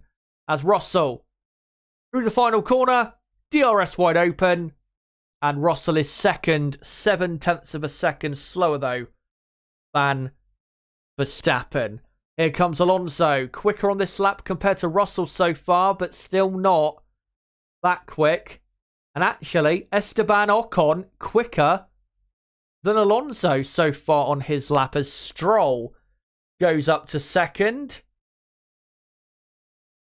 Let me just update that. And Alonso now goes second on a 1:13.2 in the Aston Martin. Alonso up to second. Ocon just behind in third. Lando Norris goes ninth. I'll update that in a minute. So, not Tsunoda. Ocon is up to third. And then it is Stroll 4th, Russell 5th, Perez was in 6th. It is now Pierre Gasly in 6th with Perez 7th, Sainz 8th. Zhou is in 9th with Lando Norris in P10. And then you've got Piastri. Hold on. We actually get Zhou. So Zhou up to 9th, Norris 10th, Piastri 11th. As Lewis Hamilton once again does a purple first sector. His middle sector is not so great, but it's going to be a decent lap nonetheless. Here comes Lewis Hamilton. Let's see where he'll go with his first proper lap time of the session. Up to second place and does a purple final sector. Does a 1:12.9, but that lap time is not as quick as what he did in Q1. It's a couple hundredths of a second slower, so Hamilton can do better than that. So yeah, Verstappen now quickest from Hamilton second, Alonso third, Ocon 4th, Stroll 5th, Russell 6th, Gasly 7th, Perez 8th, Sainz 9th, and Zhou in 10th. Those are the top 10 that are currently on their way into Q3. Zhou Guanyu having a brilliant qualifying session. Best qualifying session of the season so far for him. And here's a replay of George Russell probably having a moment on the exit turn 10. Yes, big snap of oversteer. And Russell saying, fucking Nora, struggling so much. Here, mate, the car is bouncing all over the place. Just no confidence with the tyres. And yeah, he doesn't look anywhere near as confident as what Lewis looks in that car. But anyway, so that's the top 10. And in the drop zone, it is Norris 11th, Piastri 12th, and then De Vries 13th, Tsunoda 14th, Hulkenberg 15th. And I have just remembered that I have forgotten to get my dotted line out. So let me just do that. Should have done that really a few minutes ago. So there you go. There is the dotted line. So in between those two dotted lines, of course, is who will be knocked out of the session at the end. And at the minute, as it stands, there is still another 5 minutes and 15 seconds to go. Currently, it is Norris, Piastri, De Vries, Tsunoda, and Hulkenberg, the ones who are currently on their way out of qualifying. But I got to say, Mercedes look really good compared to what I expected. As Lewis Hamilton there on the weigh bridge, just being randomly weighed, now exiting, and now he will get back into the pit box. And will soon enough come out again for another set of tyres. But yeah, Mercedes look a lot better than I expected. And they are definitely contenders for a really good track position. There is no doubt about that.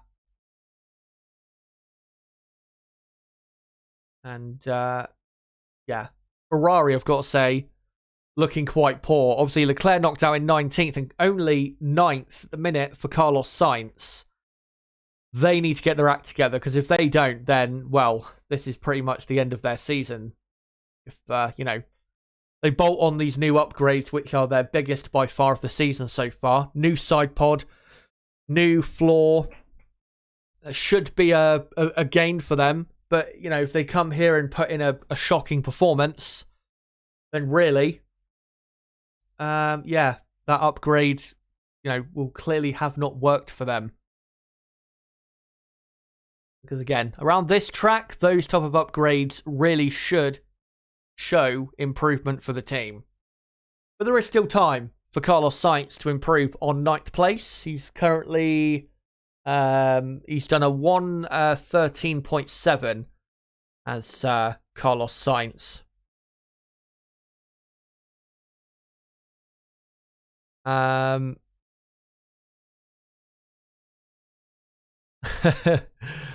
Yeah, sorry about not putting the dotted line out. Normally, it's just part of the routine when setting up Q2, but for some reason I just forgot to do it. Probably because I was focused on bashing Leclerc so much. But one thing I wanted to say quick before we get into these final runs is we are currently on 97 likes. If you haven't liked yet, make sure to smash that like button. Let's try and get over 100 if we can. Yeah, obviously great to see all you guys here. And hopefully you're all enjoying yourselves. As here comes, I think, Sergio Perez, yes, who is only 8th and starts what is probably his final run of Q2. And his time so far is a 1:13.5, is it? Or a 1:13.6? Perez definitely can do better than that. But he's not done an improved first sector. He's, yeah, quite slow in the first sector. Big moment at turn 5. And he's gone into the gravel. He will get going again. But that is a costly mistake for Perez. And now he's got to clean his tyres up and make sure his car is ready to be able to do one final lap. What a bad mistake that was. I think he just went too wide on the entry to turn 5. And then again, because the edge of the track is quite wet still, it caused a massive moment, as we're seeing now quite a big track evolution as Hulkenberg improving a lot on his best lap so far. Half a second up on Zhou after the first 2 sectors, and Hulkenberg is down in 15th.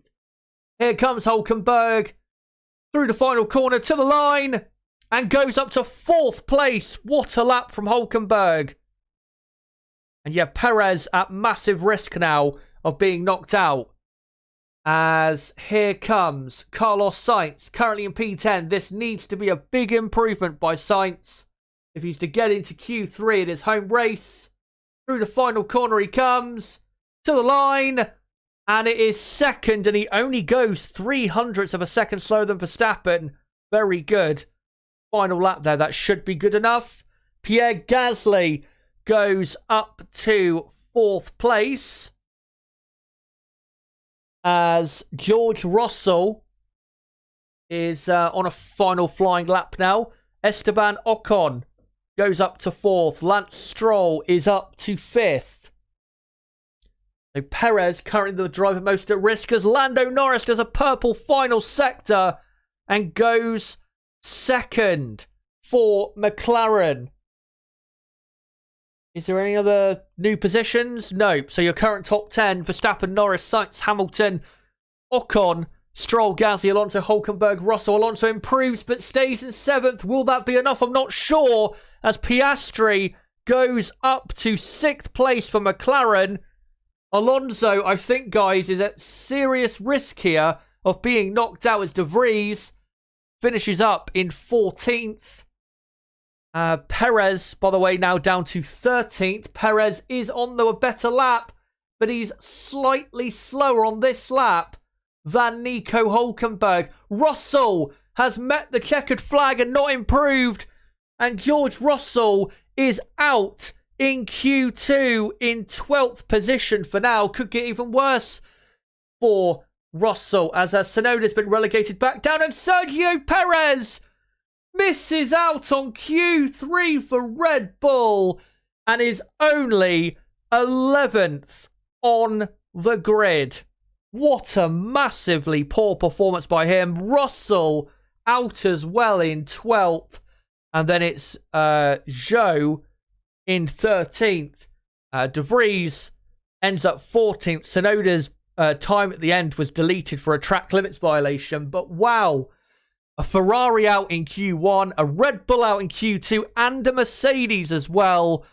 What an incredible qualifying session this is. Let me just read through who is into the shootout of Q3. It is Verstappen, Norris, Sainz, Hamilton, Ocon, Piastri, Stroll, Gasly, Alonso, who was quite lucky there because his final lap was not that good, and Nico Hülkenberg also making it through, as that is George Russell getting a good slipstream from Lewis Hamilton and overtaking him. Oh no, Hamilton. Oh, look at that. Contact with Russell. He tried to overtake Russell down the pit straight and knocked a part of his front wing off. Yeah, he knocked a lot of his front wing off. So Hamilton and Russell contact down the pit straight. And just a further replay of Perez's issue. So those are the cars into Q3 and knocked out in Q2. The Red Bull of Sergio Perez. The Mercedes on screen, on my screen, of George Russell, Zhou Guanyu, Nick De Vries, and Yuki Tsunoda. Q3 will be underway very shortly. What a qualifying this is turning out to be. Both McLarens and both Alpines into Q3. Did not expect, I expected both Alpines. Well, did I expect both Alpines to get into Q3? Well, I didn't predict it, but I wouldn't have been surprised by it. I am surprised, though, by both McLarens into Q3. Brilliant result for them. And both drivers looking good. And McLaren overall looking a lot better than we expected. And yeah, Q3, obviously, which will be 12 minutes long, will be underway in probably about 3 to 4 minutes time. Let me know, guys, in the chat, who gets pole position.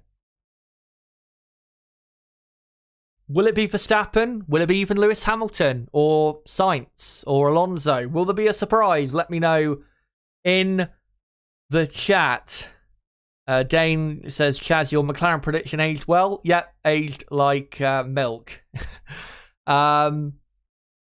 Hamilton car damaged. What the fuck? You're on the same team. LeMay, what the hell? Yeah, that. I mean, we saw the very end of it. We saw, like, Hamilton touch the grass. But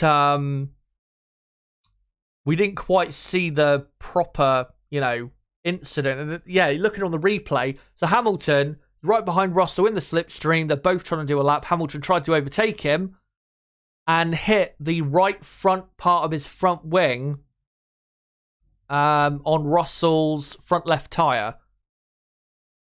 If anyone is to blame, I'd probably say more so Hamilton, because I think he should have really known that realistically he was not going to get a lap in given the traffic he had. And really, Mercedes, I think, are the most at fault for what happened there, because they should have communicated to their drivers, where each other were on track and not had them so close. So Mercedes are the ones to blame overall. But, yeah, the two drivers getting mixed up there.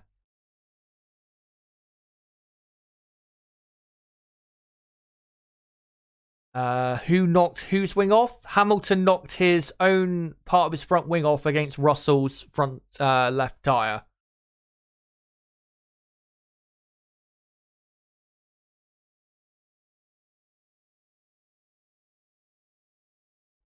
Trevor says Max on pole. Bravum says George doing his best Stroll impression. The thing with Hamilton, though, you have to remember, of course, this is not a race. He's not going to lose time necessarily because of that. What do you call it? Yeah, he'll be able to put a new front wing on his car and be just fine. It's, you know, not going to be a hard fix or anything. Of course, Sky F1, because it was 2 British drivers, they're going to be analysing that for the next 10 years. But, yeah, to me, seemed to be just Mercedes poorly managing the position of their cars on track before they both tried to do their final laps. As we see a replay again of Hamilton and Russell. And the thing is, Russell definitely saw him because he moved slightly more to the right. He was more so over to the left, and then he kind of like slightly moved over. So I think he might have seen him there. Yeah. I know you could easily just sit here and say, well, it's this driver's fault, but really, we need to blame Mercedes. It's their fault for that happening. Should not be having their cars that close to each other when they're both supposed to be on flying laps. Unacceptable. And of course, George Russell has fallen foul of the cut-off zone and is will be starting tomorrow's race from 12th on the grid. I remember saying was it yesterday, that Russell has not had good qualifying sessions as of late. He was 8th in Monaco, I think 7th in Miami, 11th in Baku. He's not had a good time in qualifying, really, since that really impressive weekend in Melbourne where he put it on the front row and was leading the race for a few laps before Mercedes wrongly pitted him, and then of course his engine blew up soon enough. But yeah, he's really just not had a good time since then as Russell, and obviously he is currently 19 points behind Hamilton in the championship, and that should only get bigger after what we've seen today. And if you're wondering, yes, Charles Leclerc in the Ferrari did get eliminated in Q1 and will start at best 19th on the grid in one of, well, the worst performances I think I've ever seen from him. As the session has started, but nobody venturing onto the track yet. Of course, with the way this track is, even though we have not the three hardest compounds, because we do have technically the C0 compound, but realistically we're not going to see that compound ever get used. As another replay of Hamilton and Russell's contact. And of course, they'll show this ad nauseum.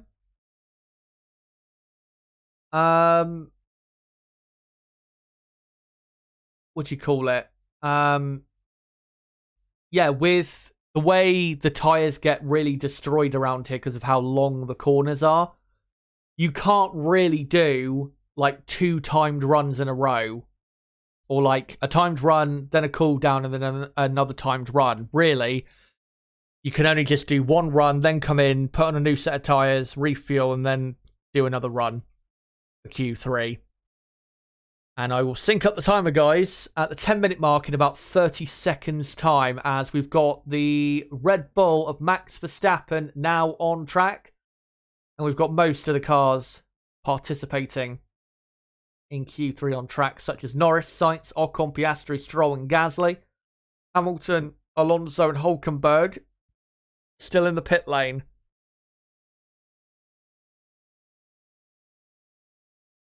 As Lewis Hamilton now comes out of his garage, of course, with a new front wing. So there you go. 10 minutes to go in qualifying. What a qualifying session this has been. Will we have an absolutely epic conclusion, as Alonso still in the pits because of damage quite clearly to the floor area because there's some mechanics trying to fix something to the floor. So Alonso, unfortunately, will be a bit compromised with when he runs in this session.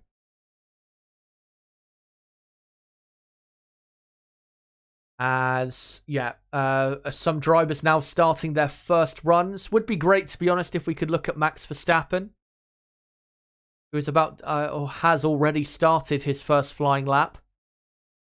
But we're not looking at Verstappen, we're looking at the Spaniard of Carlos Sainz. No, we're not. We're now looking at the world champion and the best driver on the grid himself, Max Verstappen. Can he secure pole position for the first time in his career at the Circuit De Catalunya? He's never done it before here. He's won here, of course, a couple of times, but he's never had pole.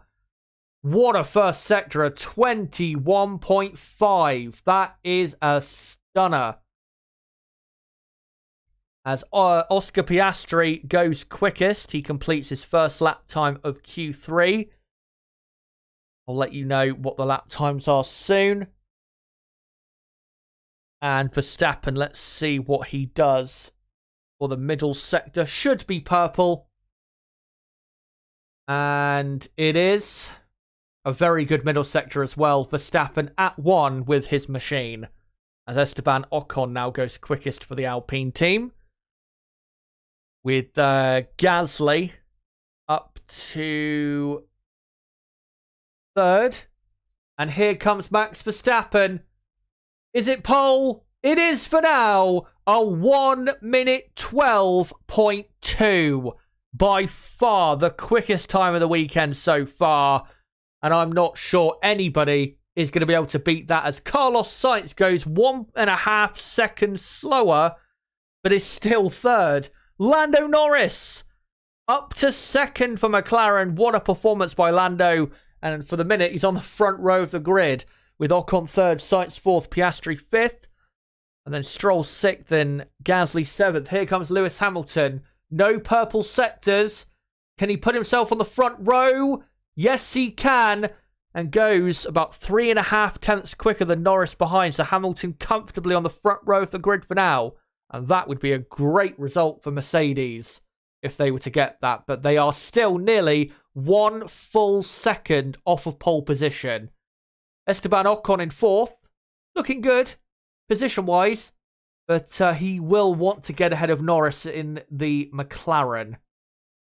Because of, at the minute, Alpine are still, the closest rivals in the championship are still McLaren.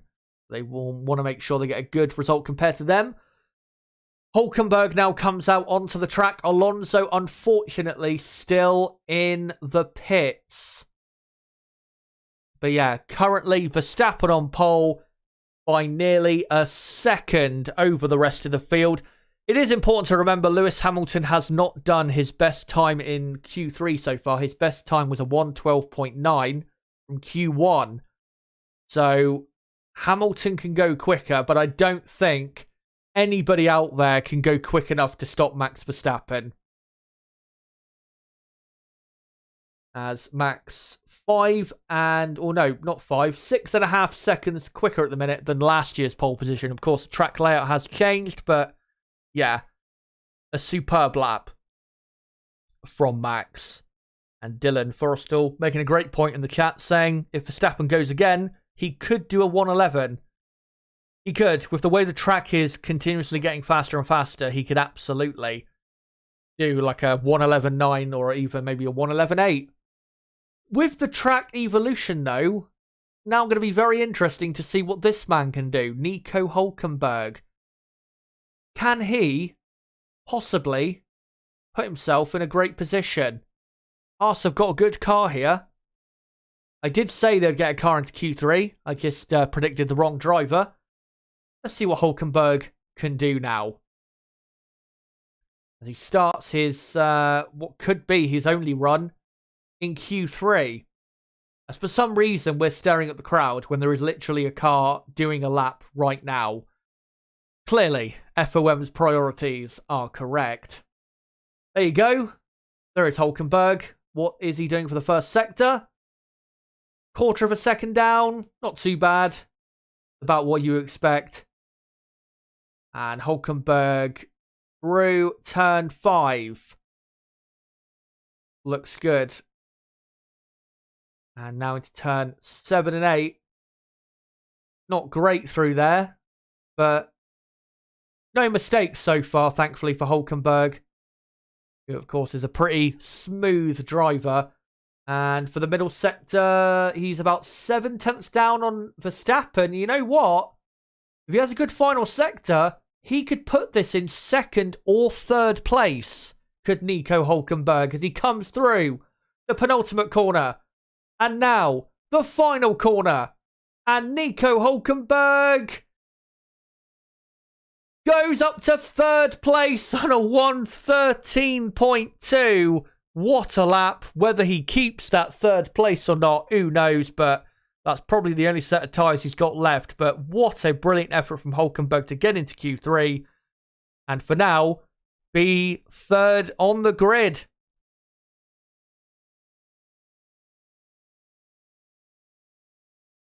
As now we wait for all the other cars in the pits. That includes Fernando Alonso, who has still not been out at all in Q3. Hopefully, he can get out for just one final run at the end of Q3. Yeah, currently, what a top 10 as well. It is. It's currently Verstappen, Hamilton, Hulkenberg, Norris, Ocon, Sainz, Piastri, Stroll, Gasly, Alonso. As Alonso, by the way, good news, is out on track, so the car is all okay now. But, yeah. What a top 10 that is, and it could get even more crazy yet. As Alonso applauded massively by his home fans. He said in Monaco, in the race, he was pushing like an animal. He needs to do that on this final lap of qualifying coming up in a minute or so. Because if he does, if he puts in a really special final lap, I think the front row of the grid is absolutely possible.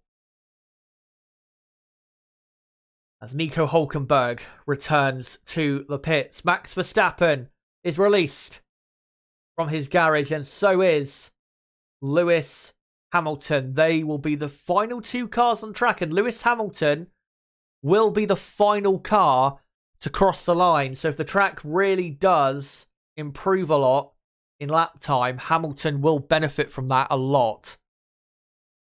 Not saying he'll get pole position, but, you know, he will benefit from that nonetheless. As Alonso, I think, is the one we're going to be looking at on this final lap.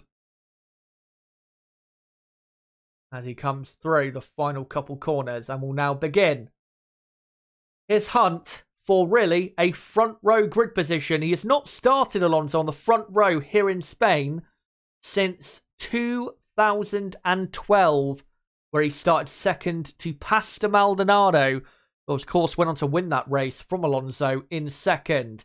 Can he get on the front row here into turn 1 and 2? Car looks absolutely fine through there. Flat, of course, through 3. What is the first sector like? It is... oh, not that great. Almost 4 tenths of a second slower than Verstappen. That's a lot of time to be losing in the first sector alone. And Carlos Sainz does a very good sector 1. Only a 10.5 down on Max.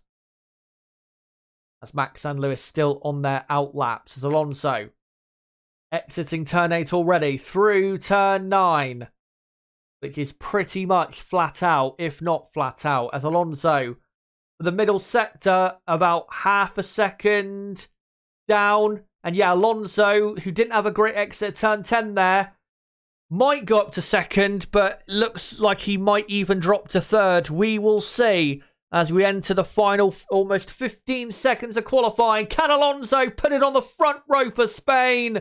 Here he comes. No, it's only 4th. He has qualified behind Hulkenberg even. Shocking result that. Carlos Sainz up to second. As the checkered flag now flies. Lance Stroll up to third, and Stroll out-qualifies his teammate for the first time this season. Ocon is up to 4th for Alpine. Lando Norris goes up to 3rd. What a lap by Lando. Piastri only 9th. Gasly still out there somewhere. Verstappen has not done an improved first sector, and Gasly goes up to 4th place. What a lap by the gas man. Verstappen does a purple middle sector, though. Here comes Hamilton through the final corner to the line. And only 5th for Lewis Hamilton. Disappointing for him. And Max Verstappen will comfortably hold on for his first ever pole position at the Circuit De Catalunya. Wow. Brilliant lap. What a qualifying session, and what a mixed up grid we have got for tomorrow. Wet or dry tomorrow. It is. And this is your starting grid for tomorrow. Max Verstappen on pole.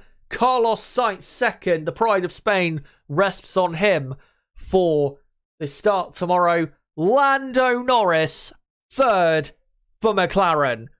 Proving right there why he deserves to be in a front-running car.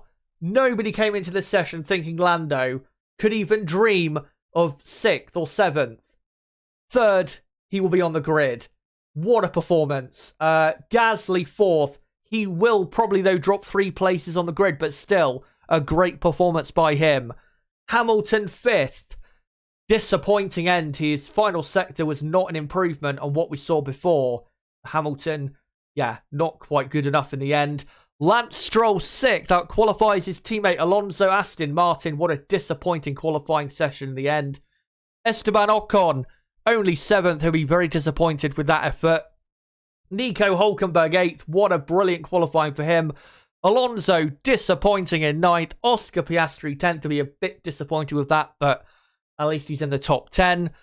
And then it will be Perez 11th, Russell 12th, Zhou 13th, De Vries 14th, Tsunoda 15th, Bottas 16th, Magnussen 17th, Albon 18th, Leclerc 19th, and Logan Sargeant last of all. What a race we are in for tomorrow. Quite possibly one of the best Spanish Grand Prix in a while we are in for tomorrow. And make sure, guys, to join me for the race watch-along tomorrow. I'll be live at 12 p.m. UK time for the race build-up, then the watch-along, or the race starts at 2 p.m. UK time, and then we'll be doing the reaction afterwards as well. Wow, what a session. Shocks and surprises everywhere you look. And that is why we love Formula 1.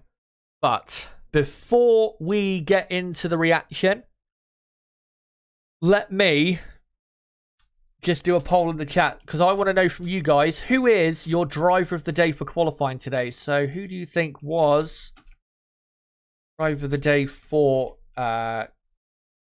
qualifying?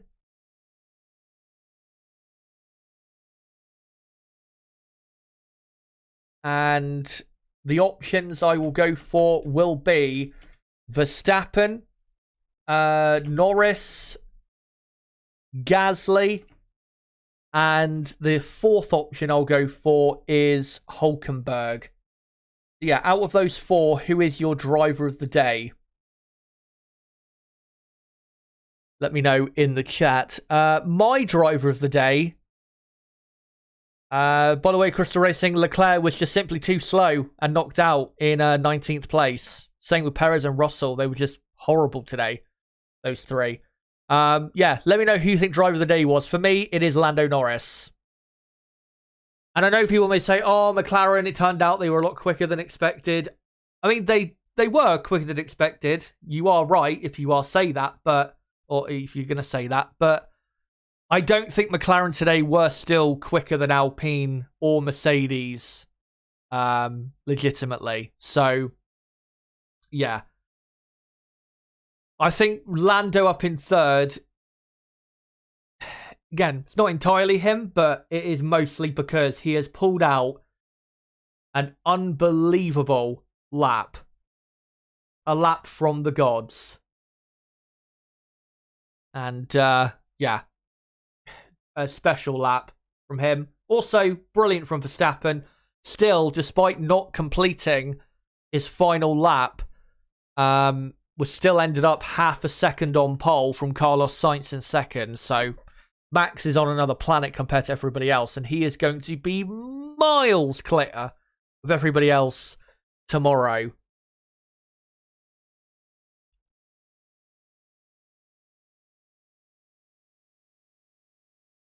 Given respective machinery, how can it not be Hulk? The thing is, given how things have looked this weekend, Haas have looked quick enough to get into Q3. McLaren weren't necessarily looking like that. And 8th is still good for Hulkenberg. But what do you call it? Norris. Yeah, I think Lando Norris's performance is just a bit more special than Hulkenberg's. But, you know, let me know in the chat whether you think Hulkenberg's driver of the day. Definitely a shout, I think, for that. I can see, by the way, guys, we're on 137 likes. Let's try and get it to 150 if we can by the end of the stream. That'd be great if we could. As, yeah, what a qualifying. I don't care what anyone says. Nobody expected a grid like that. Look at that grid on the left-hand side of the screen. It's just chaos everywhere. I think the only part of the grid where there's two cars of the same team in a row is De Vries and Tsunoda. Everywhere else, it's just, again, pure chaos. On the grid tomorrow, though, if Pierre Gasly does take, as expected, a 3-place grid penalty, then it will probably be Ocon 6th, Gasly 7th, and then probably Hamilton 4th, Stroll 5th. Doesn't mean, though, Alpine are not that quick this weekend. They are quick. They're just, yeah, with Gasly's impeding. I just think he's going to suffer there. But brilliant from Gasly, producing that lap in the end. Came from nowhere, because Ocon has looked a lot quicker all throughout the weekend. But yeah, let me know, guys, in the chat, rather. Bloody hell, I've been streaming quite a while now, so that's probably why I can't even string a sentence together. I've been live for what? 5 hours and 2 minutes. Fuck me, that is a long time. Yeah, let me know what you thought of qualifying and what do you think going into the race. Clearly, Red Bull are going to win the race tomorrow. There's no doubt about that. The only thing that could stop that is if Verstappen has a horrible start and gets contact and damage or something at the first corner or something like that. As long as he maintains the lead, he should be absolutely fine. We have to remember, though, it is quite a long run down to turn 1, and it is possible, absolutely, for a 2nd, 3rd, or even 4th, as we saw with Alonso back in 2011, to make their way up into the lead of the race. So, yeah, Verstappen should dominate tomorrow, and then after that, who knows who finishes on the podium? I mean, I know people may say still Sergio Perez, but Perez has been pretty shit this weekend, I would say. Hasn't looked anywhere really close to Max Verstappen's pace, and in qualifying today, Perez was quite slow. And of course, we do have to factor in tomorrow that it's probably going to be a wet start and a wet first stint to the race. So yeah, tune in tomorrow for the watch-along, because it could be one of those classics. Not saying it will be, but it's definitely set up well for at least a good race, with the field so mixed up. But yeah, I'll come to you guys in the chat now. Read what you guys have to say. Crystal Racing saying Gasly and Ocon so evenly matched. Looney Classic says Lewis should have had 2nd. He let himself down with that final sector, but 2nd is absolutely on for tomorrow. Yeah, given that Alonso is back down in 9th, I think... yeah, I think Mercedes... I mean, let me just quickly look to see what Lewis's actual lap time was. In the end. Because, again, his best time in Q1 was a 1:12.9. So in Q3, he did a 1 minute 12.8. Only 0.02 of a second slower than Pierre Gasly. Now, with the final sector, we don't know, or at least I don't know, why he had a bad final sector. It might have been because of the car, might have been just a simple driving mistake. I'm not quite sure. Mercedes, though, definitely looked better than I expected, but in the end, were just they disappointed compared to what it was looking like they were going to do after, Q2 and even the first run in Q3. So, yeah. But, with Gasly possibly taking a penalty, and McLaren, I think, definitely have a slower car than Mercedes. Hamilton definitely is on for a podium and possibly even second place. Alonso, though, in 9th, you can guarantee he will be monstering his way through from 9th. Perez, 3rd bad weekend in a row, says Henkem. Well, Miami wasn't a bad weekend. He had pole and still finished in 2nd. But really the 3rd bad weekend in the last 5 races for Perez. Just, really, really poor performance. Bristol Racing saying Perez is just not that guy. Deadwood 13 says, well, we know Sainz won't be on the podium thanks to Ferrari's awesome race strategy. Possibly. I mean, to be honest, even if they get the strategy right, I still think that he'll struggle to finish on the podium because Hamilton behind will probably be quicker for Mercedes than Ferrari will be. And Alonso, you've still got to give him a chance from 9th. But, it's going to be a great race, I hope. I think we definitely get a good race. But, yeah. It is possible that we get a great race. But I'm not going to sit here and say for sure it will be a great race.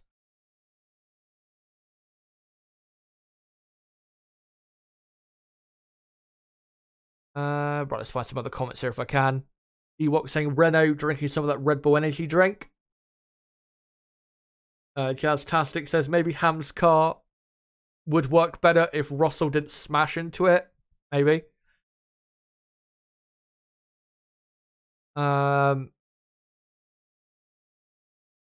Let's find some other comments here if I can. Matt Towser saying thanks for the watch along, no problem. Hope you enjoyed it.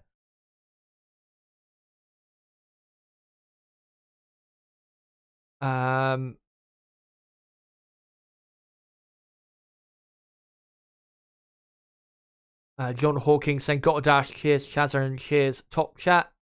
Cheers for coming along. Crystal Racing, is Max really quick or Perez really poor or both?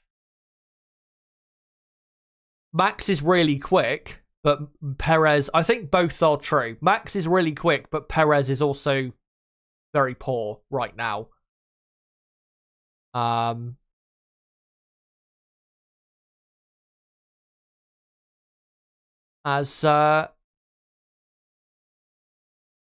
just seen on Twitter, Sky Germany is saying that Leclerc is on his way to the medical centre. They don't know why, though. Maybe that explains why he was struggling today.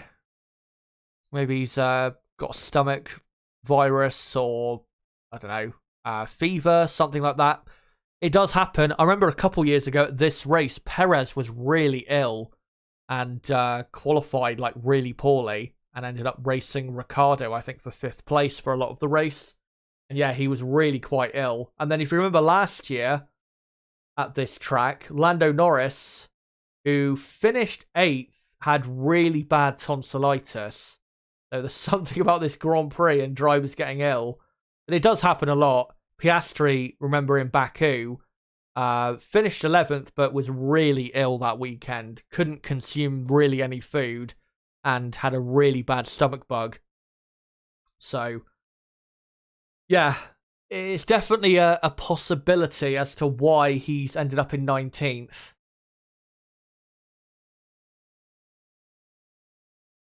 But, right. Let's get into some more comments from you guys.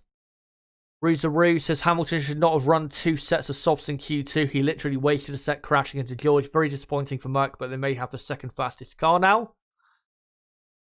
I'm not sure they've got the second best car at the minute, but yeah. At least for the race going forward, they've got they're in a good position, and they are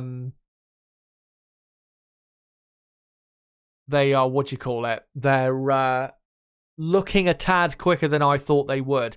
The thing is, though, I don't really want to sit here right now, right after we've just finished qualifying, and get into have Mercedes properly improved.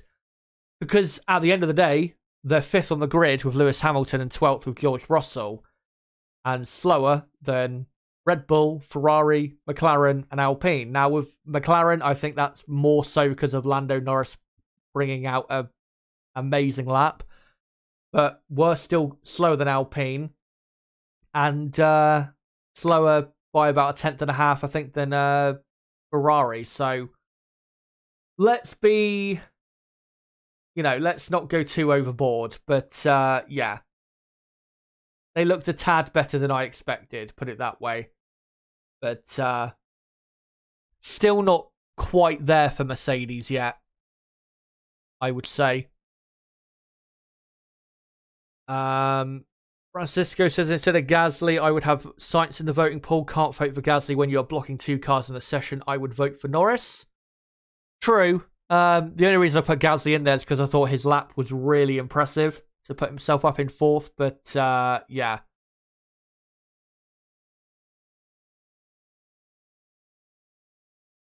Let's find some of the comments here if I can.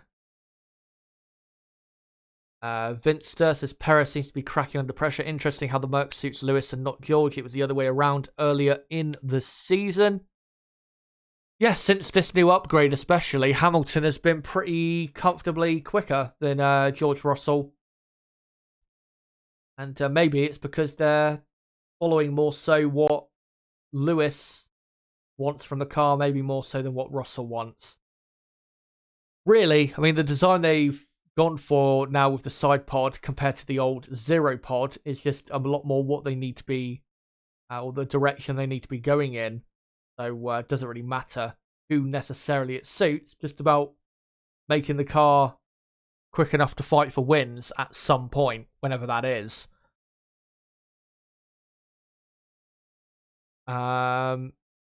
Heavy Dude says, Max, Red Bull is a one-man team. That's why Checo is suffering like Ferrari in 2000s plus Michael.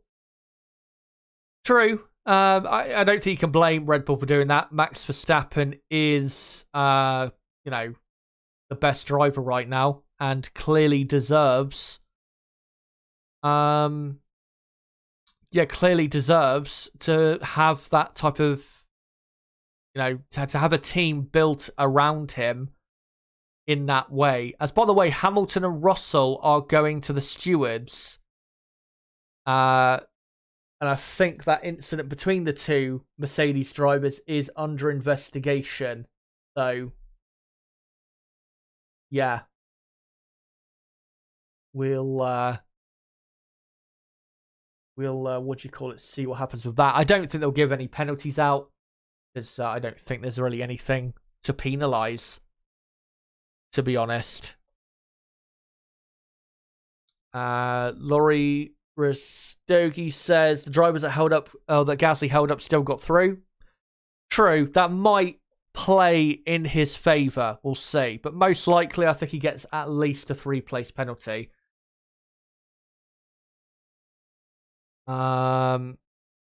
If Leclerc is ill, who stands in? I don't think at this point of the weekend there is, unfortunately, anybody that can stand in. I think you can only stand in for a driver if it's, before qualifying or for qualifying. If Leclerc, for example, now he's done qualifying, I don't think anyone is now allowed to take his place, because I remember what was it? Valtteri Bottas in Melbourne loads of years ago. I think 2015 it was. He qualified like in the top 6, and then he couldn't do the race because he had a really bad back. So nobody took his place because they weren't allowed to. So Williams only raced with one car. So I think that's probably what will happen if Leclerc is found to be too ill to race. I want to cheer for Perez, but his recent performances is not encouraging. True. Ewok says it was Latifi in the Ferrari and he was wearing a Leclerc mask. Astro Stever says you have to take part in at least one session if memory serves. Yeah, something like that. So yeah, you'd have to do at least qualifying. Which, obviously... no